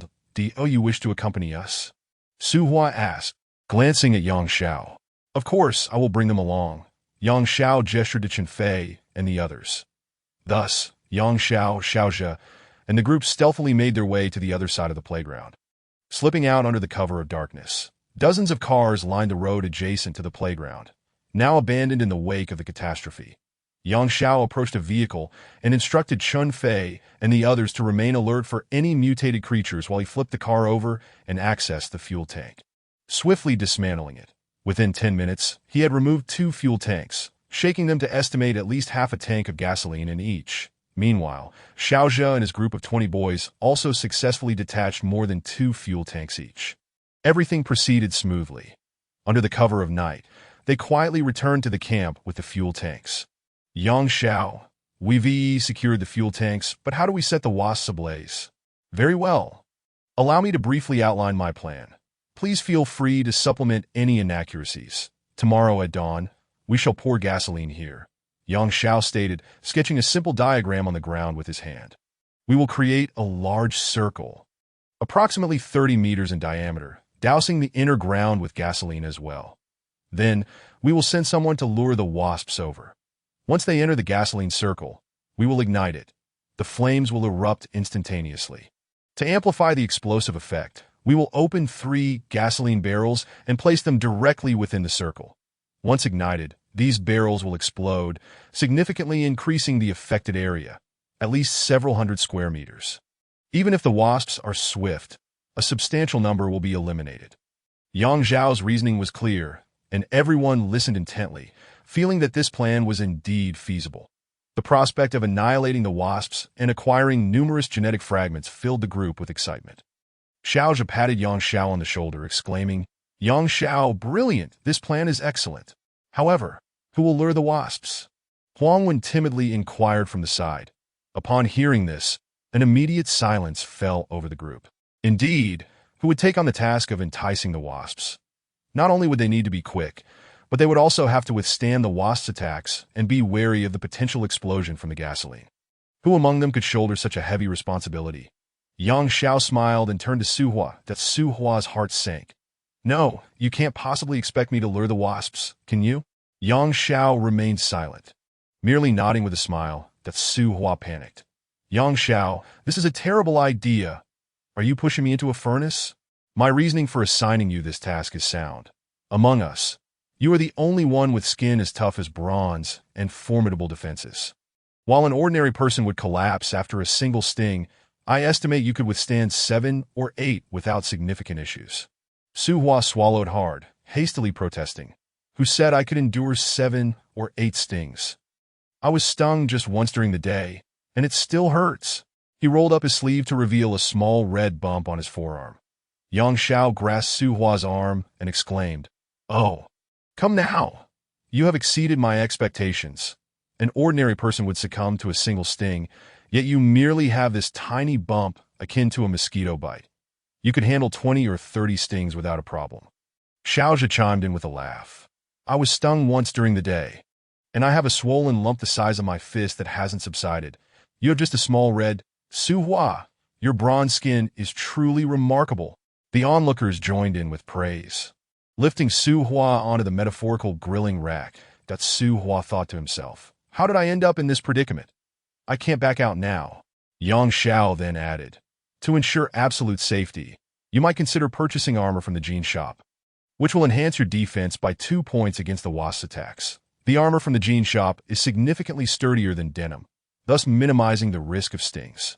Su Hua immediately retorted, "That is easier said than done. I asked Gubo, and the cheapest armor costs 10 crystal coins. How do we have that many crystal coins?" Chapter 35, Gasoline Bomb. The crystal coins earned by Xiao and the others from slaying mutated ants had been distributed among the combatants, with most using their coins to purchase items like the black long sword in Yang Xiao's possession that Su Hua had received 4 crystal coins. Leaving him with only one, Yang Xiao glanced at Xiao and inquired, "How many crystal coins does your team have left? Let us pull together to buy Su Hua some armor." Xiao promptly asked his companions, but they could only muster 5 crystal coins. "Only 5? That's insufficient. I can lend you 5 coins initially, but you must repay me once the mission is completed." "All right, no problem. As long as we successfully incinerate the wasps, I promise to return the 5 crystal coins to you, Su Hua, if we accomplish our objective. Consider the armor a gift." Upon hearing this, Su Hua felt a bit more agreeable. Thus, they discussed the finer details once more before each returned to rest, planning to act before dawn, around 6 in the morning. Under a hazy sky, Yang Xiao, and the others reconvened. 10 young men arrived with fuel tanks at the pre-selected location, swiftly pouring gasoline onto the rubber track of the playground. Since the track was covered in rubber, the gasoline would not seep into the soil. After pouring 7 tanks of gasoline, they positioned 3 half-full tanks in a triangular formation, spaced approximately 20 meters apart, on the gasoline-soaked track as makeshift bombs. Yang Xiao, and Dai Yun stood ready as igniters, each positioned at different points to ensure that once the wasps flew in, they could simultaneously ignite from 3 directions, trapping the wasps in a conflagration. With all preparations complete, Su Hua donned the armor and activated his tough skin, brandishing a black long sword as he dashed into the center of the playground, running over 100 meters. He indeed spotted a dark mass of wasps on the ground. Gritting his teeth, he charged toward the swarm, sword in hand. With a buzzing sound, the wasps, startled by his sudden approach, took flight. Su Hua felt his body collide with several wasps. His sole intention was to lure them, as he swung his sword and sprinted with all his might, deftly slicing a few wasps as he passed. The swarm went into a frenzy, pursuing him relentlessly. Mere meters off the ground, Su Hua had only heard tales of disturbing a wasp nest.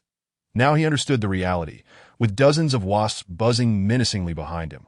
These were mutated wasps, each the size of a sparrow. He dared not slow down, sprinting frantically toward the gasoline-soaked track. Yang Xiao, the first igniter, lay concealed in the grass, draped in a green camouflage outfit, with stray blades of grass in his hair for disguise, about 10 meters from the gasoline track. Xiao and Dai Yun were similarly attired, although their positions varied. Yang Xiao held a lighter in one hand and a gasoline-soaked rag in the other, ensuring the ignited rag could be swiftly tossed onto the track by wrapping it around a stone. Seeing Su Hua charging toward them, Yang Xiao felt a surge of nervousness, his body trembling slightly. Crack! Su Hua stepped onto the gasoline track, splashing some gasoline as he surged forward like a gust of wind. In an instant, the dark mass of wasps buzzed after him, flying into the gasoline track. Yang Xiao ignited the rag, flinging it into the track with a flourish. A resounding boom echoed as the flames leapt forward 5 meters high. Yang Xiao, disregarding the outcome, quickly got up and sprinted several dozen meters away before dropping to the ground again. Simultaneously, Xiaozhe and Dai Yun ignited the gasoline on the track, transforming into werewolves as they dashed away several dozen meters. Lying low to the ground, meanwhile, Huang Wen and the others anxiously watched the roaring flames rise, illuminating the dawn sky. As the wasps entered the track, they were suddenly engulfed by the roaring flames. The sound of crackling fire echoed ominously. Although these mutated wasps were fierce, they were instantly surrounded by the inferno, their wings igniting first. Unable to flee, they plummeted into the flames. That a few fortunate mutated wasps narrowly escaped the initial wave of the attack, attempting to soar out of the fiery enclosure when suddenly, 3 deafening explosions erupted. Boom, boom, boom. The 3 gasoline tanks detonated, sending massive flames and powerful shockwaves that knocked these fortunate wasps down, engulfing them in flames. Yang Xiao lay several dozen meters away from the blazing track, feeling the ground tremble beneath him. The tremendous explosion roused everyone from their slumber, who rushed out to witness the sky ablaze. Bewildered by the chaos, the inferno raged for a full half-hour before gradually subsiding. Huang Wen and the others observed that nearly all the wasps had been exterminated, with only a few fortunate enough to escape. No longer posing a threat to anyone, Su Hua sprinted into the protective circle within 50 meters of the jean shop, finally halting to catch his breath upon glancing back at the raging fire. He felt a wave of trepidation. Had Yang Xiao and the others failed to seize the moment, or had he stumbled and fallen inside, he would undoubtedly have become a roasted pig by now. Yang Xiao, Xiaozhe, Dai Yun, and the others stood up. Following their prior agreement, Huang Wen led 4 girls along with 5 from Xiaozhe's team, forming a line to systematically search for the fallen wasp genetic fragments. The individuals from Xiaozhe's team included Qin Yu and Deng Xiao. The ground was strewn with charred wasp corpses. Yang Xiao casually picked up one, inhaling its gasoline scent. Peeling back the wasp's exoskeleton revealed its roasted flesh. Still steaming, he took a small bite. It was tender and flavorful, with a hint of honey sweetness. Xiaozhe, do you want this wasp corpse? Xiaozhe hesitated. It reeks of gasoline. Is it even edible? Huh. You have plenty of food, but we are in need. We can't compare. As Yang Xiao spoke, he handed a charred wasp corpse to Xiaozhe, who accepted it with a grimace at the gasoline aroma. Just then, Su Hua approached, and Xiaozhe offered the roasted wasp corpse to him. Su Hua? Do you want to eat this? Su Hua sniffed it, detected the pungent gasoline odor, and promptly shook his head. Now that we are untroubled by hornets, we can venture out without the need to slay the mutated creatures and indulge in some clean food without any issues. Let the remains be left for Yang Xiao and his companions. Su Hua feigned a magnanimous demeanor. Chapter 36. Breaking out of the playground. After this battle, both Su Hua and Xiaozhe set aside their grievances toward Yang Xiao, realizing that unity is strength that I end the apocalypse. Who knows what dangers may lurk in the next moment. Yang Xiao's team now comprises over a dozen mutants, making it the second largest team of mutants after Xiaozhe's. That in the future, there may be crises that require their assistance, just as in this recent hunt for the hornets. Ha! You are simply local tyrants. We cannot compete with you, Chen Fei remarked, promptly summoning 10 girls to gather the charred hornet carcasses from the ground. Yang Xiao pondered for a moment and added, let's collect half and leave half for others to have something to eat. Xiaozhe and Su Hua exchanged glances and said, Yang Xiao, you truly embody benevolence. It is not my benevolence. In this apocalypse, the remaining humans are few that if we turn against each other, humanity will face extinction that I end the future. As your abilities grow, you can share the excess mutated creatures you capture with others, thus performing a good deed. Both Xiaozhe and Su Hua nodded in agreement with Yang Xiao's perspective. After a little over 10 minutes, Huang Wen and the others gathered the genetic shards they collected, totaling 52, which they divided equally, each receiving 26. Xiaozhe returned the 5 pieces of armor he borrowed from Yang Xiao after purchasing armor for Su Hua.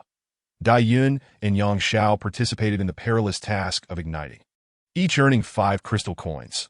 The remaining 16 coins were divided among Chen Fei, Chen Lu, and Fei Fei, who assisted in transporting gasoline canisters, each receiving 2 coins, leaving 10 coins, which Yang Xiao distributed to Huang Wan and others who helped gather hornet corpses and coins. 1 coin for each individual. Yang Xiao firmly believed that within a team, those capable should bear more responsibilities, as hard work yields rewards, thus motivating everyone. Su Hua, having taken on the most dangerous task of luring hornets, was thrilled to acquire a piece of armor. With the threat of hornets neutralized, Spirit soared, and everyone emerged, eager to seek out weaker mutated creatures to fill their bellies and enhance their mutation process. Yang Xiao instructed Chen Fei and the others to intentionally leave the hornet carcasses on the track. And soon, hundreds rushed to collect them, some so famished that they devoured the charred remains whole. Yang Xiao directed Chen Fei, Chen Lu, Dai Yun, and Fei Fei to each consume several roasted hornet carcasses. Hurry and eat. Rest briefly. We must depart immediately. There is an urgent task at hand. Chen Fei and the others looked at Yang Xiao in confusion. Boss, what is so pressing? Yang Xiao surveyed the surroundings and, lowering his voice, said, Haven't you noticed something is missing? Chen Fei and the others were puzzled. What are we missing? Fools. Shouldn't there be a queen hornet? Ah! Chen Fei and the others gasped, astonished at Yang Xiao's insight. Yang Xiao made a shushing gesture and softly added, Most of the hornets have been incinerated. If we find the queen now, we should be capable of defeating her. Did I say queen? The genetic shard she dropped should be rather unique. Right? And what about the ants from yesterday? Most were slaughtered. Yet where is the ant queen? Prompted by Yang Xiao's reminder, Fei Fei and the others became excited, quickly consuming a few roasted hornets. And once the electrical sensation within them subsided, Yang Xiao led the 4 girls onward. Before setting off, Yang Xiao borrowed 5 crystal coins from everyone, combining them with his own to purchase a piece of armor from the genetic shop. The basic armor resembled a simple garment, but was crafted from a unique material, neither cotton nor silk, offering a comfortable fit. This armor granted 2 defense. Yang Xiao also had Dai Yun borrow 3 crystal coins, along with her own 7, to acquire a piece of armor from the genetic shop. As a melee combat specialist, Dai Yun's resistance would significantly increase with the added defense, with Yang Xiao and Dai Yun serving as shields in the front. Chen Fei, Chen Lu, and Fei Fei could unleash their attacks from the rear. Inside the tent, after consuming the mutated hornets, an increasing number of individuals began to mutate rapidly. Yang Xiao and the others initially searched near the playground, but found no trace of the queen hornet or the ant queen. Nor did they encounter any ants or hornets at this moment. The playground was bustling with people, and someone spotted a mutated dung beetle, prompting dozens to converge and ultimately defeat the fist-sized creature. Boss! The queen hornet has likely fled. The playground borders you mountain, and she may have taken refuge in its woods, Chen Fei suggested. And the mutated ants could very well have descended from you mountain. We previously encountered numerous mutated ants atop the mountain. If we wish to hunt these mutated creatures, we should ascend you mountain, where they are likely abundant, Chen Lu added. Everyone turned to Yang Xiao, awaiting his decision. The dense fog surrounding the playground had been pushed back. And to hunt mutated creatures and obtain genetic shards, they would need to venture beyond the playground and into the mist. Ascend the mountain. Yang Xiao hesitated. Yu Mountain was undoubtedly a death zone, teeming with various mutated creatures, small ants, spiders, mosquitoes, larger lizards, snakes, weasels, rabbits, and potentially even more formidable mutated beasts, such as wild boars, that if they inadvertently fell into an ambush by these creatures, survival would be bleak. Even being besieged by a swarm of ants was perilous. Yet, from the perspective of acquiring genetic shards, sourcing food, and enhancing their genetic energy, Yu Mountain represented a veritable treasure trove, abundant with mutated creatures that served as the source of genetic fragments. Yang Xiao found himself at an impasse. Yang Xiao, what are you all doing standing here? Came Xiao's voice from behind. Yang Xiao turned to see Xiao and Su Hua accompanied by over 20 companions approaching. That Su Hua gazed at Yang Xiao and remarked, Are you contemplating an ascent but feeling timid? Xiao and Su Hua had also deliberated that to swiftly acquire genetic shards and enhance their potential, they must venture up the mountain, thus organizing over 20 capable mutants to join them in the hunt. Yang Xiao nodded, saying, I only have these few people. We are hesitant to ascend the mountain. That's simple. We are just about to go up the mountain, so why not join us? However, When it comes to hunting mutated creatures, we will rely on our own abilities and no more equal sharing, Xiao stated confidently about his team.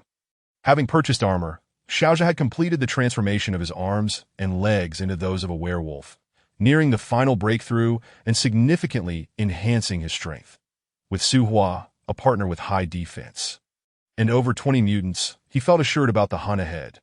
The girls, including Chen Fei, regarded young Xiao with disdain, harboring a deep-seated dislike for Xiao, unwilling to join forces with him. Well, fine then. I will follow behind you and pick up the scraps, Yang Xiao shrugged. Chapter 37. First Encounter with the Queen Bee. Haha, splendid. Let us be off. Xiao and Su Hua led the charge. Plunging into the thick fog beyond the playground, as the group of 20 to 30 entered the mist. It receded. Exiting the playground gate, a left turn led to the campus living and teaching areas, while a right turn opened a path up the mountain. Approximately 50 meters from the playground stood the school library, perched on a gentle hillside that formed part of U Mountain's base. The main road leading to U Mountain was not located here. Xiao guided the team toward the library. Did they not say they were heading to U Mountain? Why are they going toward the library instead? Chen Fei grumbled. Yang Xiao mused. Is it so easy to traverse U Mountain? For now, if we can hunt mutated creatures around the school and obtain genetic shards. It matters not where we do so. Chen Lu nodded in agreement, saying, the area surrounding the library is wooded. Typically, various insects, ants, birds, and beasts abound, so everyone should exercise caution. Just then, Xiao's group erupted in loud shouts. Engaged in a skirmish with an unknown mutated creature, Yang Xiao observed from a distance and noted that among Xiao's team, 5 or 6 individuals wielding fireballs, ice orbs, and lightning spells could attack from over 3 meters away. Much like the current Chen Fei and Chen Lu. They are all mages. Yang Xiao thought to himself that as he rushed closer, he discovered they were battling a basketball-sized mutated frog, which had been thoroughly beaten by Xiao and his companions. Such a large frog. Imagine a spicy frog hot pot with plenty of chili. It would be delicious, Yang Xiao remarked from the sidelines. Su Hua blinked and replied, Yang Xiao, all you think about is food. Do you have any chili? Of course I have chili. I'll give you a spoonful of chili if you share half the frog meat with me. In your dreams. Such a fine mutated frog, how could I possibly share it with you? You should go catch your own, Xiao instructed, directing his team to collect the frog's carcass and continue forward along the way. Xiao's group marched on, methodically surrounding and eliminating various small mutated animals, while Yang Zhao's group trailed behind, unable to even pick up scraps that as they passed a fork in the road. Chen Fei said, Boss. This path leads to the academy's swimming pool. The sides are lined with small woods, and there should be mutated creatures, albeit not in excessive numbers, making it suitable for us to engage in battle. Very well. Let us take this narrow path, one of them said. The 5 individuals ventured down the path, having walked merely 5 or 6 meters when a sudden buzzing sound filled the air. Dozens of hornets surged toward them, led by an enormous golden hornet, resplendent in its golden hue. Goodness, what extraordinary luck! Let the battle commence, Yang Xiao exclaimed, gripping his black longsword. With a powerful leap, he soared over 3 meters high, bringing his sword down upon the golden hornet. Dai Yun, too, transformed her hands into wolf claws, leaping to attack. Chen Fei unleashed a bolt of lightning, while Chen Lu conjured an ice sphere, and Fei Fei let her long hair flow out to join the assault. Though Yang Zhao's strike failed to connect with the golden hornet, it deftly evaded his attack, flapping its wings and releasing a stream of green liquid aimed at him. Yang Xiao swiftly sidestepped, watching as the corrosive liquid splattered onto the grass, which instantly hissed and emitted wisps of green smoke, withering away in moments. Fei Fei, witnessing this, shouted, Boss, be cautious. That hornet can spray venom. It's highly toxic. Focused on the golden hornet, Yang Xiao relentlessly redirected his sword, while the hornet, aware of its disadvantage, darted to the sides, seeking an opportunity to strike. Yang Xiao discerned the threat clearly. The hornet possessed a 20-centimeter-long black stinger, as thick as a pair of chopsticks that if that stinger pierced him, he would likely meet a swift demise. Yang Xiao pressed the attack fiercely, denying the golden hornet even a moment's respite, yelling, I will deal with the Hornet King. You all focus on the smaller hornets and come assist me afterward." Upon hearing this, Dai Yun and the others hastened their efforts. With her mutated limbs, Dai Yun could easily leap over 4 to 5 meters, serving as a formidable shield to draw the hornets' attention. This allowed Chun Fei, Chun Lu, and Fei Fei to launch their attacks without hindrance. Minutes later, they had dispatched over 10 mutated hornets, claiming 3 genetic fragments in the process. Realizing the tide had turned, the Golden Hornet King retaliated by spraying Yang Xiao with green venom. Seizing the moment, it darted into the dense fog and fled. Yang Xiao, intent on pursuit, was restrained by Dai Yun. "Calm down, boss. The fog conceals various mutated creatures. We must advance with caution." Taking a deep breath to regain his composure, Yang Xiao wrapped an arm around Dai Yun's shoulder and playfully patted her backside, saying, "You're right, I was a bit hasty." In that moment, he momentarily overlooked her femininity, treating her merely as a comrade. Dai Yun's cheeks flushed crimson at his playful gesture, while Chun Fei and the others erupted into laughter. Yang Xiao quickly added, "My apologies, I forgot you were ladies." His words immediately sparked discontent among Chun Fei and the others. Chun Fei puffed out her chest, accentuating her curves, and retorted, "What? Do we appear so unattractive in your eyes that we lack any feminine charm?" Yang Xiao chuckled awkwardly, hastily clarifying, "No, it was merely the heat of battle. I lost track of my words." In truth, apart from Fei Fei's plump figure and less-than-conventional looks, Chun Fei and the others were not unattractive at all. They were simply more ordinary compared to the likes of Qin Yu, the campus beauties.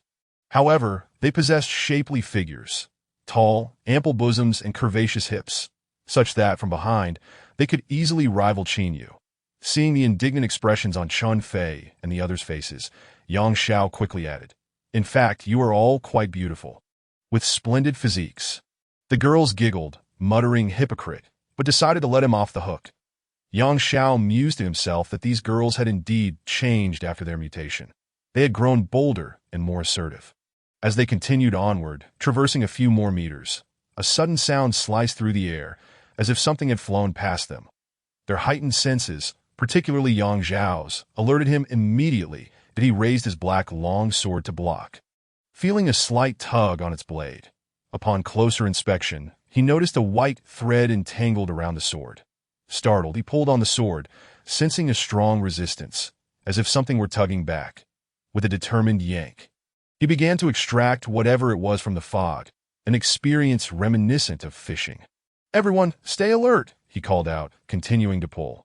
Moments later, he dragged forth a creature the size of a basin, black and hairy. With several long, fuzzy legs, the girls, being of delicate disposition, were momentarily taken aback by the sight of such a monstrous creature, their hearts racing in trepidation. Yang Xiao, sensing their hesitation, shouted, "What are you dawdling for? Have you never encountered a spider before? Attack." Chapter 38.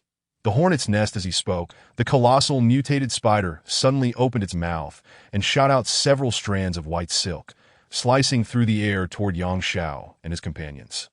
Chun Fei and Chun Lu unleashed their lightning and ice attacks simultaneously.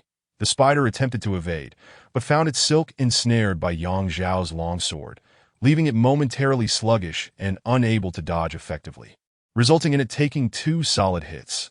Fei Fei, imagining the enormous spider crawling up her hair to her head, felt her scalp tingle with dread and refrained from utilizing her magical hair.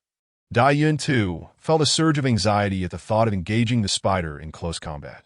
Chun Fei's lightning and Chun Lu's ice sphere had, however, rendered the mutated spider momentarily paralyzed, significantly diminishing its combat prowess. Seizing the opportunity, Yang Xiao took a swift step forward, raising his black long sword and delivering a decisive blow to the spider's head. With a crack, the spider's head split in 2, its 8 long legs collapsing as its body fell limply. A thud echoed as a purple genetic fragment tumbled to the ground. Yang Xiao exhaled deeply, glancing back at the 4 girls, a mix of frustration and amusement crossing his features. "Ladies, we are currently engaged in battle with mutated monsters. It's either them or us. You must toughen up." The girls, recognizing their shortcomings, appeared contrite. Chun Fei chuckled. "We do not wish to be tough girls. We merely yearn to be the women behind the boss. Chen-Lu and the others quickly echoed her sentiments, only to receive a disapproving glance from Yang Xiao. All right, to bolster your courage, I want each of you to touch that large spider. Despite the spider's lifeless form, its fuzzy appearance was indeed intimidating. Gritting their teeth, Chun Fei and the others reluctantly reached out to touch it. Suddenly, Yang Xiao had a mischievous idea. He seized the dead spider and tossed it atop Fei Fei's head. A scream akin to a pig being slaughtered pierced the air. Ah! Fei Fei shrieked, closing her eyes and thrashing her head wildly. However, the spider's hairy legs clung tenaciously, making it impossible to shake off. For 5 full minutes, Fei Fei screamed, only pausing when she realized it was merely a dead spider. Angrily, she shot Yang Xiao a glare, trembling as she removed the spider from her head. Chun Fei, initially inclined to help, was halted by Yang Xiao's intervention. Fei Fei, in a sudden burst of mischief, approached Yang Xiao and placed the spider atop Chun Fei's head. Another round of pig-like screams ensued. Meanwhile, Xiao Zhe and his companions were hunting mutated creatures on the mountainside behind the library, making considerable progress. When they suddenly heard the screams, startled, they exchanged glances. Xiao Zhe, those screams sound like they belong to Yang Xiao's girls. Should we check on them? Xiao Zhe chuckled. Let them enjoy themselves. We need to focus on hunting mutated creatures. Time is of the essence. Su Hua paused for a moment, then asked, what if Yang Xiao and his group are killed by mutated creatures? Xiao Zhe replied coldly, Su Hua. Yang Xiao is now of little consequence to us that we need to gather genetic fragments and enhance our own potential. Even 10 Yang Xiaos would pose no threat to us. Now let us get back to work. After only 2 minutes, Chun Fei calmed down and removed the spider from her head, then playfully placed it atop Chen-Lu's head. Chen-Lu, incensed, exclaimed, Chun Fei, I considered you a good sister. How could you treat me this way? It's the boss's orders, Chun Fei replied with a smirk. Fei Fei moved closer to Yang Xiao, suddenly embracing him from behind and exclaiming, Chen-Lu, hurry and put that on the boss too. Let him taste the spider's charm. With her robust physique pressing against Yang Xiao's back, he stood wide-eyed in bewilderment as Chen-Lu deftly placed the mutated spider atop his head. Left with no choice, Yang Xiao feigned a couple of screams to amuse everyone. Following this commotion, the girl's confidence surged significantly. I'll keep this spider for when we return to the camp. The first person I'll put it on is Huangwen. The girls erupted into mischievous laughter. They pressed on, hunting numerous mutated creatures along the way. Suddenly, a buzzing sound filled the air as the Golden Hornet King emerged from the fog, charging toward Yang Xiao. This time, the 4 girls wasted no time. They immediately launched their attacks. The Hornet dodged Chen Fei's lightning, but was struck by Chen-Lu's ice sphere, which exploded upon impact, encasing the Golden Hornet in ice and momentarily freezing its movements. Yang Xiao leaped into action, raising his black longsword to strike at the Golden Hornet. Dai Yun's wolf claws also lunged at the Hornet from the side. With a decisive crack, Yang Xiao cleaved the Golden Hornet in 2. He was taken aback, not expecting the Hornet King to be vanquished so easily that a series of 3 soft thuds echoed, and the onlookers beheld 3 objects tumbling from the body of the Golden Hornet. Yang Xiao, filled with elation, promptly picked them up. Point 1 was a purple gene disc. Unlike the irregularly shaped fragments typically shed by ordinary mutated hornets, the gene fragment from the Golden Hornet King was a complete circle. This peculiarity piqued everyone's curiosity. We should consult Gu Bo at the gene shop about this, someone suggested. The other 2 items included a golden short sword, approximately 2 feet in length, which felt slightly heavy and appeared far more exquisite than Yang Xiao's black longsword, though he was uncertain of its specific capabilities. The last item was a golden paper-like object inscribed with 4 small characters. Golden Hornet Sword Technique. Yang Xiao's heart raced with excitement. As a gaming enthusiast, he was thrilled by the prospect that in this post-apocalyptic world, defeating gene-mutated creatures could yield gene fragments, weapons, and even martial arts manuals, that he longed to rush back to the playground to have Gu Bo appraise this so-called Golden Hornet Sword Technique. But after a moment's reflection, he restrained his eagerness. The 5 of them continued their exploration along the narrow path, and, after only a few meters, found themselves stunned by a massive hornet's nest nestled within a thicket of thorns. The nest diameter was estimated to be around 3 to 4 meters, densely packed with hexagonal cells. "Step back, everyone, and be cautious. There may be hornets inside," someone warned. They quickly retreated several meters. "There shouldn't be any. If there were hornets, they would have already emerged to attack us," another reasoned. "Yes, I think so too. The queen must have been left with no choice but to confront us alone, fearing we would discover her nest." After a lively discussion, Xiao picked up a stone from the ground and threw it at the giant nest from a distance. The nest trembled several times, yet no hornets emerged. Typically, if hornets were present, they would fly out immediately upon being attacked. Cautiously, the five approached the nest to investigate. Indeed, no hornets were visible. However, within the nest, hundreds of larvae were in various stages of hatching. Xiao unsheathed the golden short sword and plunged it into one of the larvae's cells. With a gentle flick, he extracted a larva measuring over 10 centimeters in length and about 4 to 5 centimeters in diameter, still coated in sticky honey. Chapter 39. Appraisal of treasures in his rural upbringing. Xiao had often raised bees and consumed honey and larvae, so he readily placed the larva in his mouth and began to chew. The sweetness of the honey combined with the tender, tofu-like texture of the larva was reminiscent of eating a sausage. That a surge of powerful energy coursed through his body, igniting a jolt of electricity that he stood before the hornet's nest for several minutes, waiting for the sensation to dissipate before exhaling deeply. "Delicious! I've struck gold," he exclaimed, encouraging Chun Fei and the others to try some as well. Initially hesitant, the others observed Xiao's enjoyment and, after a moment's contemplation, mimicked his actions by extracting larvae from the nest. They first sampled the honey on the larvae, finding it delightful, before taking a bite. The taste was akin to that of a sausage, and they were immediately filled with joy. The four girls each consumed one larva, experiencing a brief surge of energy, and they were pleasantly surprised. Xiao promptly decided to return to the camp. "This enormous hornet's nest is a treasure. But it's a pity the larvae haven't completed their mutation. We can't obtain gene fragments." The nest was too large to be easily carried by one person, so Fei and Daiyan lifted it and retraced their steps to the camp. Upon seeing the massive nest, Huang Wen and the others were wide-eyed, having caught a whiff of the sweet honey emanating from within. Seizing the opportunity while everyone was distracted, Fei slyly produced the enormous mutated spider from her bag and tossed it on Huang Wen's head. "Ah! Ah! Ah!" the girls screamed in unison. Observing the playful chaos, Xiao internally remarked, "Childish," before heading to the gene shop. Inside, he found 5 or 6 individuals exchanging gene fragments, while Gu Bo busily explained basic knowledge to them. Among the 1,000 or so people in the playground, over 300 had undergone mutations, many of whom had begun to hunt small mutated insects nearby for food and gene fragments. For everyone, food had become less of a concern, as they finally had a means of obtaining it. Xiao noticed that most of these individuals had only acquired 1 or 2 gene fragments, and after exchanging them for crystal coins, they found themselves unable to purchase anything substantial, as even the cheapest weapon cost 3 crystal coins. Once the others departed, Xiao approached Gu Bo's counter. "Old man, help me identify these."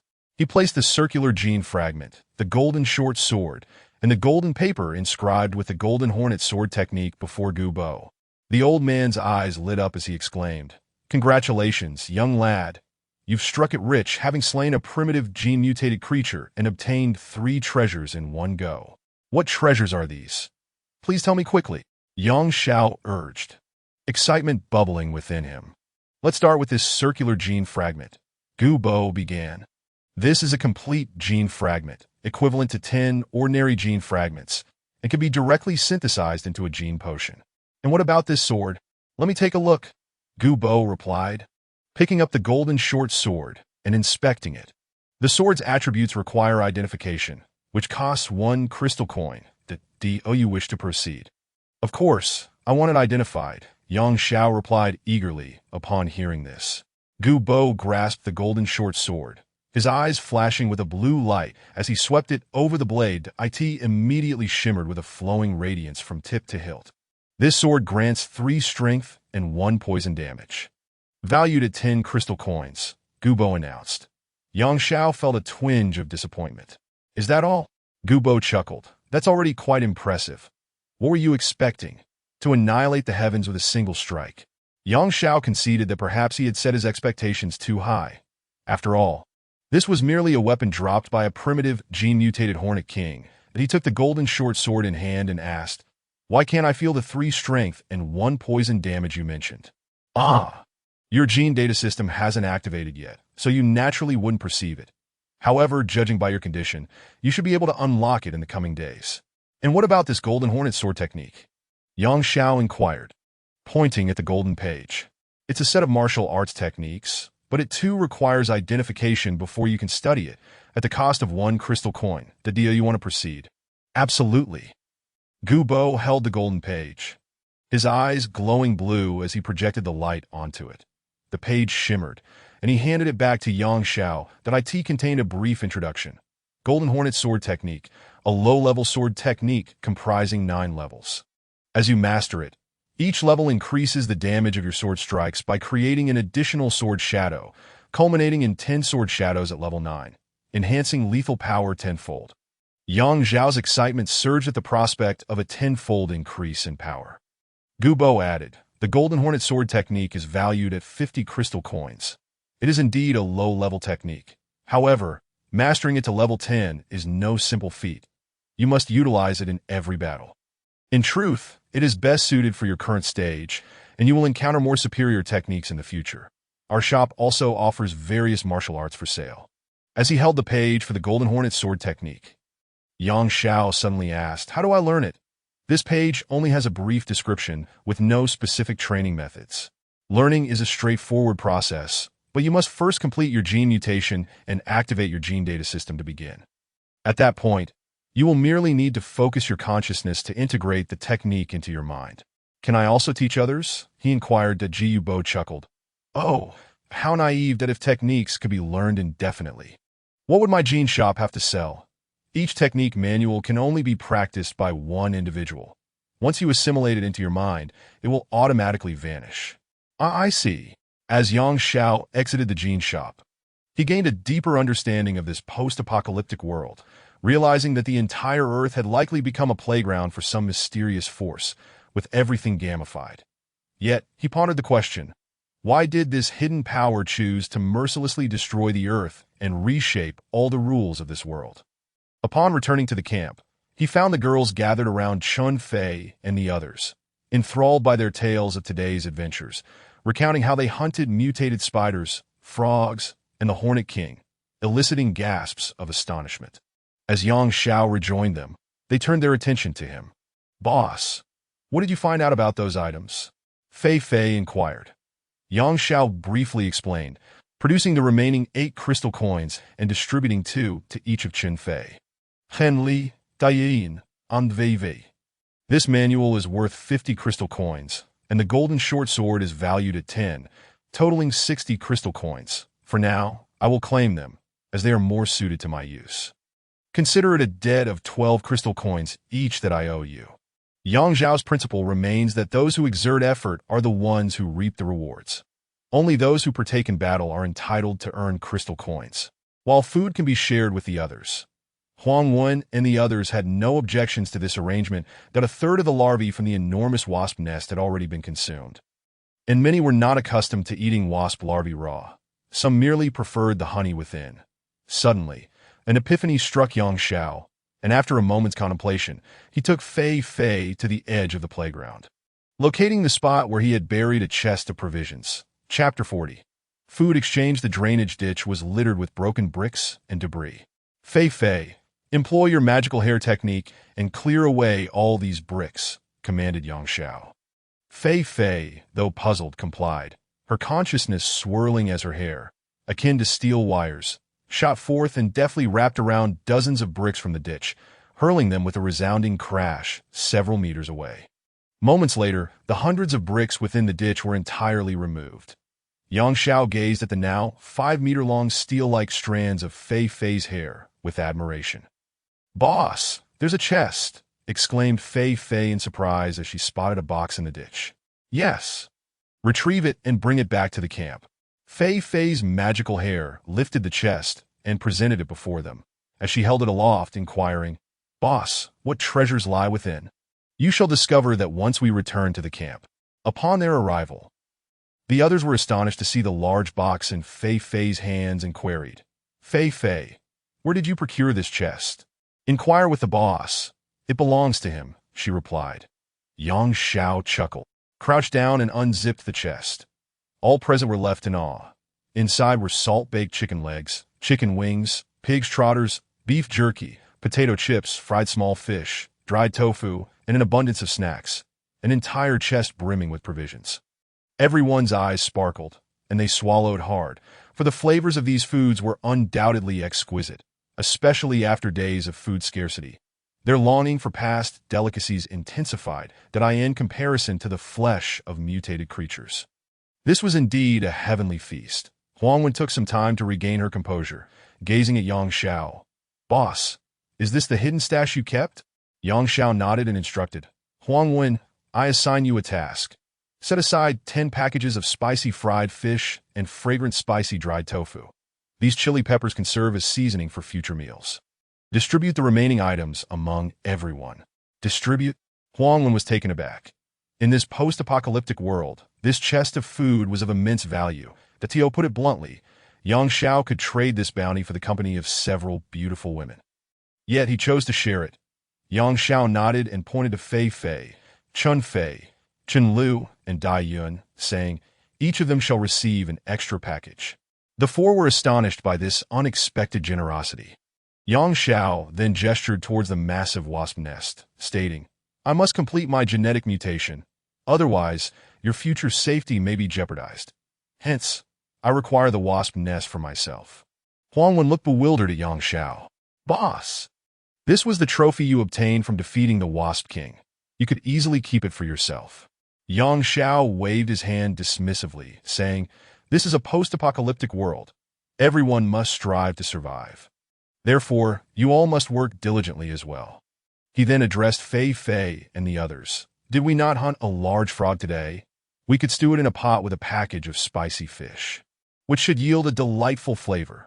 You five, Fei Fei, Huangwen, and the others shall enjoy that frog in seclusion. The flesh of mutated creatures could hasten human mutation, and given that the frog weighed several dozen pounds, it would provide a hearty meal for Chun Fei and her companions."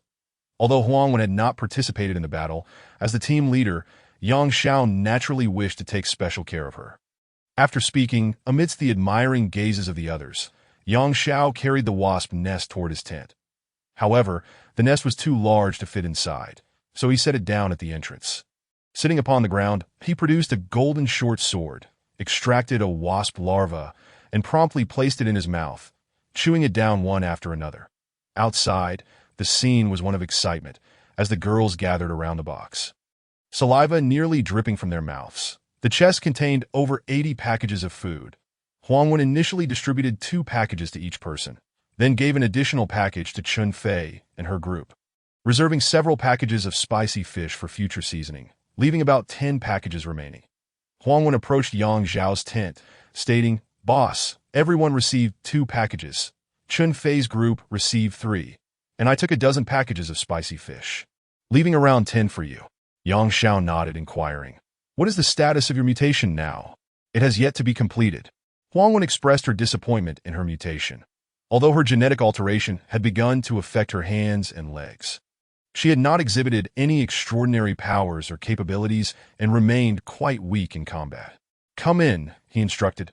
Huangwen hesitated but entered Xiao's tent. "Sit down." After a moment's pause, she complied, sitting opposite Xiao. He directly offered her a wasp larva. "Open your mouth." Without a second thought, Huangwen obeyed, and Xiao placed the larva into her mouth. "Consume a few more. It will expedite your mutation." Huangwen's face flushed crimson as Xiao fed her. She was not particularly beautiful, yet she possessed a unique charm derived from her previous academic prowess, coupled with an appealing physique. "It tastes awful," she murmured softly. To be honest, she did not enjoy eating wasp larvae raw. In truth, most girls would find it unpalatable that if not for the honey they contained, consuming even one would be a challenge. Nevertheless, receiving such special attention from Yang Xiao filled her with a subtle sweetness. Yang Xiao glanced at Huangwen, who was chewing on her own larva, and offered her another. Huangwen grimaced. It tastes terrible. Raw consumption is indeed somewhat unpleasant. However, this will allow you to complete your mutations swiftly. In this post-apocalyptic world, no one can predict what may transpire in the next moment. Only by rapidly enhancing your abilities can you avoid being eliminated, and I cannot remain here to protect you indefinitely. Huangwen felt a tremor within her as she gazed at Yang Xiao, obediently opening her mouth to accept the second larva.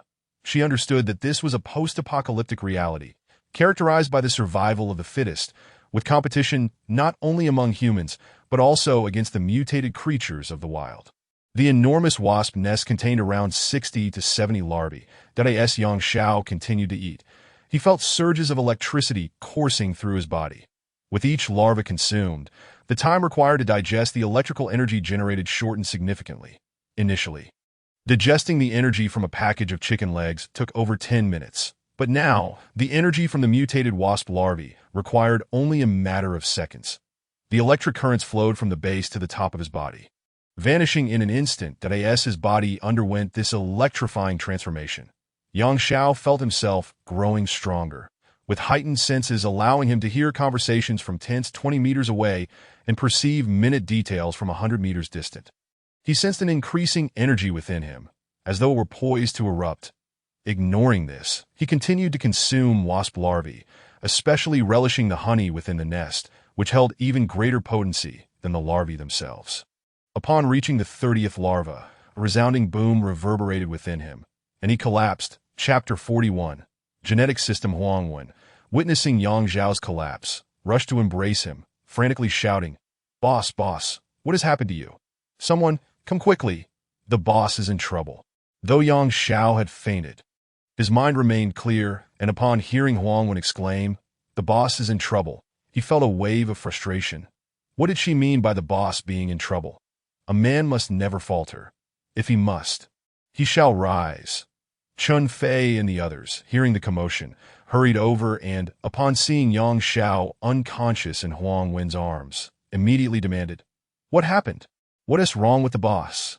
Huangwen was near tears, explaining, "The boss kept eating wasp larvae and then suddenly fainted." Fei Fei, standing nearby, checked Yang Xiao's breathing and remarked, "His breathing is steady. There seems to be no issue. Perhaps he simply overindulged?" Yang Xiao's head rested against Huangwen's chest, feeling the softness, yet he could not open his eyes or speak, nor could he move his body, leaving him at the mercy of the girl's ministrations. The girls examined him thoroughly, but found no apparent cause for his condition. "What should we do? The boss's breathing is steady, and his heartbeat is normal, but his body seems somewhat rigid. Could it be that the wasp larvae are toxic?" Chun Fei pondered, recalling the golden wasps that had attacked them with green venom. "However, we all consumed them, and none of us fell ill," Chen Lu countered. "Fool, we only had one each. The boss ate dozens. Why on earth would he eat so much? It's ridiculous." Dayun exclaimed in frustration. Huangwen declared, "I'll go to the genetic shop and seek out Gu Bo. You all tend to the boss." With that, she motioned for Chun Fei to take over. Chun Fei placed Yang Xiao's head directly on her lap and, gazing down at him, suddenly exclaimed, "I must admit, our leader is rather handsome. I can't help but want to kiss him." Huangwen shot Chun Fei a disapproving glance and retorted, "What are you thinking? It's hardly the time for such nonsense. You can indulge your whims, but I'm leaving." Chung Lu nearby chuckled, "If you want to kiss him, just do it. After all, our leader has fainted. He won't even know." Fei Fei chimed in with a laugh, "If you're too timid to do it, I will. I've longed to devour our leader." With a grin, Fei Fei leaned down and planted a firm kiss on Yang Xiao's face. At that moment, Yang Xiao felt an overwhelming urge to perish. What a tiresome bunch they were. Fortunately, Fei Fei did not pursue further antics, and the girls erupted in a raucous laughter.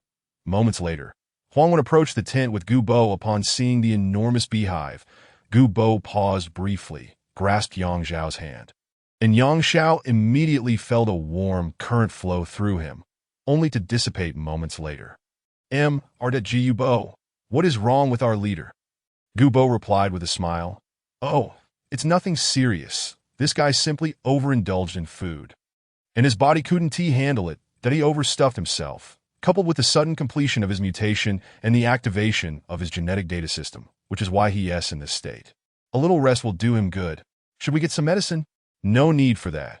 Gubo shook his head, glancing at the beehive. He then plunged his hand into it, scooping out a bit of honey to taste. Savoring it. This mutated wasp honey is quite delightful. May I have some? Gubo inquired, looking at Huangwen with a hopeful expression. Huangwen smiled and said, I haven't yet thanked you, so feel free to indulge. I can't just take what I please. This is a rare treasure. I'll just have a taste. Gubo, not being greedy, extracted a wasp larva along with the honey, chewed it a few times, swallowed, and reluctantly left. Huangwen and the others lifted Xiao onto the mattress, asking everyone else to leave while they kept vigil. Huangwen, why don't I look after our leader while you take a break? Fei suggested. Huangwen chuckled. If you're in charge, our leader might end up with nothing but bones left, and you'd have consumed all that is left. Laughter erupted among the group, prompting Fei to mutter a playful complaint before departing. Although Xiao was conscious, he gradually felt fatigue wash over him. Reassured by Huangwen and the others' presence, he decided to set aside his worries and simply sleep, but he had no idea how long he had slept when he was startled awake by a commotion outside. Upon opening his eyes, he realized his body was once again free, that he recalled Gubo's words about completing his genetic mutation and activating the genetic data system. What was this data system? Just as Xiao pondered this, he disregarded the noise outside and felt clarity wash over his mind. Focusing inward, he observed a data system materializing in his consciousness. Strength, 5. Agility, 5. Defense, 5. Wisdom, 5. Skills, none. Xiao was taken aback. Strength, agility, defense, wisdom. Was humanity truly being quantified? He sat up, remembering the golden sword in his backpack. He retrieved it, and while examining the genetic data system again, noticed his strength had increased to 8. And a line of green text had appeared beneath skills. 1 toxin damage. Xiao then pulled out the golden page of the honey bee swordsmanship and held it in his hand, only to hear a voice in his mind ask, Would you like to learn honeybee swordsmanship? Using his mind, Xiao responded, Yes.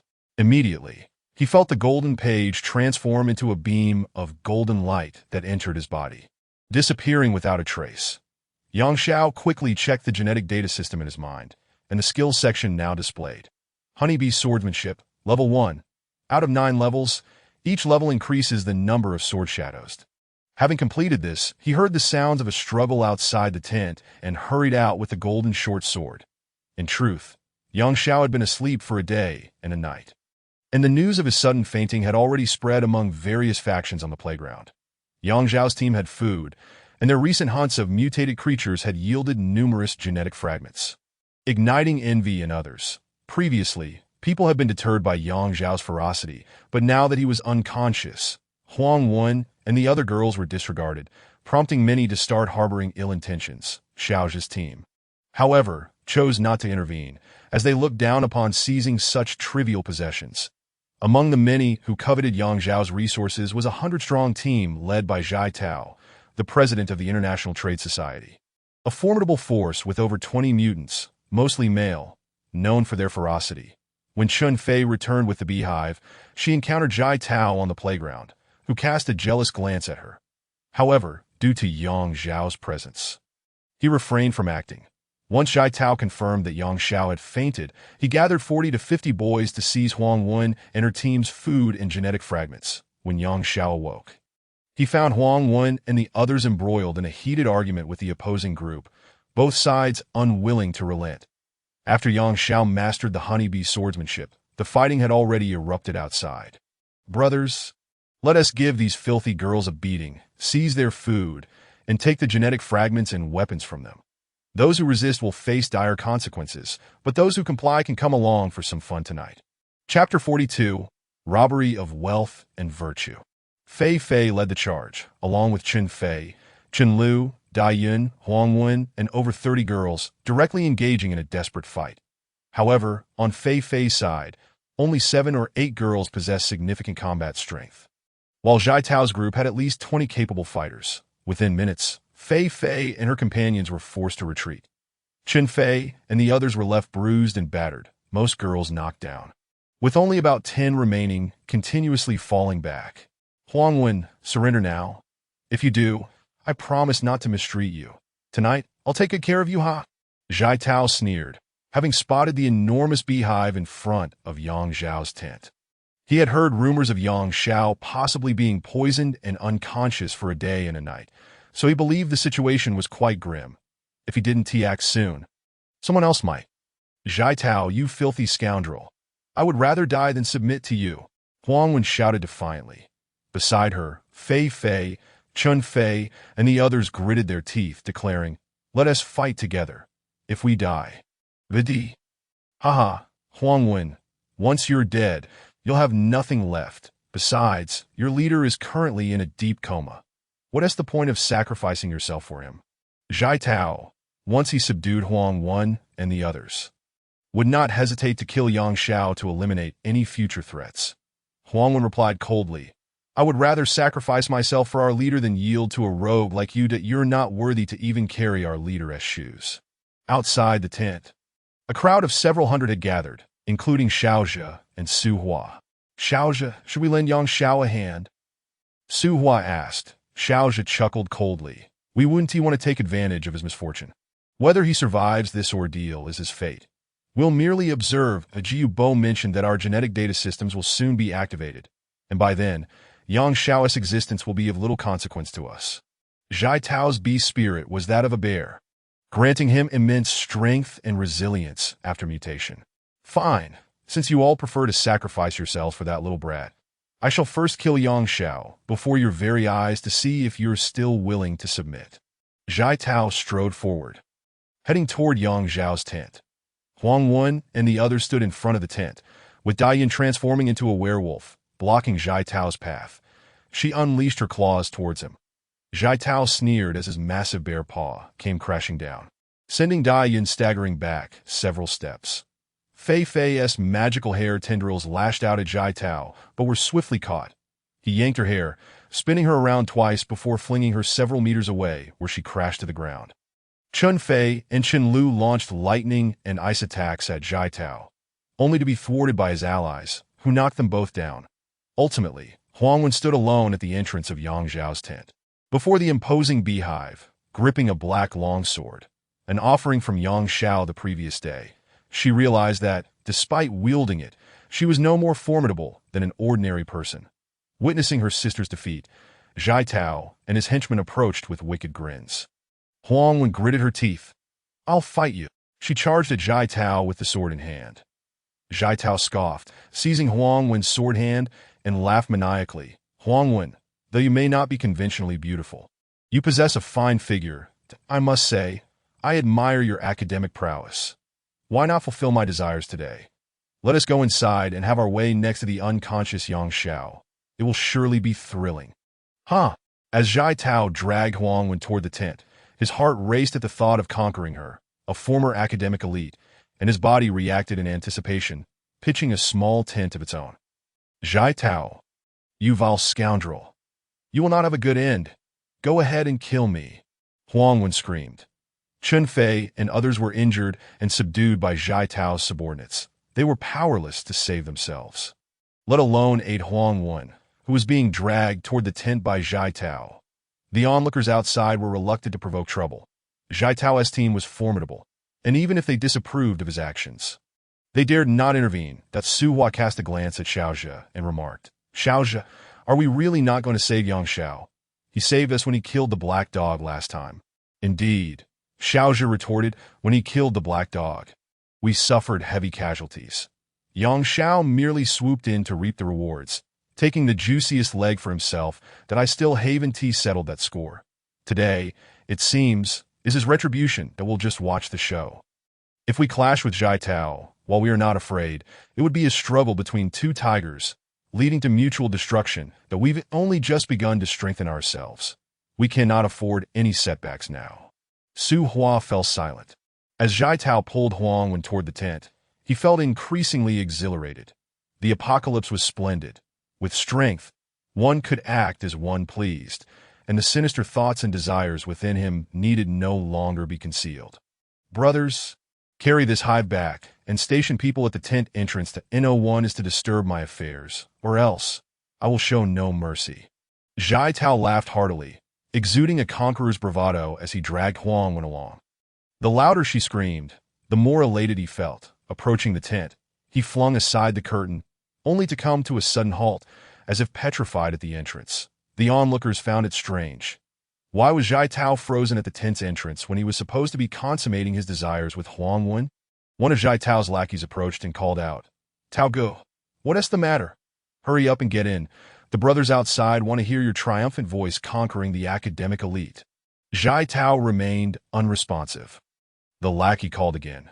Tao Go, before he could finish, Xiao released his grip on Huang Wen and slapped him backhandedly. "What are you shouting about? Can't you see I'm here to meet Yonggu to discuss matters? You have no decorum at all." The crowd was stunned. Xiao began to step backward, a golden sword pressed against his throat.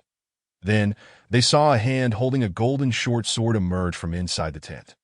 And Yang Xiao appeared before everyone. Huang Wen, dazed for a few seconds, finally wept tears of joy, wanting to rush toward Yang Xiao, but fearing to disturb him. Thus she could only stare at him. Tears streaming down her face, Yang Xiao gripped a 2-foot-long golden short sword, forcing Xiao to retreat step by step. As they exited the tent, he casually wrapped his left arm around Huang Wen's slender waist. Huang Wen shuddered and followed Yang Xiao's lead.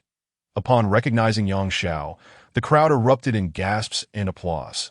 He had saved many, including Huang Wen, who had relayed the message for them to move to within 50 meters of the gene shop the day before the fog descended, saving many from being devoured by mutated creatures. This act alone earned him profound gratitude from many. Yang Xiao had also intentionally left the corpses of the burned hornets for Huang Wen and others, who had secretly distributed food to those on the brink of starvation. Many who had benefited from Huang Wen's kindness felt sympathy for her. Xiaozhe and Su Hua were equally astonished to see Yang Xiao emerge. Hadn't he succumbed to the hornet's venom? How had he suddenly regained consciousness? The most awkward of all was Xiao, who had secretly attempted several times to evade Yang Xiao's golden short sword, but to no avail. Realizing Yang Xiao's formidable prowess, he ceased his futile movements, fearful that a single thrust from the sword would end his life. "Yang Xiao, Yonggu, it's a misunderstanding, purely a misunderstanding," Xiao attempted to explain, but Yang Xiao coldly interrupted him. "You've got quite the audacity to lay a hand on my woman." The words slipped from Yang Xiao's mouth unfiltered. His intention was to assert that the 30 or so girls, including Huang Wen, were under his protection, and though they were formidable, others could not touch them. Huang Wen's face flushed upon hearing this, and with so many eyes upon her, she realized they indeed perceived her as Yang Xiao's woman. However, Yang Xiao was too preoccupied to ponder such matters. For the sake of these girls' future safety, he needed to make it clear to everyone that anyone who dared to harm Huang Wen and the others would not escape unscathed. At that moment, Chen Fei, Chen Lu, and others were restrained by Xiao's subordinates. Yang Xiao suddenly shouted, "Xiao, are you not going to let them go?" Xiao froze, a glimmer of hope flashing in his mind, as if he had grasped a lifeline. And he sneered, "Sure, Yang Xiao, if you want me to let them go, you should first release me." Before he could finish his sentence, he felt a sharp pain at his throat. Yang Xiao's golden short sword had pierced his skin, penetrating at least 2 centimeters deep, and blood began to flow forth. Xiao was instantly paralyzed with fear. No, Yang Xiao, don't move. I'll have them release them. Let us talk this out." "Humph. You think you can negotiate with me? I wouldn't mind killing you first and then dealing with them." Yang Xiao's face was a mask of frost, exuding lethal intent. Xiao and his companions had been students just days ago, and the thought of taking a life brought with it an unsettling hesitation that if they were to engage in a brawl or bully girls, they could manage that, but murder was a different matter altogether. Xiao trembled and immediately shouted, "Quick, release them! Are you all blind or deaf?" His subordinates hurriedly released Chen Fei and the others, who immediately rushed to stand behind Yang Xiao. Yang Xiao released his grip on Huang Wen and coldly addressed Xiao. You have some nerve to lay a hand on my people. Zaitao quickly repeat. Young Xiao. Yang Gu, it's a misunderstanding. Look, I've released your people. Now you let me go. Very well. Yang Xiao thrust his right hand forward, and the golden short sword pierced Zhai Tao's throat. You. Zhai Tao's eyes widened in terror as he stared at Yang Xiao. Humph. You struck my people and attempted to kill me. Do you still wish to live? Yang Xiao said, delivering a kick that sent Zhai Tao flying. His body soared through the air for over 10 meters. Crashing to the ground with a thud, blood gushing from his throat, utterly motionless. Witnessing Yang Xiao as ruthless and vicious methods, the crowd fell into a stunned silence. Fei Fei, having suffered the worst from Zhai Tao's fall, limped over with the assistance of 2 girls, tears streaming down her face as she beheld Yang Xiao. Boss, she cried, throwing herself into his embrace. Yang Xiao naturally wrapped his arms around Fei Fei, patting her shoulder in comfort. It's all right, it's over now. With me here, you can rest easy and recover. This tender scene stirred the hearts of the surrounding girls. Even a fierce girl like Fei Fei received such gentle care from Yang Xiao. It seemed a prime piece of beef was being monopolized by a flower, a true waste. The atmosphere was rife with envy and jealousy among the girls. Even Qinyu and others in the distance felt an inexplicable pang of bitterness. Initially, Qinyu had sought Xiao Zhe's help to save Huang Wen from humiliation, but was interrupted by Xiao Zhe's retort. You can barely save yourself. How can you save others? Huang Wen approached Fei Fei and said, All right, don't make it awkward for the boss in front of so many people. Fei Fei, with a mix of laughter and tears, replied, Just let the boss hold me a little longer. Nearby, Chen Fei whispered, Should we give the boss a public kiss? Cough. This is getting out of hand. The formidable enemy has barely left, and you're already aiming for the heavens. Yang Xiao lightly coughed, casting an exasperated glance at Fei Fei and Chen Fei. Speaking softly, this group of girls was no longer afraid of Yang Xiao. Instead, they found him endearing, joking as they moved aside, as if the life-and-death battle had never occurred. Over 30 girls had been injured by Zhai Tao's men, but most had only suffered minor injuries and were not in serious trouble. Zhai Tao's lackeys, seeing their leader slain by Yang Xiao, were gripped by fear. The onlookers had quietly slipped away, leaving only a dozen or so boys standing in the crowd. Yang Xiao surveyed them coldly and declared, Those who wish to live, kneel. These young men were all mutated beings, each possessing their own abilities. Among them was a youth named Di Huan, Zhai Tao's second-in-command, and now, with Zhai Tao dead, he was the leader. Di Huan mustered his courage and said, Yang Xiao, since you killed our leader, we are even. Is it really too much to ask that you let us go? Let us put the misunderstanding to rest. Do you think you can negotiate with me? Do you even have the standing to do so? Yang Xiao dismissed him contemptuously. You, Yang Xiao, don't think just because you have some skills that you can be arrogant, that I don't believe you can take on all of us alone, that if we are pushed, we'll fight to the end. We'll both suffer. Di Wan shouted defiantly, brandishing a black longsword. His shout emboldened his companions, who stood behind him, ready for a fight. They were still somewhat unconvinced by Yang Xiao's earlier actions. After all, Zhai Tao had been caught off guard when Yang Xiao ambushed him, pressing the sword to his throat. Now, the situation was different. They could confront Yang Xiao directly. How could Yang Xiao possibly defeat a group of robust mutated beings? Di Huan supported his right hand against his chest, a flicker of consciousness stirring within him, as a fireball the size of a soccer ball levitated into the air. The other transformed beings likewise manifested their transformations, poised for battle at a moment's notice. The situation on site took a sharp turn, causing Huang Wen and her companions to become alarmed. Fei Fei, despite enduring pain, leaped forth, as did Chen Fei, Chen Lu, Dai Yun, and others, while Huang Wen brandished her sword, ready to charge. Yang Xiao glanced back at them and remarked, Can you young ladies keep it down? Startled, Huang Wen and the others replied with concern, Boss, since you call me boss, you must trust me. Just step back, Yang Xiao commanded, and the group obediently retreated. Gripping his golden short sword, Yang Xiao approached Di Huan, who, feeling an inexplicable tension, took 2 steps back. Yang Xiao, halt. If you come any closer, I won't hold back. Heh. You play with fire. Have you heard that those who play with fire often get burned? Upon finishing his words, Yang Xiao suddenly darted forward, his long sword flickering as two sword shadows appeared. Thrusting towards Di Huan, in a moment of panic. Di Huan hurled the fireball from his hand, but Yang Xiao deftly sidestepped the incoming blaze, his golden short sword relentlessly aimed at Di Huan. Ah! Di Huan cried out in pain, his towering figure gradually collapsing. Yang Xiao didn't even spare Di Huan a glance, instead shifting his focus to the two individuals behind him. Once again, two sword shadows flashed, and the two emitted startled gasps before falling to the ground.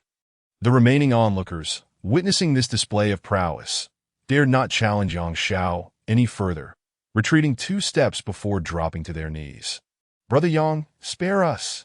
In the distance, Xiao and Su Hua watched, their hearts shaken. What is up with Yang Xiao? His speed is significantly faster than just a few days ago. And that golden short sword. Each strike unleashes 2 sword shadows, radiating an air of lethal intent. How formidable. Chapter 44.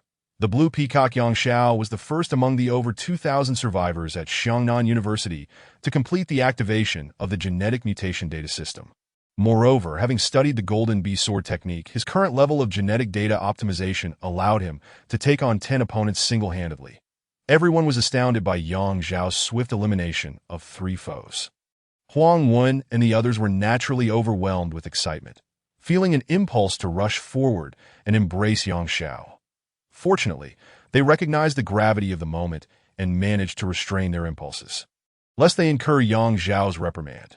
Yang Xiao cast a cold glance at the dozen or so young men kneeling on the ground and stated, "This time, I'll spare your lives. Remember, if you dare cause trouble here again, I will show no mercy." "Yes, yes. Thank you, Brother Yang, for sparing us." The young men, all a few years older than Yang Xiao, had no choice but to address him as Brother Yang, bowing repeatedly with trembling voices.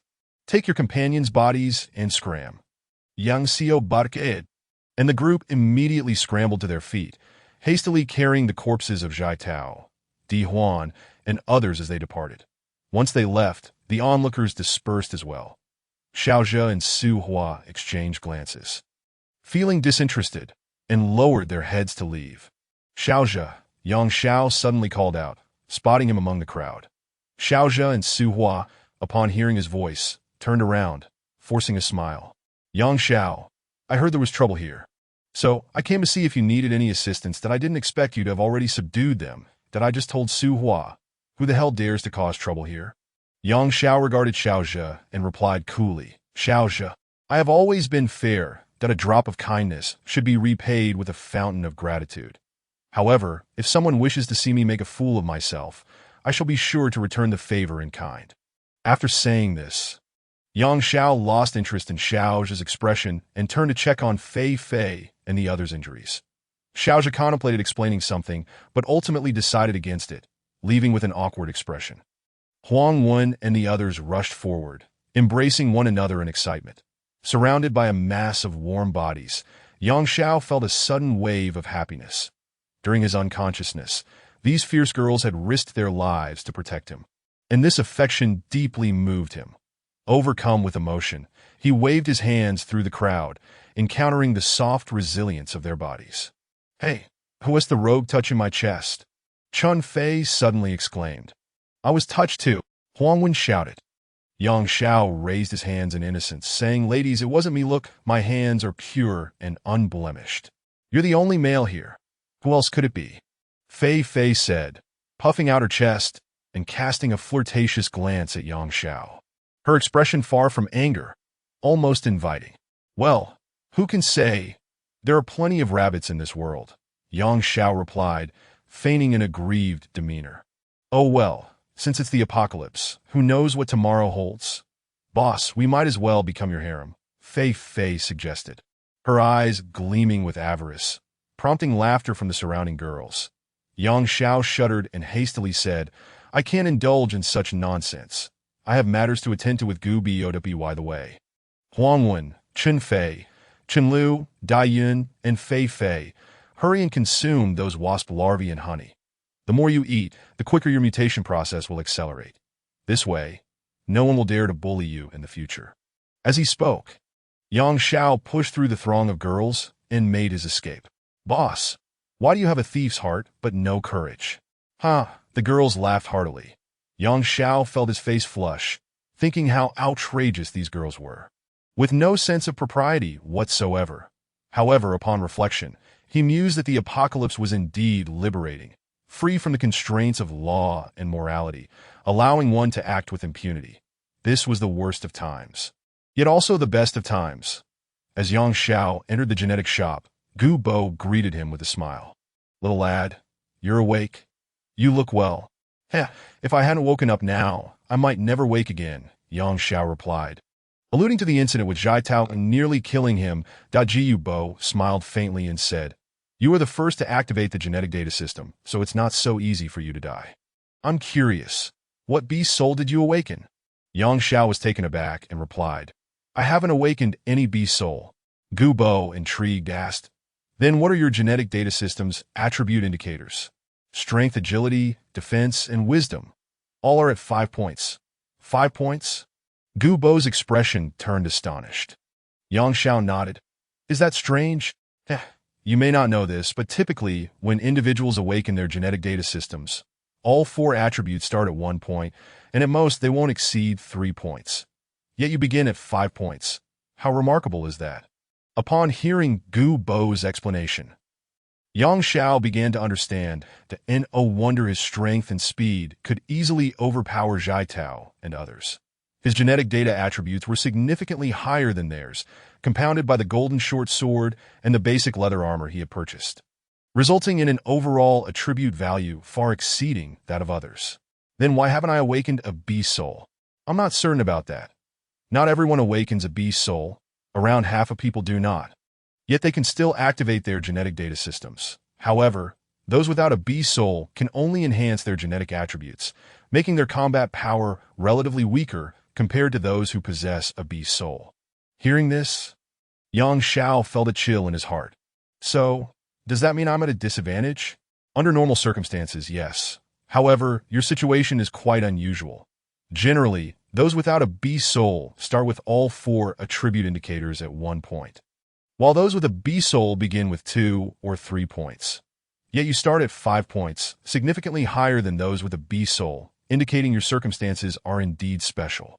Yang Xiao continued to converse with Gu Bo for a while, gaining a clearer understanding that those with beast souls generally find it easier to enhance their genetic data. Furthermore, they possess certain unique advantages. For instance, Dai Yun's werewolf soul allows him to inflict much greater damage under the same genetic conditions. Additionally, those with beast souls can unlock special skills and techniques that at present, Yang Xiao was preoccupied with thoughts of rapidly enhancing his 4 genetic attribute data. Following the incident where Yang Xiao eliminated Xiao, the others on the playground regarded him with awe, and no one dared to target Huang Wen and her companions again. In the following days, Yang Xiao continued to lead Chen Fei and the others on hunts for mutated creatures, yielding significant rewards. After consuming a large quantity of wasp larvae and other mutated beings, Chen Fei, Chen Lu, Dai Yun, and Fei Fei finally experienced the complete awakening of their beast souls. Dai Yun could fully transform into a werewolf, with all 4 attributes of his genetic data system at 3 points. Chen Fei and Chen Lu, lacking beast souls, nevertheless possessed innate elemental magic skills, although their strength, agility, and defense were only at 1 point. Their wisdom attributes started at a remarkable 5 points. Fei Fei's awakening belonged to the plant category, granting her the innate ability of vine manipulation, with strength at 3, agility at 3, defense at 1, and wisdom at 1. Fei Fei's hair could now extend over 10 meters, as tough as iron wire. The other girls had also completed at least half of their genetic mutation processes. Xiao, Su Hua, and others subsequently completed their transformations, activating the genetic data system. The range of their activities gradually expanded, and the thick fog enveloping the campus was slowly pushed back beyond its borders. One morning, Yang Xiao was deep in slumber when he was abruptly awakened by a piercing scream from the adjacent tent. He sat up, lifted the barrier separating the 2 tents, and rushed over. Before him stood a magnificent blue peacock. Chun Fei, Fei Fei, and the others gazed at the creature in terror. It was Fei Fei who had let out the scream. Chapter 45. The Bird Person. What on earth is happening? Yang Xiao inquire. Chun Fei and the others shook their heads, while Fei Fei remarked, "If I'm not mistaken, Huangwen is sleeping in that spot. How on earth did she transform into a bird?" It seems the boss was right. She is indeed a bird person. As she spoke, the blue peacock swiftly transformed back into Huangwen's form. "You're the real bird here. Your whole family are birds. All of you are bird people. I'm clearly a peacock, do you understand? The king of all birds," Huangwen exclaimed in rapid succession, her emotions slightly agitated. Fei Fei, taken aback, timidly asked, "Isn't the king of all birds still a bird?" Huangwen shot Fei Fei an exasperated glance, saying, "Fei Fei, I no longer wish to converse with you." Laughter erupted among the group. Yang Xiao said, "Huangwen, congratulations. You have finally completed your transformation. Focus your consciousness and delve into the information within your mind to discover what special abilities your beast soul possesses." Upon hearing this, Huangwen gently closed her eyes, concentrating inward. After a moment, she opened her eyes, excitement evident on her face. "I can fly." "Can fly?" The others gazed at Huangwen in astonishment. Among the 30-odd girls, it seemed only Huangwen possessed this extraordinary ability. Yang Xiao and the others exited the tent and made their way to the playground. Huangwen activated her consciousness and instantly transformed into a grand blue peacock, spreading her wings and soaring into the sky to a height of approximately 10 meters. To her delight, she discovered that her genetic data system had activated. Strength 1 point, agility 5 points, defense 1 point, intelligence 1 point, and a flight level of 1 to then. She joyously noticed a line written beneath her skills. Feather Arrow. Level 1 to Huangwen activated the Feather Arrow skill, and a 20-centimeter-long blue feather detached from her body, shooting forth with a whoosh. Elated, she launched several more feather arrows in quick succession. Yang Xiao and the others, observing from the playground, were equally astonished. After a moment, Huangwen descended from the sky, exuberantly exclaiming, "I've finally transformed! I can fly, and I possess an attack skill." For a long time, Huangwen had been feeling quite downcast, watching as her sisters transformed one by one, acquiring various special attack abilities, while she remained an ordinary person, unable to participate in Yang Xiao's organized hunts of mutated creatures. Her heart had been heavy with disappointment.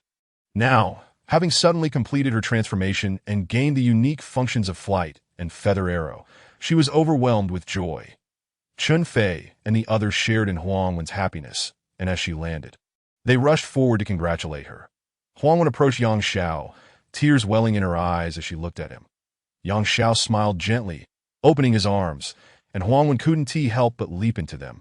Embracing him tightly, that he allowed her to hold him, savoring the moment of tenderness. "Boss, thank you," Huangwen said, tears streaming down her face. Yang Xiao patted her shoulder, unconsciously resting his hand on her slender waist, and chuckled. "Having completed your transformation, you should be elated from now on. You can soar through the skies." "Indeed," Chun Fei interjected with a hint of jealousy. "You two might as well retreat to the tent and have your honeymoon." "Huh. I think that's a splendid idea," a group of girls chimed in, their laughter carefree, no longer hesitant around Yang Xiao. Yang Xiao released Huangwen, casting a glance at Chun Fei, and suddenly grinned mischievously. "Chun Fei, how about we go to the tent right now?" Expecting Chun Fei to blush, he was surprised when she boldly replied, "Bring it on. Who's afraid?" Yang Xiao shot her an incredulous look, astonished at the change in the girl's demeanor. "Ahem. Let us not be foolish. From today onwards, all personnel will form unified teams to hunt mutated creatures at Yu Mountain. Xiaozhe and the others commenced their expedition there yesterday. The number of mutated creatures is particularly high." After breakfast, they tidied up the camp, taking only food with them, as the rest of the items held little value. The group proceeded along the main road leading from the academy to Yu Mountain, where the dense fog had been pushed back thanks to Xiaozhe and his team's advance of several dozen meters the previous day. Walking along the path, they noticed the light blue mist on either side, as if traversing through a mysterious time-space tunnel. "Huangwen, you will transform and fly above, serving as our lookout. Be vigilant for mutated birds in the sky. If you encounter any you cannot defeat, Do not linger, come straight down, and we will engage together. Our objective today is the waterhole at the foot of Yu Mountain. It is an open area suitable for teamwork. Huangwen nodded, swiftly transforming into a colossal blue peacock, soaring to a height of around 10 meters, maintaining a safe distance as she advanced slowly. Yang Xiao, Dai Yun, Chen Fei, Chen Lu, and Fei Fei led the way, with the remaining girls following behind. Their first encounter was with a dozen fist-sized ants, which Yang Xiao deemed not worth his effort to fight, leaving Dai Yun to guide the newcomers while he and the others pressed on. They soon encountered two mutated giant frogs, with Chen Fei and Chen Lu leading the charge, allowing the newcomers to practice their skills. Throughout the journey, Yang Xiao permitted the experienced girls to guide the newcomers against various mutated small creatures. Initially frightened, the newcomers gradually grew accustomed to the encounters, and soon, whenever they spotted a mutated creature, they would shout in unison and rush forward, employing an array of skills, pipes, and bricks to swiftly resolve the conflicts. After half an hour of battle, they arrived near the waterhole, only to find the path ahead shrouded in thick fog, indicating that Xiao Zhe and his team had not advanced beyond this point the previous day. Suddenly, Huangwen called out from above, "Boss, be careful. A dark cloud is approaching you. I can't tell what it is." Upon hearing this, Yang Xiao immediately instructed everyone to prepare for combat. Buzz, buzz, a chorus of buzzing sounds drew nearer. Yang Xiao squinted into the distance and realized it was a swarm of mutated mosquitoes, each larger than his palm. "Prepare yourselves," Yang Xiao shouted.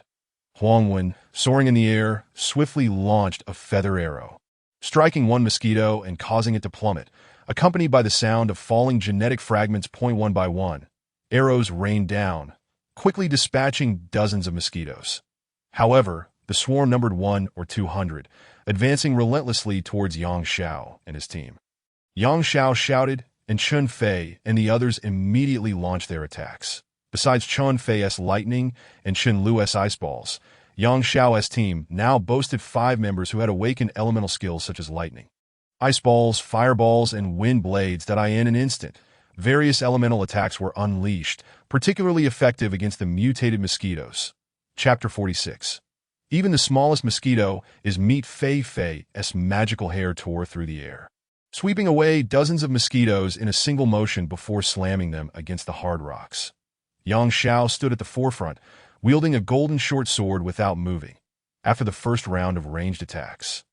About half of the mosquito swarm had been decimated, leaving dozens of shining genetic fragments scattered on the ground. The remaining 100 or so mosquitoes continued their advance. Yang Xiao and Dai Yun, leading the melee fighters, charged forward, plunging into the fray, causing chaos among the mosquito swarm as they flitted about erratically. Over 30 girls rushed forward to join the assault, delivering a flurry of blows. Within 10 minutes, nearly all of the mutated mosquitoes were eradicated. With a defense attribute of 5 points, plus an additional 2 points from his armor, Yang Xiao possessed a total of 7 points in defense, rendering his skin incredibly tough. Although the mosquitoes attacked him frantically, they could not pierce his skin. Dai Yun, with a defense attribute of 3 points and 2 points from her armor, had a total of 5 points in defense, allowing her to withstand simple bites from the mosquitoes, which she swiftly swatted away before they could draw blood. During the battle, several girls fell victim to the mosquitoes' bites. Even those clad in denim were not spared, as the mosquitoes' long proboscises penetrated their skin. Those who hadn't completed their genetic mutations exhibited weaker resistance, developing swollen welts the size of eggs, causing unbearable pain and itching. Conversely, those with slightly better resistance experienced much smaller swellings. Huangwen, soaring high above, found herself unbothered by the mosquitoes as her speed outpaced theirs, leaving them unable to catch her. In this large-scale battle, Huangwen contributed significantly and felt a surge of happiness, filled with a sense of accomplishment and newfound confidence. The ground became littered with the bodies of mosquitoes, alongside nearly 50 or 60 genetic fragments. "Boss, can we eat these mosquito bodies?" someone inquired. Yang Xiao chuckled, replying, "Isn't there an old saying, even the smallest mosquito leg is still meat? Besides, these mosquitoes are quite plump. Of course, we can eat them, that we can't possibly consume all of them," so let us gather some for a barbecue lunch before we continue on our way. Ahead lay the thick fog. Although Huang, when transformed into a blue peacock to lead the way, they dared not move too swiftly. Beneath the shroud of thick fog, a plethora of mutated creatures lurked. Xiao and his companions had scarcely traversed a few meters when they stumbled upon a horde of ants. Prompting a frenzied assault, without hesitation, Xiao charged into the swarm, pursuing a golden ant queen. With a swift thrust of his golden dagger, he pierced through the creature. However, this time, the spoils consisted solely of a circular gene fragment and a black spear. Devoid of any secret techniques, the 30 or so girls spent over 10 minutes dispatching the ant swarm, ultimately collecting 4 to 5 dozen gene fragments, grasping the spear, approximately 2 meters in length. Xiao's internal gene data system informed him that it granted a power boost of 3, with all other attributes remaining at 0, lacking any additional magical enhancements, that he casually bestowed the spear upon one of the girls, who received it with elation, repeatedly expressing her gratitude. "Thank you, boss. Thank you, boss."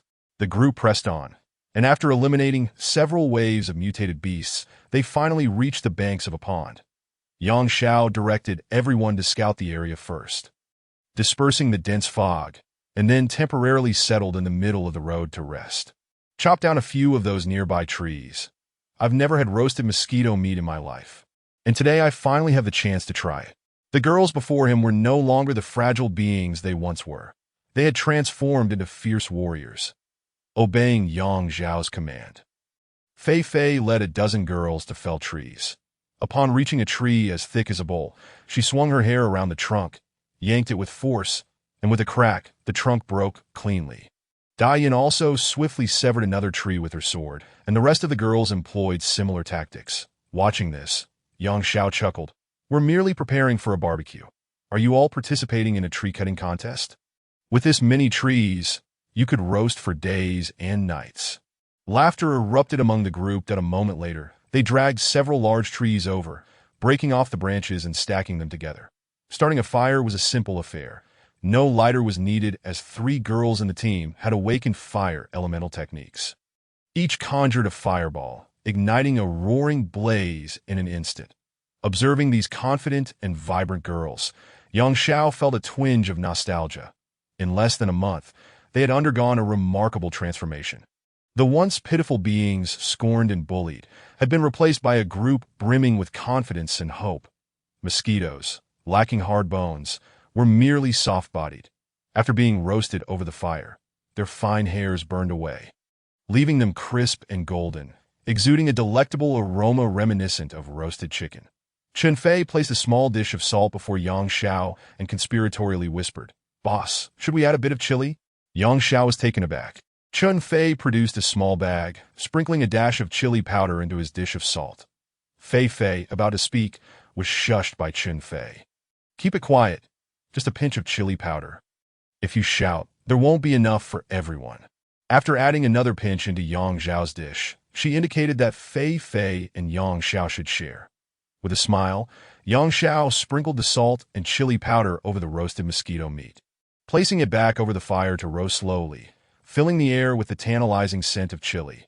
Taking a bite, he discovered the mosquito meat tasted strikingly similar to chicken. Tender, smooth, and fragrant, especially with the added chili. He devoured 4 large mosquitoes, savoring every morsel. Fei exaggeratedly consumed 5, all the while proclaiming her need to lose weight, inciting another round of laughter from the group. Huangwen led everyone in tallying their morning haul, totaling nearly 200 gene fragments. "Boss, how shall we proceed this afternoon?" Huangwen inquired. Xiao pondered briefly before replying. "We shall follow the same strategy as the morning, ascending along the mountain path. As long as we refrain from venturing deep into the jungle, the dangers will be minimal. This is the simplest and fastest method to gather gene fragments. Once everyone has acquired some gene potions and enhanced their attributes, we can gradually attempt to explore the forest, where larger mutated beasts reside, requiring us to possess greater combat capabilities." As the group barbecued and chatted, a commotion arose from the mountainside, and shortly after, Xiao arrived with dozens of companions. "Xiao, well done, you managed to get ahead of us today." It smells heavenly. Roasted mosquitoes, you really know how to feast." Xiao suggested as he approached Yang Xiao. Yang Xiao nodded and asked, "What are your plans for hunting mutated creatures?" Su Hua chimed in. "Yang Xiao, isn't there a water monster in the pond? Today, we plan to hunt it. That monstrous fish must weigh several hundred pounds by now. After we slay it, we'll share some meat with you." Seeing the confident and somewhat smug expressions on Su Hua and his companions, Yang Xiao replied coolly, "Don't say we didn't warn you. I've encountered the water monster before, and even before its mutation, it was formidable. Now that it has fully mutated, it is likely even more fearsome that I advise you not to provoke it. Besides, it's in the water while you are on land. How do you intend to catch it?" Chapter 47. Fishing. Xiao chuckled, gesturing to two individuals behind him. "I've already considered your concerns. We've brought specialized tools today." Yang Xiao glanced at the two individuals, each carrying a thick coil of rope with a large iron hook at one end. "Fishing?" Yang Xiao inquired. "Of course. I know that 2 hooks alone won't be enough to conquer that water monster, but I have a secret weapon," Xiao replied. Yang Xiao understood that Xiao's interest in the water monster stemmed from the potential gene fragments and high-attribute weapons, or even skill manuals that might drop in recent days. Xiao had hunted several mutated creatures and even captured a few primitive mutated gene animal leaders, acquiring some basic weapons and a skill manual in the process. Unable to suppress his desire for the water monster, coupled with his completed gene mutation and activated gene data system, Xiao's confidence soared. Additionally, several members of his team had also completed gene mutations, emboldening him further in his quest to hunt the creature. Yang Xiao smiled mildly. "Then I wish you success." Xiao grinned, turning to his companions. "Brothers, let's put in some effort. First, we will disperse the fog surrounding the pond, and then we shall hunt the monsters within." This time, Xiao led a team of 50 to 60 individuals, each possessing special abilities following their gene mutations. They began to form 2 teams, slowly advancing along the pond's edge, hunting smaller mutated creatures while clearing the fog. Meanwhile, Yang Xiao, seated on the concrete road by the pond with Huang Wen and the others, enjoyed the roasted mosquitoes while observing how Xiao and his team would tackle the water monster. "Everyone, make sure to rest well. Without my command, no one is allowed to wander. Today, we shall simply observe Xiao's battle, and everyone should learn diligently." Having encircled the pond's roadway, Xiao and Su Hua had nearly cleared the fog. The pond, nestled against a mountain and bordered by roads on 3 sides, remained enshrouded in mist, obscuring the water's surface. Xiao spoke to a girl in his team, who suddenly transformed into a gigantic sparrow and soared above the pond. "Wang Aijia. Well done!" The crowd erupted in cheers that asked the girl, now a sparrow, flew back and forth over the pond. She gradually pushed back the fog, revealing the pond's original features. Xiao approached Yang Xiao, a hint of pride in his demeanor. "Yang Xiao, did you see that? Our team is teeming with talent. We have all kinds of exceptional individuals. This apocalypse evokes both love and hate." Yang Xiao had to concede that as more individuals completed their gene mutations, the caliber of talent within Xiao's team was rapidly increasing, and their strength was magnifying. As Wang Aijia soared above the water, relishing the admiration of her peers, she felt a surge of pride, akin to a sparrow alighting upon a branch. Imagining herself a phoenix in a bid to showcase her aerial prowess, she suddenly dove, skimming low over the water's surface and creating a splash. "Yay, awesome!" The crowd erupted in another chorus of cheers and applause. Yang Xiao furrowed his brow, muttering, "She's courting disaster." Su Hua countered, "She's flying in the air. What can the fish do to her?" "Yang Xiao, you're underestimating her." Yang Xiao remained silent, his gaze fixed on Wang Aijia, who was repeatedly diving low over the water, flaunting her flying skills. Wang Aijia, basking in the crowd's applause, felt increasingly triumphant. Observing that the fog over the lake had nearly dissipated, she deliberately ascended higher before abruptly diving towards the water, her claws poised to strike. Just as she was about to lift her claws, sending a cascade of beautiful water droplets into the air, a massive whirlpool suddenly erupted on the surface. She felt herself sink.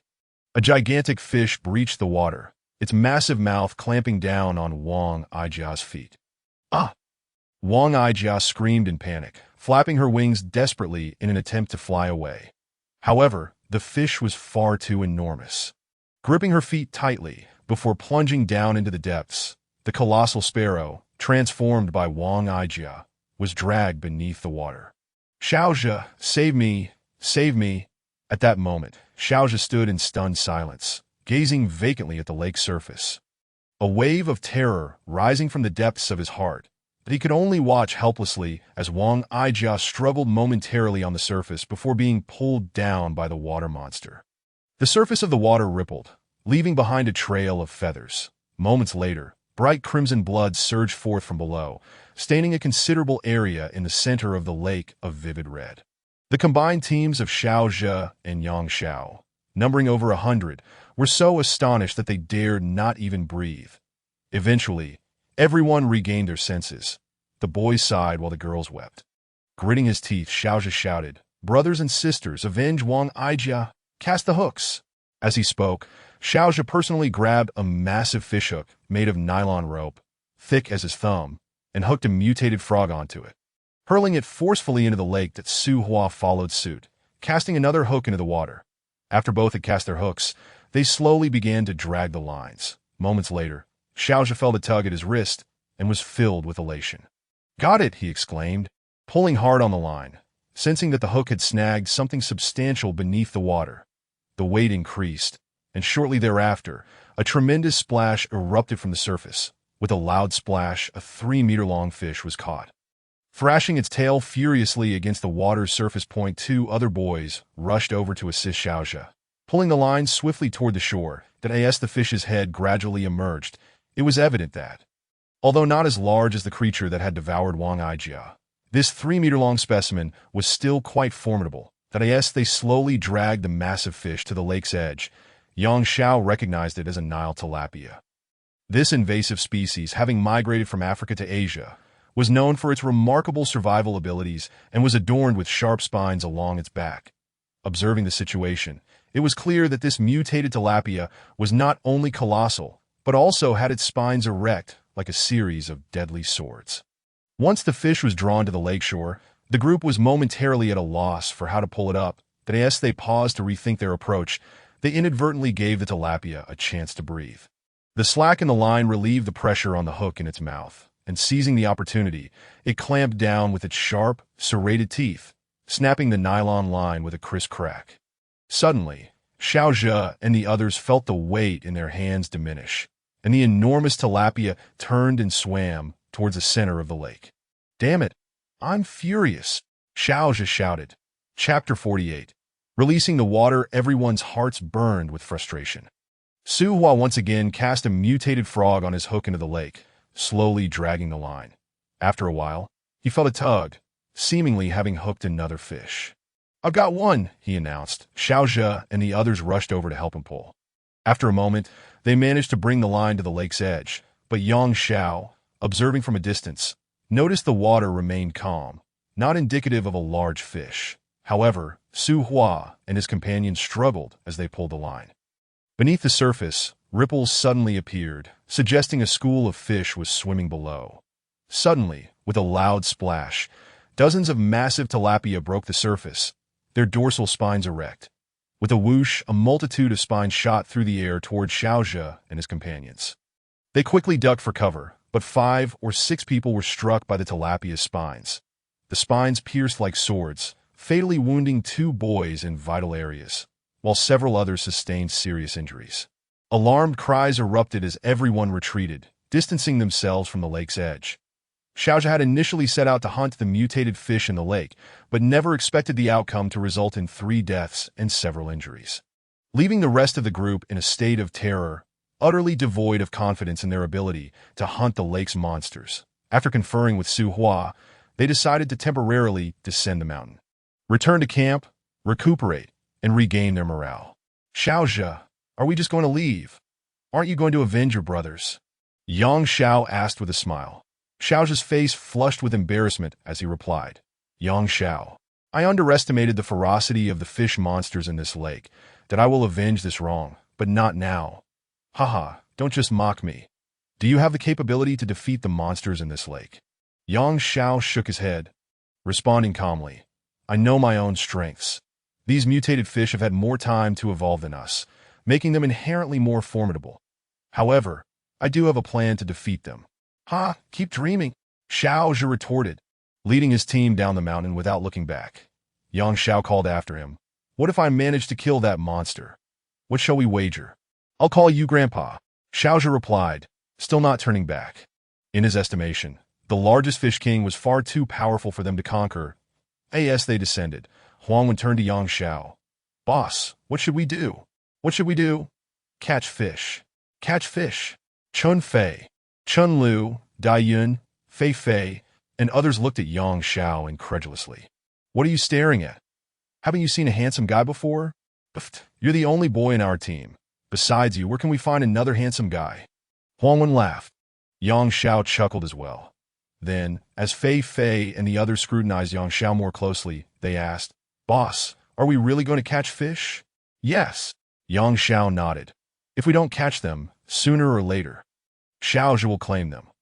The fish in this lake are of a high level, and if we can hunt them, there will be plenty of rewards. Moreover, there are eels, loaches, and various other fish in this water. With these food sources, we won't have to worry about starvation for a while. Boss, while that sounds good, aren't these fish a bit too ferocious? We aren't their match. Xiao stood up, suddenly raising his voice. Ladies, call us sisters. You're just a freshman. What right do you have to impersonate an elder brother? Fei Fei laughed. Xiao shot her a glare and continued. Let me ask you a question. Birds cannot live without air. What can fish not live without? Of course, water, the girls chimed in unison. Xiao beamed with pride, appearing as if he were awaiting their admiration. Then, Chun Fei slapped her forehead in realization, rushing up to Xiao and giving his handsome face a fervent kiss.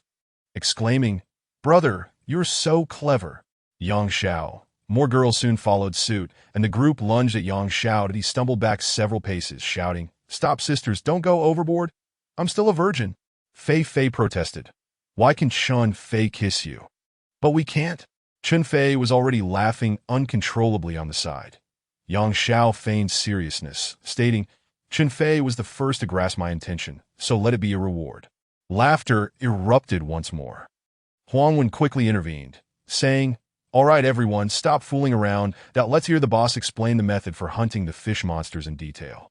The crowd quieted down, turning their attention to Xiao. He cleared his throat and began, Actually, you all understand my point. Since these creatures live in water, they cannot survive outside of it. Once they are out of the water, regardless of their strength, they will face certain death, though this lake spans several acres. Draining it is not difficult. After all, we're at the foot of the mountain, where the terrain is relatively elevated. Look, there is a drainage gate right here. Xiao pointed to a drainage gate beside the road. This gate was rarely used, merely constructed from several concrete slabs. At that moment, the water level was almost even with the top of the gate, with only a trickle spilling over. This barrier was designed to maintain the water level during heavy rains. Excess water would overflow and flow into a small lake on campus via a creek. When the water level fell below the barrier, the lake would not overflow. The campus's small lake was connected to a large drainage ditch that ultimately flowed into the Xiang River. Fei Fei interjected, Boss, if we open the gate to release the water, won't the monster fish swim away with the current? Ha, perhaps the smaller fish will, but the larger ones will get stuck on the rocks in the creek, unable to breathe, and will ultimately perish, Xiao replied. Internally, he thought, thank the heavens. These mutated creatures still require oxygen to survive. Yes, everyone contemplated the prospect of draining the lake to capture the water monsters and acquire numerous gene fragments. They became increasingly excited. Boss, when do we start? Chun Fei eagerly asked. Now, we can start now. Chun Fei, Chun Lu, you all use elemental attacks to demolish this barrier. The barrier stood 4 meters high, constructed from 4 1-meter-high concrete slabs. Let us start by taking down the topmost slab. Boss, why not take them all down at once? That way, the water will flow out faster.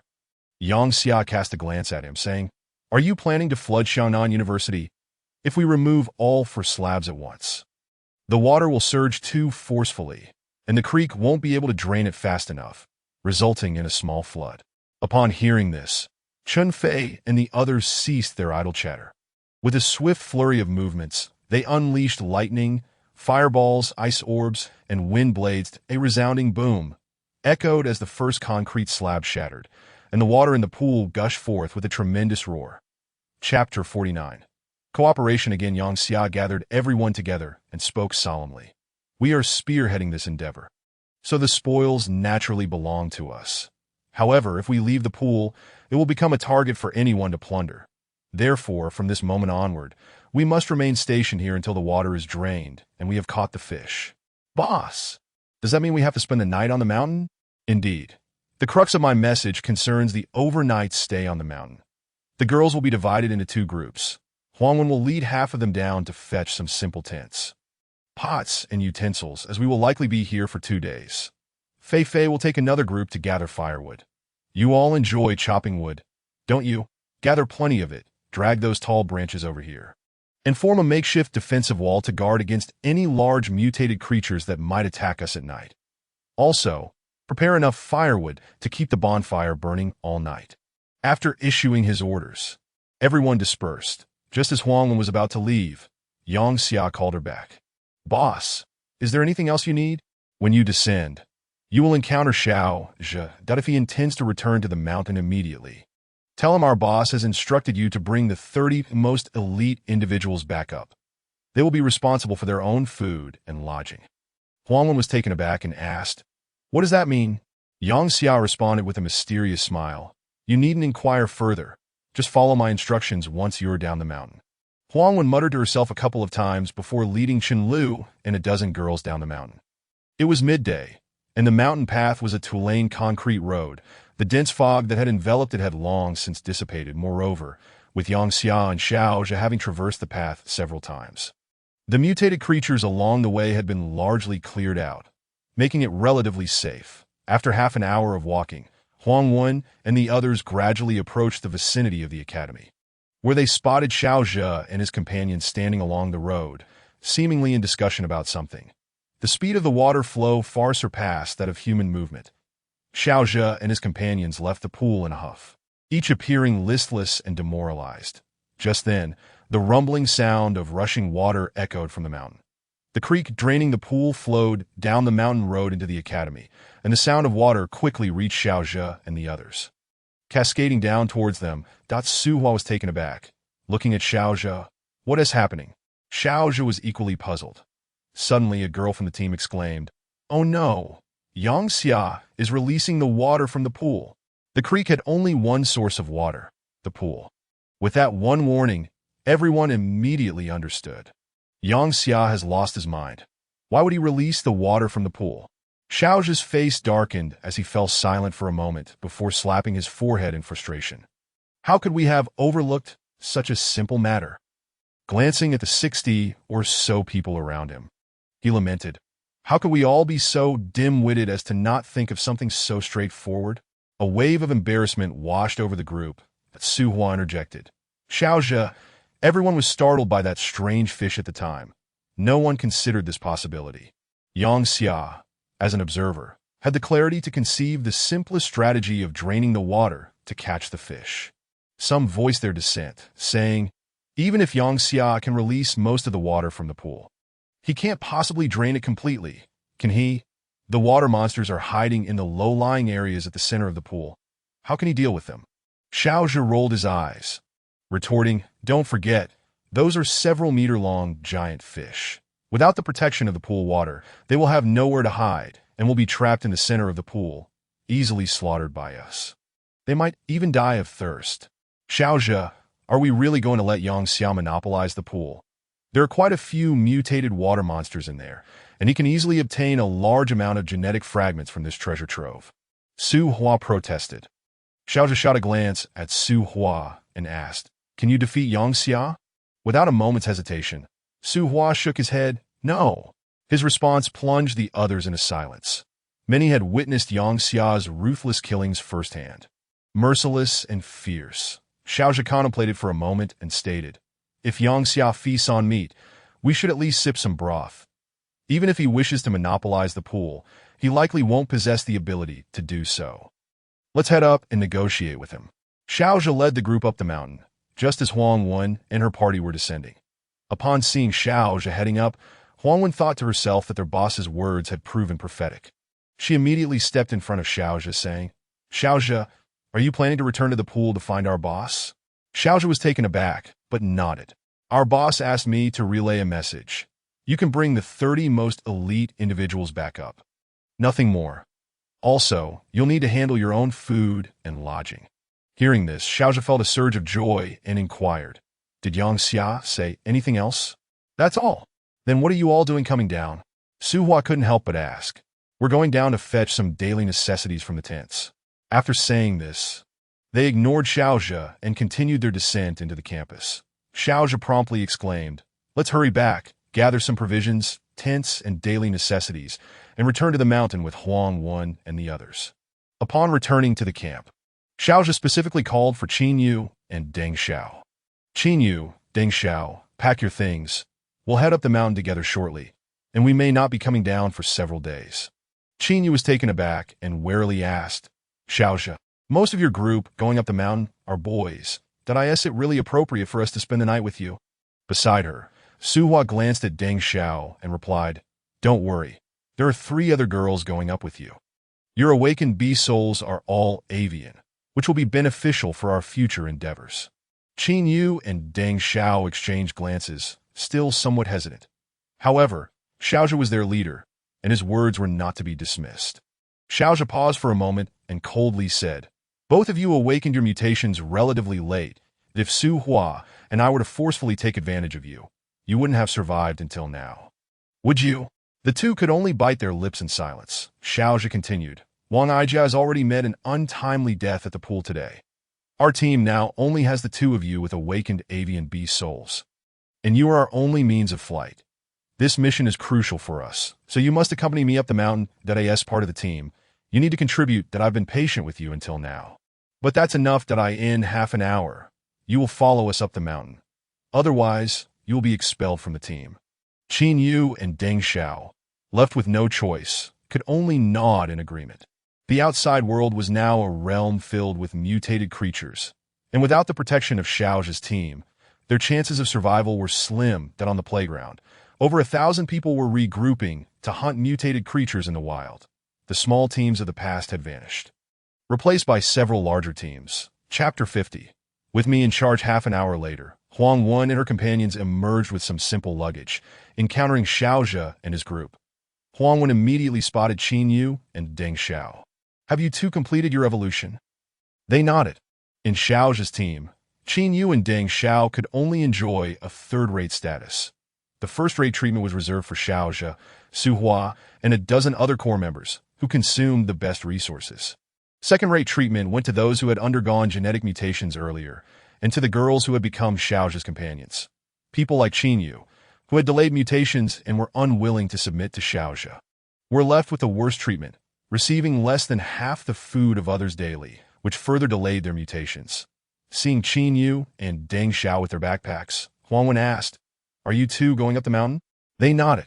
Xiao urged, Huang Wen, let's go, don't dawdle. Yang Xia is waiting for us on the mountain. Thus, the group made their way towards the Yu Mountain Pool. As they walked along the concrete thoroughfare of Yu Mountain, the creek beside them swelled with a roaring torrent, cascading down with a thunderous sound. Huang Wen and the others had spent 3 years at Xiaonan University and had never witnessed such a powerful current in this creek. After about half an hour, Huang Wen arrived once more near the pool, where she could see Fei and others had felled dozens of large trees, blocking both ends of a segment of the concrete road, encircling the area with massive branches, leaving only one entrance. Xiao strode over and addressed Yang Xia. Yang Xia, are you setting up camp here? Indeed, that's around 2 p.m. now. Hurry and organize your people to chop down trees and set up tents on the concrete road. You can camp right next to us. Su Hua chuckled. You want us to help you fend off the mutated creatures tonight, don't you? You think you could just partake in the fish from the pool without contributing anything?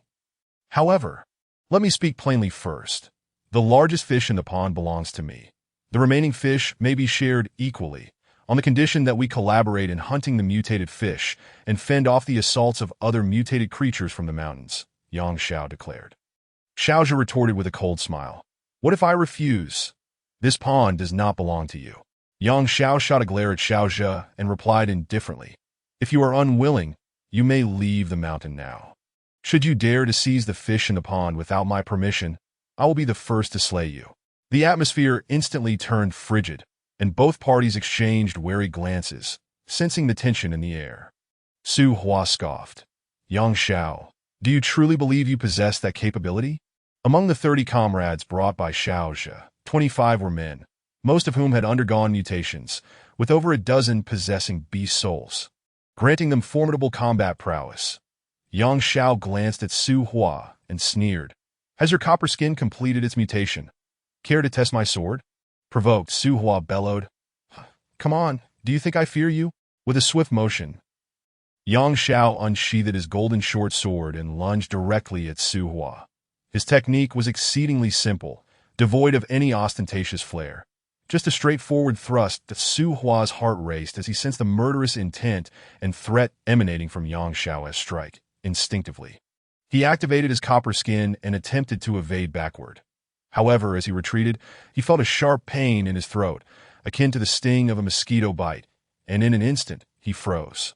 The tip of Yang Xiao's golden short sword was poised against his throat, the blade nearly touching his skin, the source of the pain stemming from the sword itself. Do you believe I can pierce your copper skin with a single thrust? Yang Xiao's voice was chilling, sending a shiver down Su Hua's spine. The copper skin, impervious to ordinary individuals, proved utterly futile against Yang Xiao's golden blade. With a strength of 8, speed of 5, defense of 7, and wisdom of 5.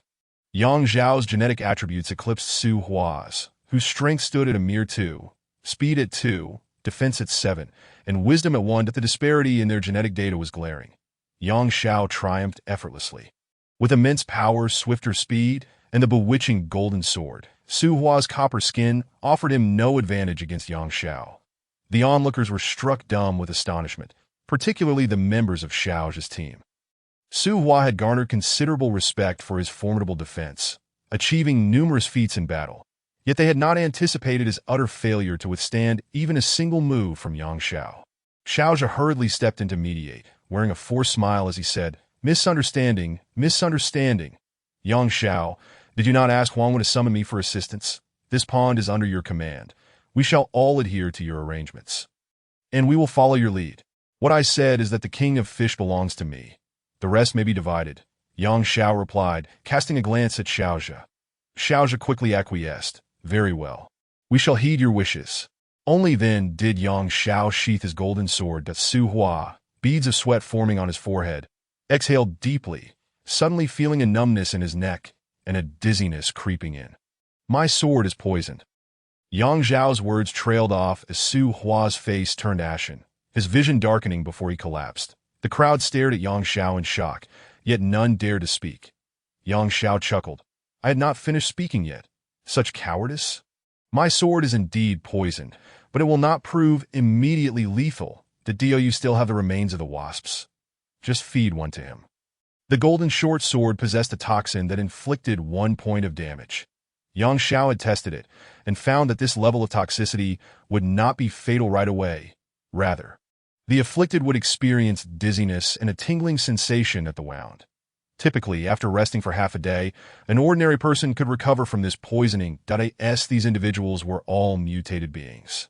Each possessed a degree of resistance to toxins. The sword's poison, derived from the wasp king, could be easily neutralized by consuming some wasp honey or meat. Xiao looked awkwardly at Yang Xiao. After we burned the wasps, we gave you all the remains. We have none left. Huangwu, feeling sympathetic, opened her mouth to say she had some, but quickly closed it upon receiving a glare from Yang Xiao. That can easily be remedied. Let him lie down and rest. By evening, he should awaken. It would serve him well to learn a lesson and not always think himself invulnerable. Now, why don't you all hurry and chop some trees to prepare for the night? With the assurance that Su Hua would not suffer any serious consequences. Xiao felt relieved and immediately instructed his team. Everyone quickly chop some trees. Let us set up a camp close to Xiao and his group. Thus, a group of individuals promptly set off to gather wood nearby. Chapter 51. Ambush. Huang Wen and the others began to set up the tents and basic supplies they had brought. Xiao directed the group to pile 2 heaps of branches outside the tent, while also stacking a firewood pile inside. Boss, I can understand preparing a campfire inside the tent, but why are we doing so outside as well? Fei asked. Xiao replied, in case we are besieged by a horde of mutated creatures at night. We can ignite the fire outside. It serves to illuminate our surroundings and also to deter these mutated beings. After all, we are on a mountain, the very stronghold of these creatures. Who knows what might transpire during the night? In truth, this was also the reason Xiao had summoned Xiaozhe and promised him half of the mutated fish from the pond. He intended to leverage Xiaozhe's strength to collectively fend off any unexpected occurrences during the night. Otherwise, he would not have been so benevolent. Once everything was prepared, it was around 4 p.m. Due to the thick fog in the sky, darkness descended early, and the surroundings had already begun to dim. Xiao instructed Chun Fei and the others to smash another water barrier, causing the water flow to increase.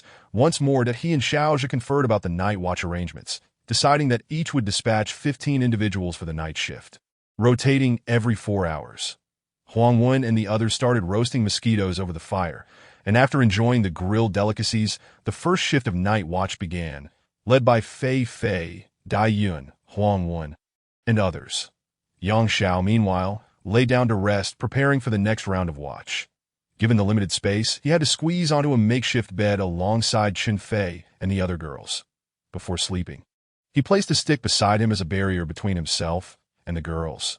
Chun Fei picked up the stick and tossed it aside, laughing. Are you afraid that I might eat you? After saying this, she lay down beside Xiao, snuggling against him. Xiao felt a wave of frustration, but then he thought to himself, at least it wasn't Fei lying next to him. Otherwise, he would surely have nightmares. Although Chun Fei was not a great beauty, she was charming enough, with an especially alluring figure. Feeling fatigued, Xiao exchanged a few casual words with Chun Fei and the others before drifting off to sleep. In a daze, he sensed someone pressing against him. Upon opening his eyes, he realized it was Chun Fei, who had draped one of her legs over him and was clutching him with her arms. Ugh! Can a man get a moment of peace while sleeping? He wished to shift to a different spot, yet there was no extra space available. He had already positioned himself at the very edge of the makeshift bed, pressed against the surrounding wooden materials. With no choice but to lie still, he gently pushed Chun Fei away, only to find that she clung even tighter in her sleep, pressing against Xiao. One of her hands began to roam over him as she murmured, "Give it to me." "I want it." Xiao froze momentarily, realizing that the girl was likely having a spring dream. Suddenly, he felt a tightening in his lower body as Chun Fei unexpectedly grasped him. "What the hell?" Xiao jolted uprik. Looking at the sleeping Chun Fei with a mischievous grin, he casually grabbed a nearby branch and placed it in her hand, allowing her to hold it. After completing this prank, he felt satisfied and stepped outside. The night air carried a chill, accompanied by the sound of rushing water. Huang Wen and the others were gathered around the campfire, engaging in quiet chatter, most already feeling drowsy, upon noticing Xiao's emergence. Huang Wen teased, "Boss, how does it feel to share a bed with a dozen beautiful women? This is a privilege reserved for ancient emperors." Xiao cleared his throat, moved to sit by the fire, and deliberately draped his arm over Huang Wen's shoulder, smiling as he said, "Without you by my side, I cannot sleep, my empress." In response, Huang Wen shot him a disdainful glance, brushing off his arm. Dai Yun held up a roasted mosquito and offered it to Xiao. "Boss, want a late-night snack?" Initially reluctant to eat, Xiao glanced at the offering and noticed something was off. The air was filled with the scent of spicy chili sauce. By the firelight, he saw that the roasted mosquito was indeed coated in a layer of chili sauce. Thrilled, he accepted the roasted mosquito and took a large bite, savoring its tangy flavor. Delicious. Who would have thought you had a hidden stash?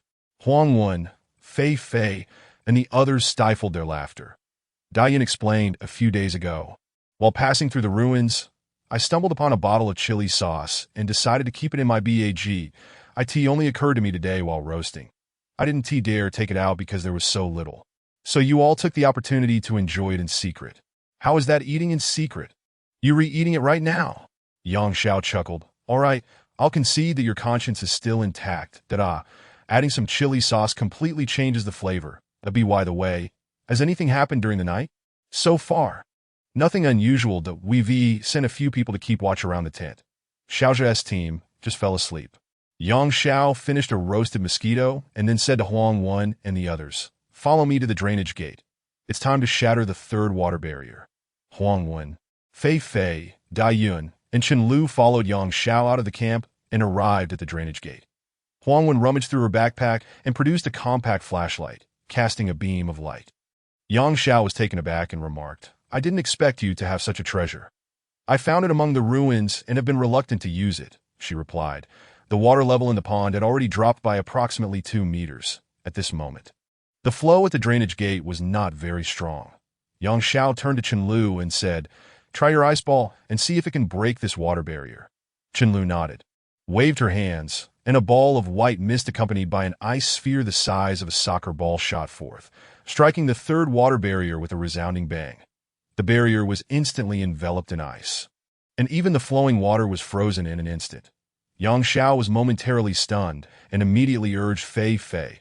Fei Fei, attack quickly. Fei Fei promptly unleashed a 10-meter-long magical hair, which coiled around the water barrier like steel claws.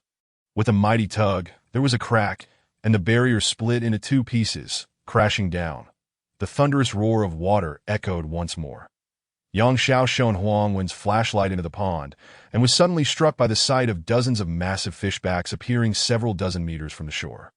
These tilapia had bony spines erect on their backs, seemingly prepared for battle. Having drained 2 meters of water from the pond today, it was evident that the fish had sensed the dropping water level. Yang Xiao waved the flashlight a few times, and suddenly, with a whoosh, a bright light shot towards him. Following that, dozens of bright lights came rushing in. Yang Xiao shouted, run, and threw himself on Huang Wen, pinning her down while extinguishing the flashlight. Hiss, hiss, hiss, the sound of powerful projectiles slicing through the air echoed, and Yang Xiao felt the ground beside him tremble slightly, as if something had struck nearby. In the darkness, with Yang Xiao atop Huang Wen, she gazed up at him, and they could each feel the other's breath. Chapter 62. The variance of gene fragments upon returning to the tent.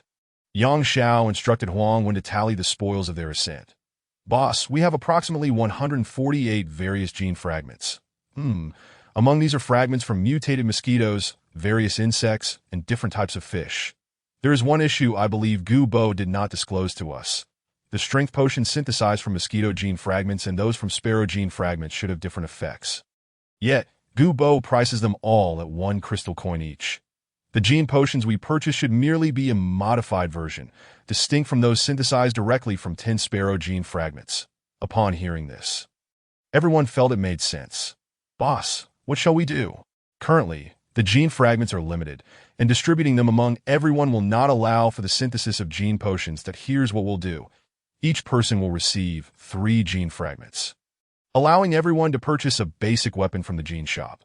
There are about 50 fragments remaining, which we will use to buy 5 small blood pills. That I observed that Su Hua had good results after taking a small blood pill today.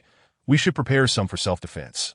Huang Wen distributed the gene fragments and handed the remaining 50 or so to Yang Xiao. Many of the girls were receiving gene fragments for the first time, and they buzzed with excitement, rushing to Gu Bo's gene shop to purchase weapons. Yang Xiao instructed Huang Wen and the others to start a fire and grill fish while he retreated to a small tent to rest. Qin Yu and Deng Xiaojiang, having just joined the team, eagerly assisted Huang Wen, running back and forth, starting the fire, grilling fish, and tidying the camp. Most people on the playground completed their gene mutations. Their combat power increased, and their activity range gradually expanded. The ruins of the entire campus had been surveyed several times, and the thick fog that enveloped the campus had dissipated. Some teams even ventured beyond the campus, searching nearby farms, fields, and forests for food, hunting mutated creatures, and collecting gene fragments. According to Gu Bo, the more gene fragments everyone traded with the gene shop, the orange protective light on the shop's roof would continuously extend outward. Currently, the orange protective light had pushed forward about 20 meters, forming a protective circle with a radius of 70 meters centered on the jean shop.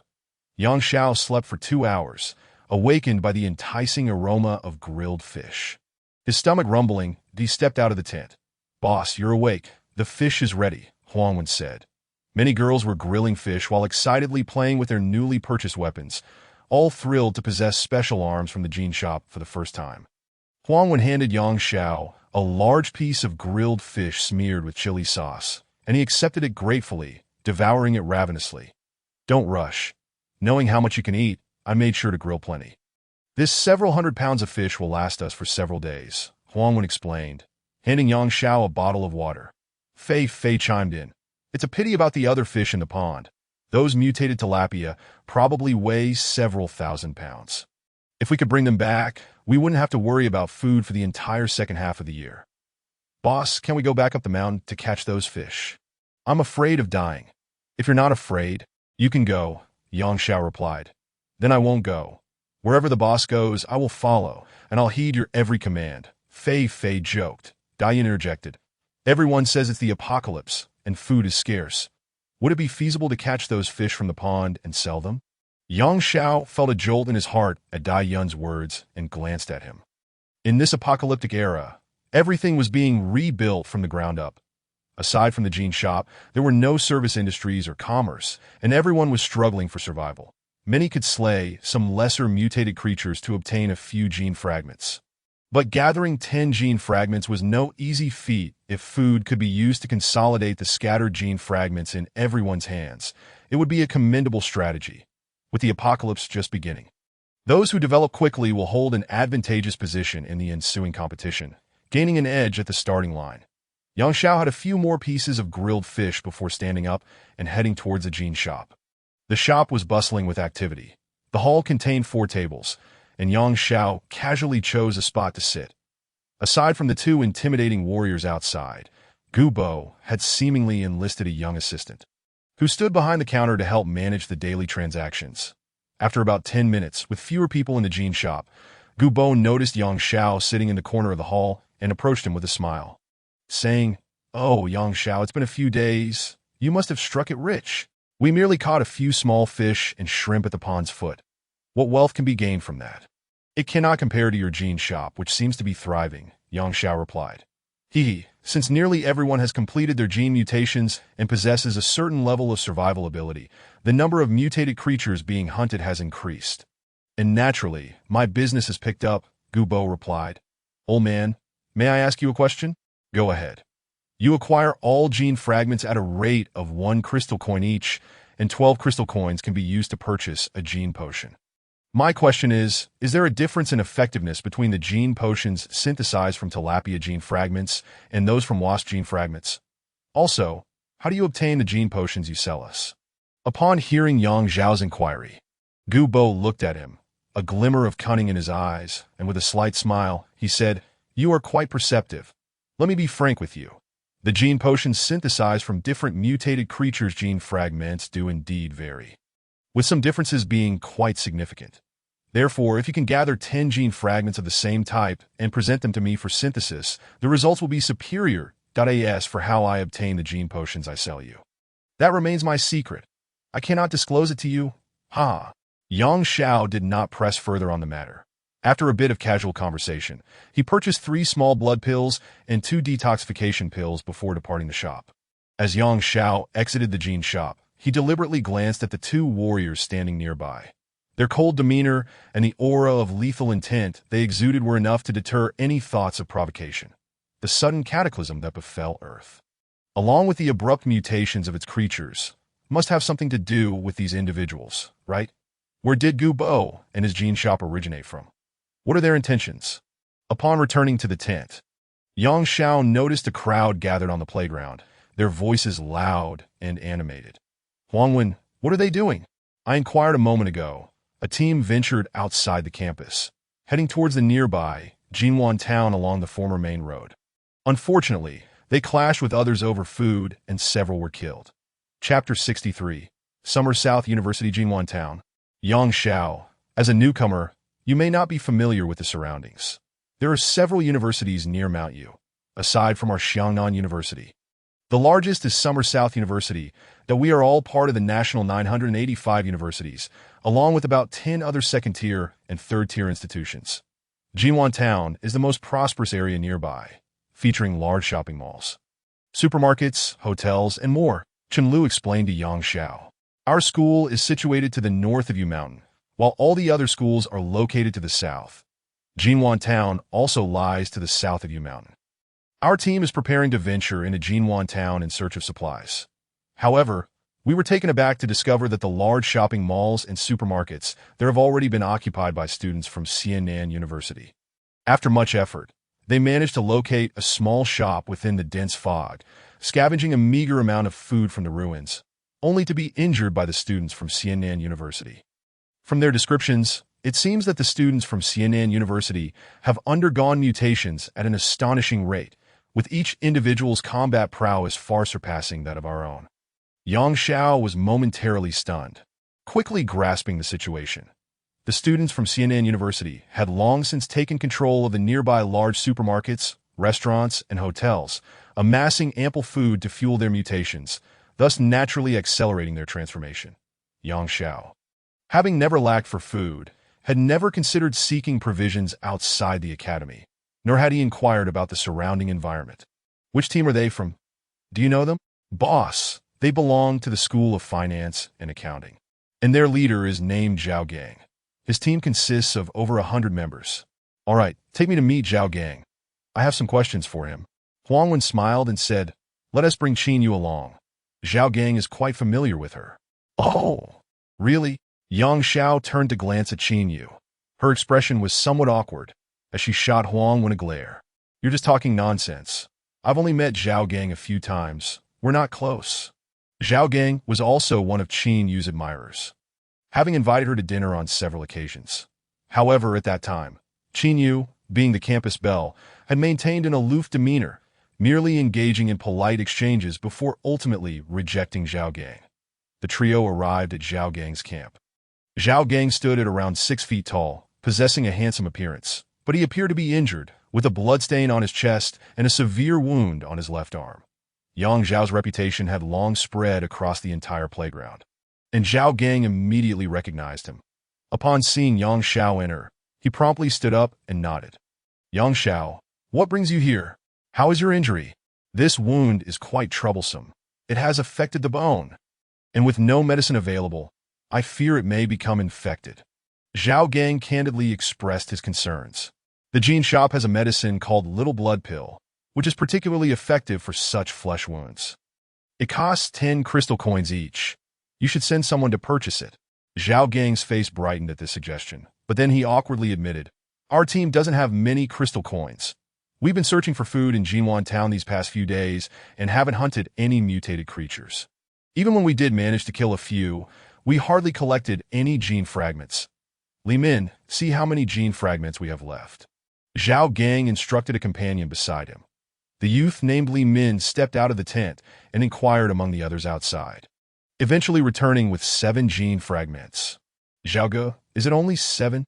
Zhao Gang sighed, saying, Li Min, why don't you take a few brothers up the mountain to hunt mutated creatures? Help me gather 10 gene fragments, and then go to the gene shop to buy a little blood pill for healing. Yang Xiao says it's very effective for treating wounds. This, Li Min hesitated. Their recent expedition to Jinwan Town had cost them several skilled team members at the hands of the Xianan University students. He and Zhao Gang, along with a handful of others, had barely managed to make it back, all severely weakened. They lacked the courage to venture back up the mountain to hunt monsters without Zhao Gang leading them. Seeing Li Min's reluctance, Zhao Gang's frustration flared. What's the matter? Can't you handle such a trivial task? Are you reluctant to heed my orders just because you see me injured? Li Min immediately turned awkward and replied, Zhao Ge, please don't misunderstand. You know, we've just undergone genetic mutations. Our abilities are limited. How could we dare to go up the mountain? Just as Zhao Gang was about to explode in anger, Yang Xiao produced a little blood pill and handed it to Zhao Gang, saying, I have a little blood pill here, but it's not a free gift. I will take your 7 crystal coins now, and you can return the remaining 3 coins to me later. Upon hearing this, Li Min quickly handed over the 7 crystal coins in his possession to Yang Xiao. Xiao Gang expressed his gratitude profusely as he accepted the little blood pill and swallowed it whole. Moments later, Xiao Gang's wounds began to heal gradually, his complexion becoming more vibrant, and his spirits lifted considerably. He unfastened his clothing to touch the healing scar on his chest, expressing his gratitude with emotion. Young Xiao, I cannot forget this life-saving grace. I owe you a debt of gratitude. Should you ever need anything in the future, I will certainly oblige. Yang Xiao waved his hand dismissively, saying, It's not such a serious matter. I'm merely selling it to you at the standard price. Remember, you still owe me 3 crystal coins. Don't forget that. Xiao Gang, taken aback, quickly responded, Of course, I'll make sure to repay you. Now that I'm healed, I'll rest for a day and then head up the mountain to hunt mutated creatures. I promise to return your coins within 3 days. There's no need to rush. By the way, I have something I'd like to ask you. That I heard that you were injured by the students from Xianan University in Jinwan Town. Could you tell me what happened at that time? For instance, what were their mutations and combat abilities like? Sigh, don't even get me started. It was a complete disaster. There were only 5 of them, and our 30 members were no match for them. Their strength, speed, and agility far exceeded ours. Xiao Gang elaborated on the events that transpired, and Yang Xiao listened with growing concern. Xiao Gang also brought forth another piece of news. The students from Xianan University had thoroughly searched the area around Jinwan Town and were now planning to extend their search beyond the town, with a focus on the main peak of Yu Mountain to hunt the large mutated beasts residing there. Apart from the main peak, Yu Mountain boasts 5 other peaks, and the pool Yang Xiao had visited a few days prior was merely one of those peaks. The phrase resource contention sprang to Yang Xiao's mind, leading him to speculate that the students from Xianan University were likely to prioritize competing for gene fragment resources at Yu Mountain. After bidding farewell to Xiao Gang, Yang Xiao exited the tent, his expression heavy with thought. Qin Yu cast a glance at him and remarked, Yang Xiao, are you worried that the students from Xianan University will get ahead of us and hunt all the mutated creatures on Yu Mountain, seizing most of the gene fragment resources? Yang Xiao halted abruptly, studying Qin Yu. This girl was far more than just a pretty face.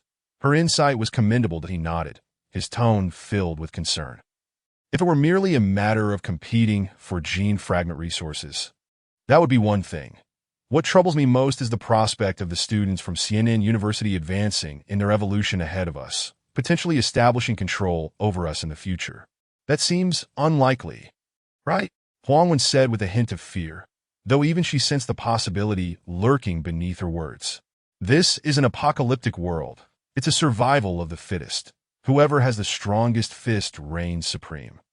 Just think, if the students from Xianan University were to dominate us and demand half of the gene fragments we acquire from the mutated creatures we hunt, who among us would have the ability to resist this? Both Huang Wen and Qin Yu were taken aback, gazing at Yang Xiao with expressions of alarm. Chapter 64. The giant serpent within the playground of Xianan University. There also exists a gene shop, albeit distinct in its features. The orange glow emanating from this gene shop extends to a radius of approximately 100 meters, surpassing that of Yang Xiao's playground by at least 30 meters. During the cataclysm, the main members of the student council at Xianan University were among the fortunate who escaped unscathed, unlike Xiangnan University.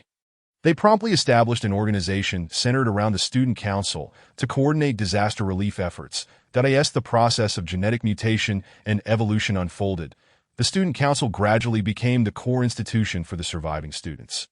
Approximately 3,000 individuals survived at Xianan University, outnumbering those at Xianan University by about 1,000. That Yang Xiao's concerns were not unfounded. At this moment, within a temporary tent on the grand playground of Xianan University, a meeting was convened.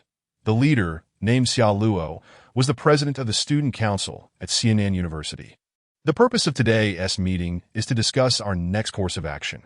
The current situation is that fewer than 3,000 individuals have survived at the school, most of whom have completed their mutations. That we have nearly exhausted the food and drinking water resources in Jinwan Town, and we have also cleared out most of the surrounding mutated creatures. However, we now face a challenge.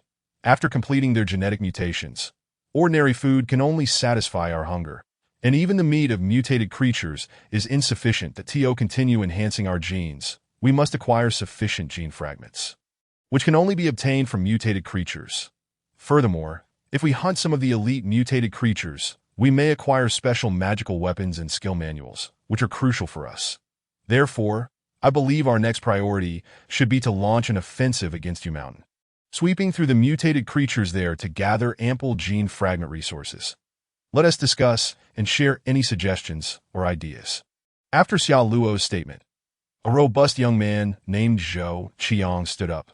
He was temporarily serving as the captain of the station team in Jinwan Town. A total of 500 students from Xianan University were stationed in Jinwan Town, having thoroughly searched the major supermarkets and transported most of the food back to their current playground. Compared to the playground at Xianan University, this one appeared well organized, equipped with security posts, logistical support, emergency response teams, and intelligence units, essentially fulfilling all necessary functions.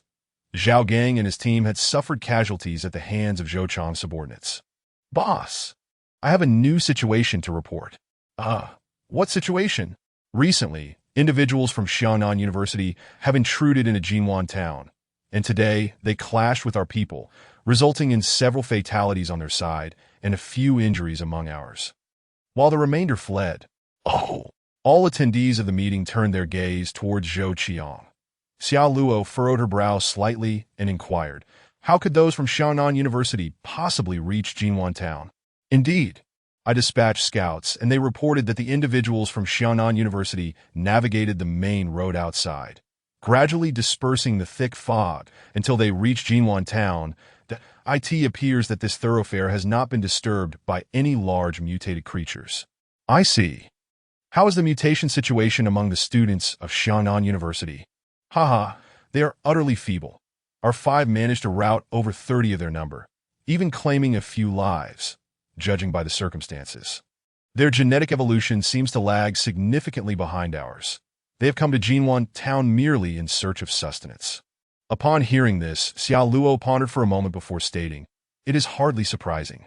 Xianan University is situated to the south of Mount Yu, in a relatively remote location, devoid of any substantial supermarkets or shopping centers, thus limiting their access to food.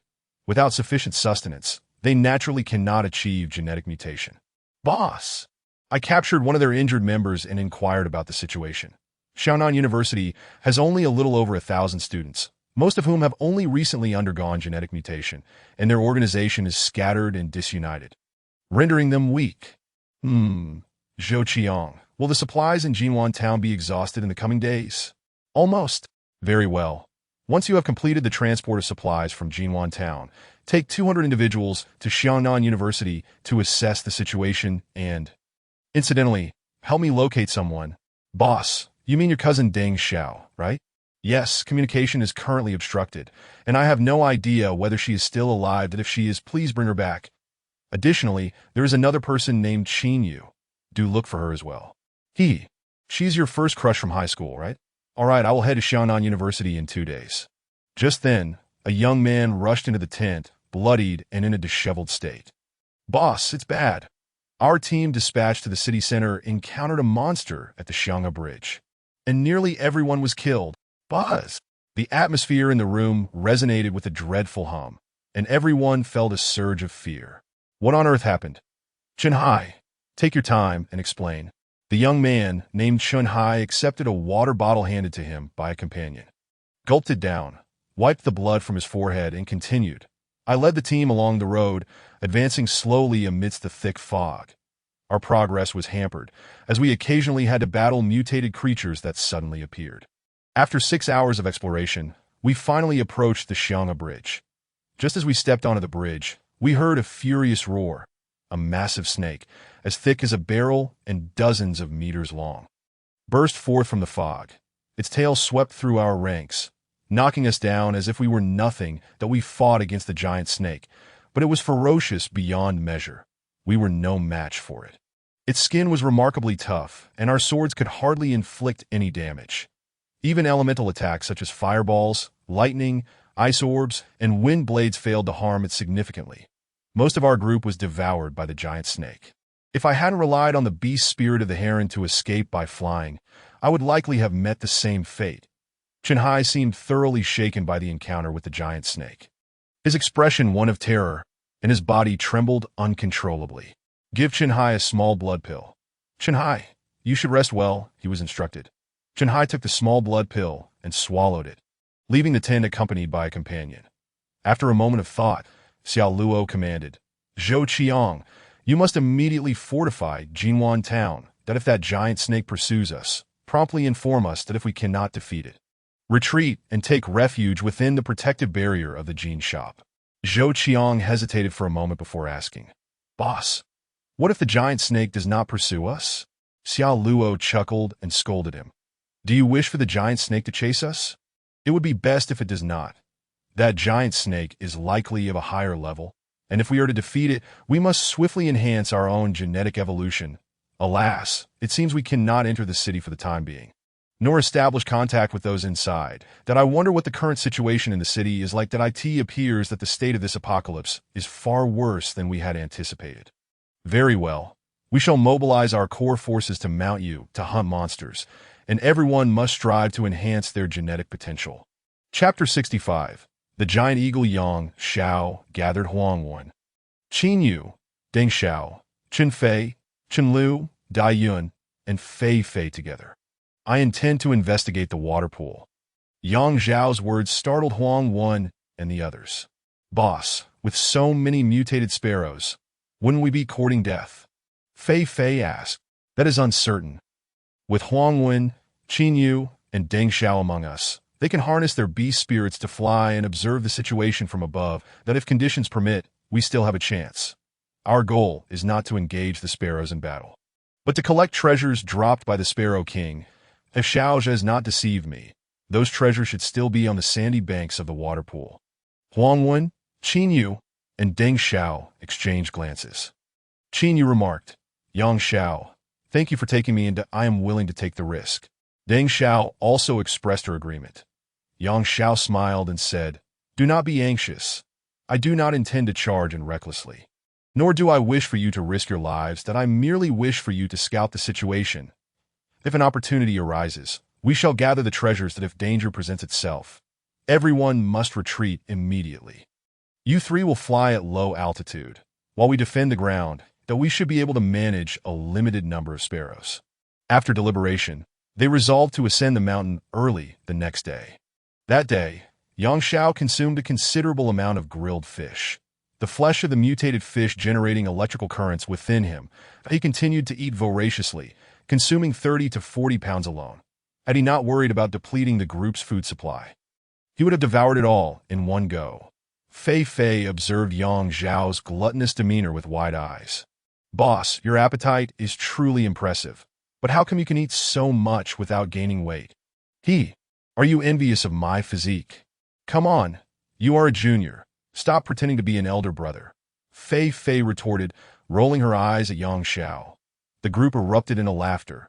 Early the next morning, Yang Xiao quietly led Huangwen and the others up the mountain. Huangwen and the others activated their beast spirits, transforming into a blue peacock, a lark, and a magpie, soaring into the sky to scout the area ahead. While Yang Xiao, accompanied by Chen Lu, Chen Fei, Dai Yun, and Fei Fei, proceeded along the main path. Moments later, they arrived within several dozen meters of the water pool, where they could faintly hear the sounds of fierce cries above. They immediately halted. What is happening? That sound is unusual. It seems to be the roar of a fierce battle. Huangwen, you three should fly over cautiously and observe the situation from a distance, without approaching too closely. Understood, boss. Huangwen and the others stealthily flew toward the water pool, utilizing the cover of nearby mountains and trees. They witnessed a thrilling scene unfolding above the water pool. A gigantic eagle, with wings spanning several dozen meters, was engaged in combat with a flock of sparrows. The piercing cries they heard were the result of the sparrows being attacked. The three of them dared not act impulsively and swiftly returned to inform Yang Xiao. Boss, what should we do? Huangwen's voice trembled slightly, overwhelmed by the sight of the colossal eagle. Yang Xiao contemplated for a moment before replying. Is the tent by the water pool still there? Yes. It is. Good. We will quietly infiltrate the tent and observe from within. Remember, do not act recklessly without my command. Anyone who disobeys will no longer be welcome in this team. Reflecting on Huang Wen's previous impulsiveness in rescuing Qinyu, Yang Xiao deemed it necessary to establish some rules of engagement. Otherwise, should someone act on their own, it could endanger everyone, potentially leading to fatalities. The group nodded in agreement and, using the cover of the fog, stealthily approached the tent by the water pool. The flock of sparrows was preoccupied with battling the eagle, situated several dozen meters from the shore, leaving them oblivious to the situation on this side. Once inside the tent, they each found a concealed spot, hiding within while peering through the tent's rips to observe the battle above the water pool. Yang Xiao noted that although the enormous eagle was fierce, the sparrows, relying on their sheer numbers, had managed to maintain a semblance of balance in the fight. However, this equilibrium did not last long, as the eagle quickly disrupted it. The massive eagle possessed not only exceptionally sharp teeth and claws, but also launched feather arrows imbued with potent energy. Several sparrows were pierced through the neck by its arrows, plummeting to the ground. The fallen sparrows landed on the muddy banks of the water pool, with a few even dropping into the central puddle, where they were swiftly devoured by enormous tilapia, leaving nothing but a cloud of feathers on the water's surface. Despite the sparrows' relentless assault, they failed to inflict significant damage on the giant eagle. At most, they managed to pluck a few feathers from it. The cries of the sparrows grew increasingly mournful.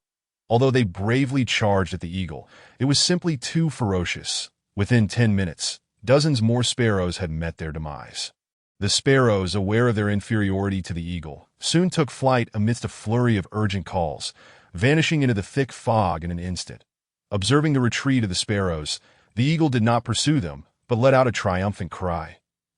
In that moment, Yang Xiao and his companions were left in utter astonishment as the enormous eagle suddenly spread its wings, diving towards the waterhole below. Its legs, as robust as tree trunks, extended, and its razor-sharp talons plunged forcefully into the water. With a splash, a massive mutated tilapia was seized from the depths, soaring into the air. Almost immediately, dozens of bony spikes erupted from the water, hurtling towards the eagle. The eagle appeared unfazed, its great wings beating powerfully as it swiftly changed direction, accelerating skyward and disappearing into the mist. My goodness! Yang Xiao gasped internally, his hands trembling slightly. This ferocious eagle was the most formidable mutated creature he had encountered thus far. He glanced at the girls beside him, all of whom were equally shaken, their faces reflecting fear. All right, everyone, heed my command. We must hurry to the beach by the waterhole, collect the fallen genetic fragments and the bodies of the sparrows. The quicker, the better. Remember, if that eagle returns, or if the sparrows come back, everyone must retreat immediately. Do not linger for even a moment over the genetic fragments, without granting anyone a chance for further explanation. Yang Xiao led the charge. Huang Wen and the others hesitated briefly before following suit, particularly Huang Wen, Qinyu, and Deng Xiao, who activated their bee souls and quickly soared ahead of Yang Xiao.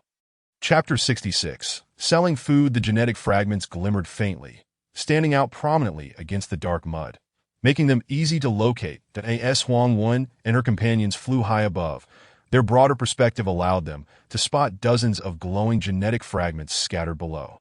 Though inconvenient for them to collect the fragments while in bird form, they could direct Yang Xiao and the others rushing behind them. Some of these fragments had been left by fish caught by the sparrows after death, while others were remnants of sparrows slain by the giant eagle.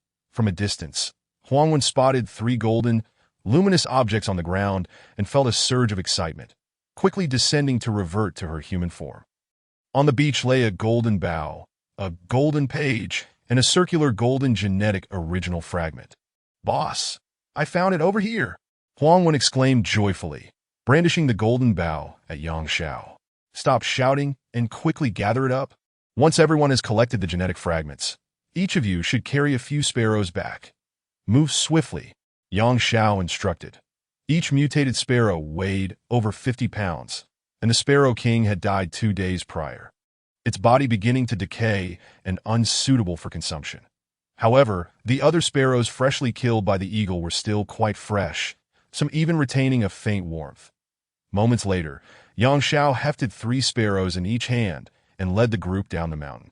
dragging 2 to 3 dozen enormous sparrows behind him. The sight of the giant eagle and the fortunate collection of numerous genetic fragments and treasures from the fallen sparrow king left everyone exhilarated. Upon returning to the camp and the playground, the sight of the giant sparrows elicited cheers from the girls, naturally drawing the attention of others in the vicinity.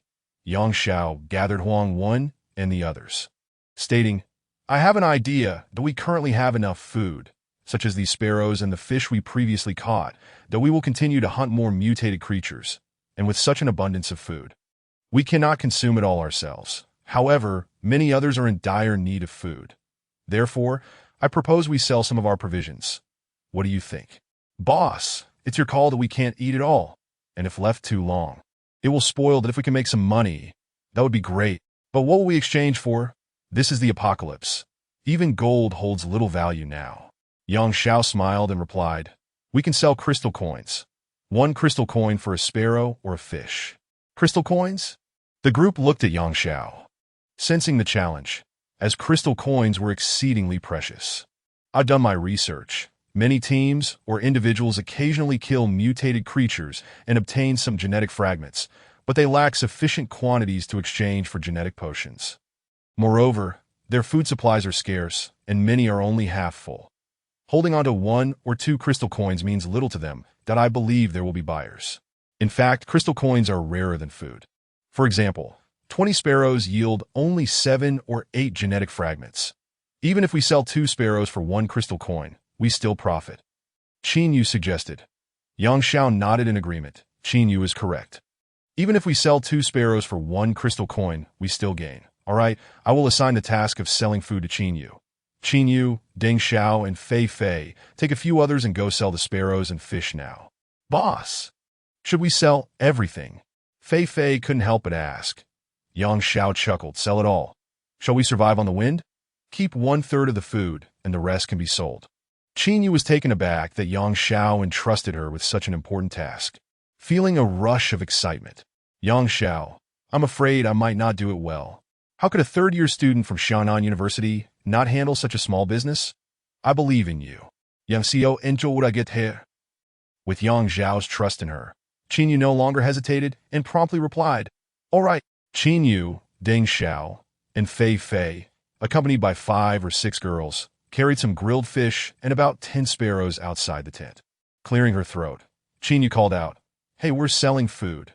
Mutated giant sparrows and large reservoir fish. Eating them promotes genetic evolution, that don't miss out." As Qin Yu shouted, the other girls joined in, and soon a crowd of over 100 gathered around them. With Qin Yu and Deng Xiao, both stunning beauties, stepping forward, an atmosphere of enticing saleswomen enveloped the scene. "Oh my, isn't that the beautiful Qin Yu? When did she join Yang Xiao's team? And Deng Xiao too. Goodness, when did Yang Xiao's team become a squad of beautiful girls? Cough. They're here to sell, not for your idle chatter. By the way, Qin Yu, how much are you selling the food for?" Qin Yu smiled immediately. "Affordable. 1 crystal coin for a sparrow or a fish." "Oh my, that is not cheap." "Exactly, too expensive. Besides, how can we have so many crystal coins?" Qin Yu laughed. "Expensive? Do you know how rare these sparrows are? If you don't believe me, go catch one and see for yourself. And this reservoir fish isn't easy to catch either. It's nothing like the ants and insects you usually eat. The energy contained in this meat is far more potent and can accelerate your genetic mutations." Qin Yu's words resonated with the crowd, and they began to see the logic in her argument. Noting that some were hesitant, wanting to buy but lacking resolve, Deng Xiao added, "I understand that crystal coins are precious, but what is the point of holding on to 1 or 2? It is better to fill your stomach first, complete your genetic mutations quickly, and when you gain greater strength, you can hunt more mutated creatures. This way, you can collect 12 genetic fragments sooner to exchange for genetic potions." Right? The charm of the 2 beauties, Qin Yu and Deng Xiao, worked wonders, and soon one young man produced a crystal coin to purchase a sparrow. "Qin Yu, I'll buy a sparrow. I can finally have a hearty meal tonight." With the first sale made, others quickly followed suit, and soon 3 or 4 individuals were pulling out crystal coins to buy food. Word of the mutated sparrows and reservoir fish for sale in the playground spread, and the crowd continued to swell. Huang counted the genetic fragments collected from the waterhole. There were a total of 26, not including the golden genetic circular fragment dropped by the Sparrow King. Boss! Here! Huang handed Yang Xiao the golden bow and a golden page. Yang Xiao took them and noted that the golden bow bore the inscription Sparrow Bow, though its specific attributes remained unknown, likely requiring identification at the genetic shop. The golden page was inscribed with the words Feathered Arrow.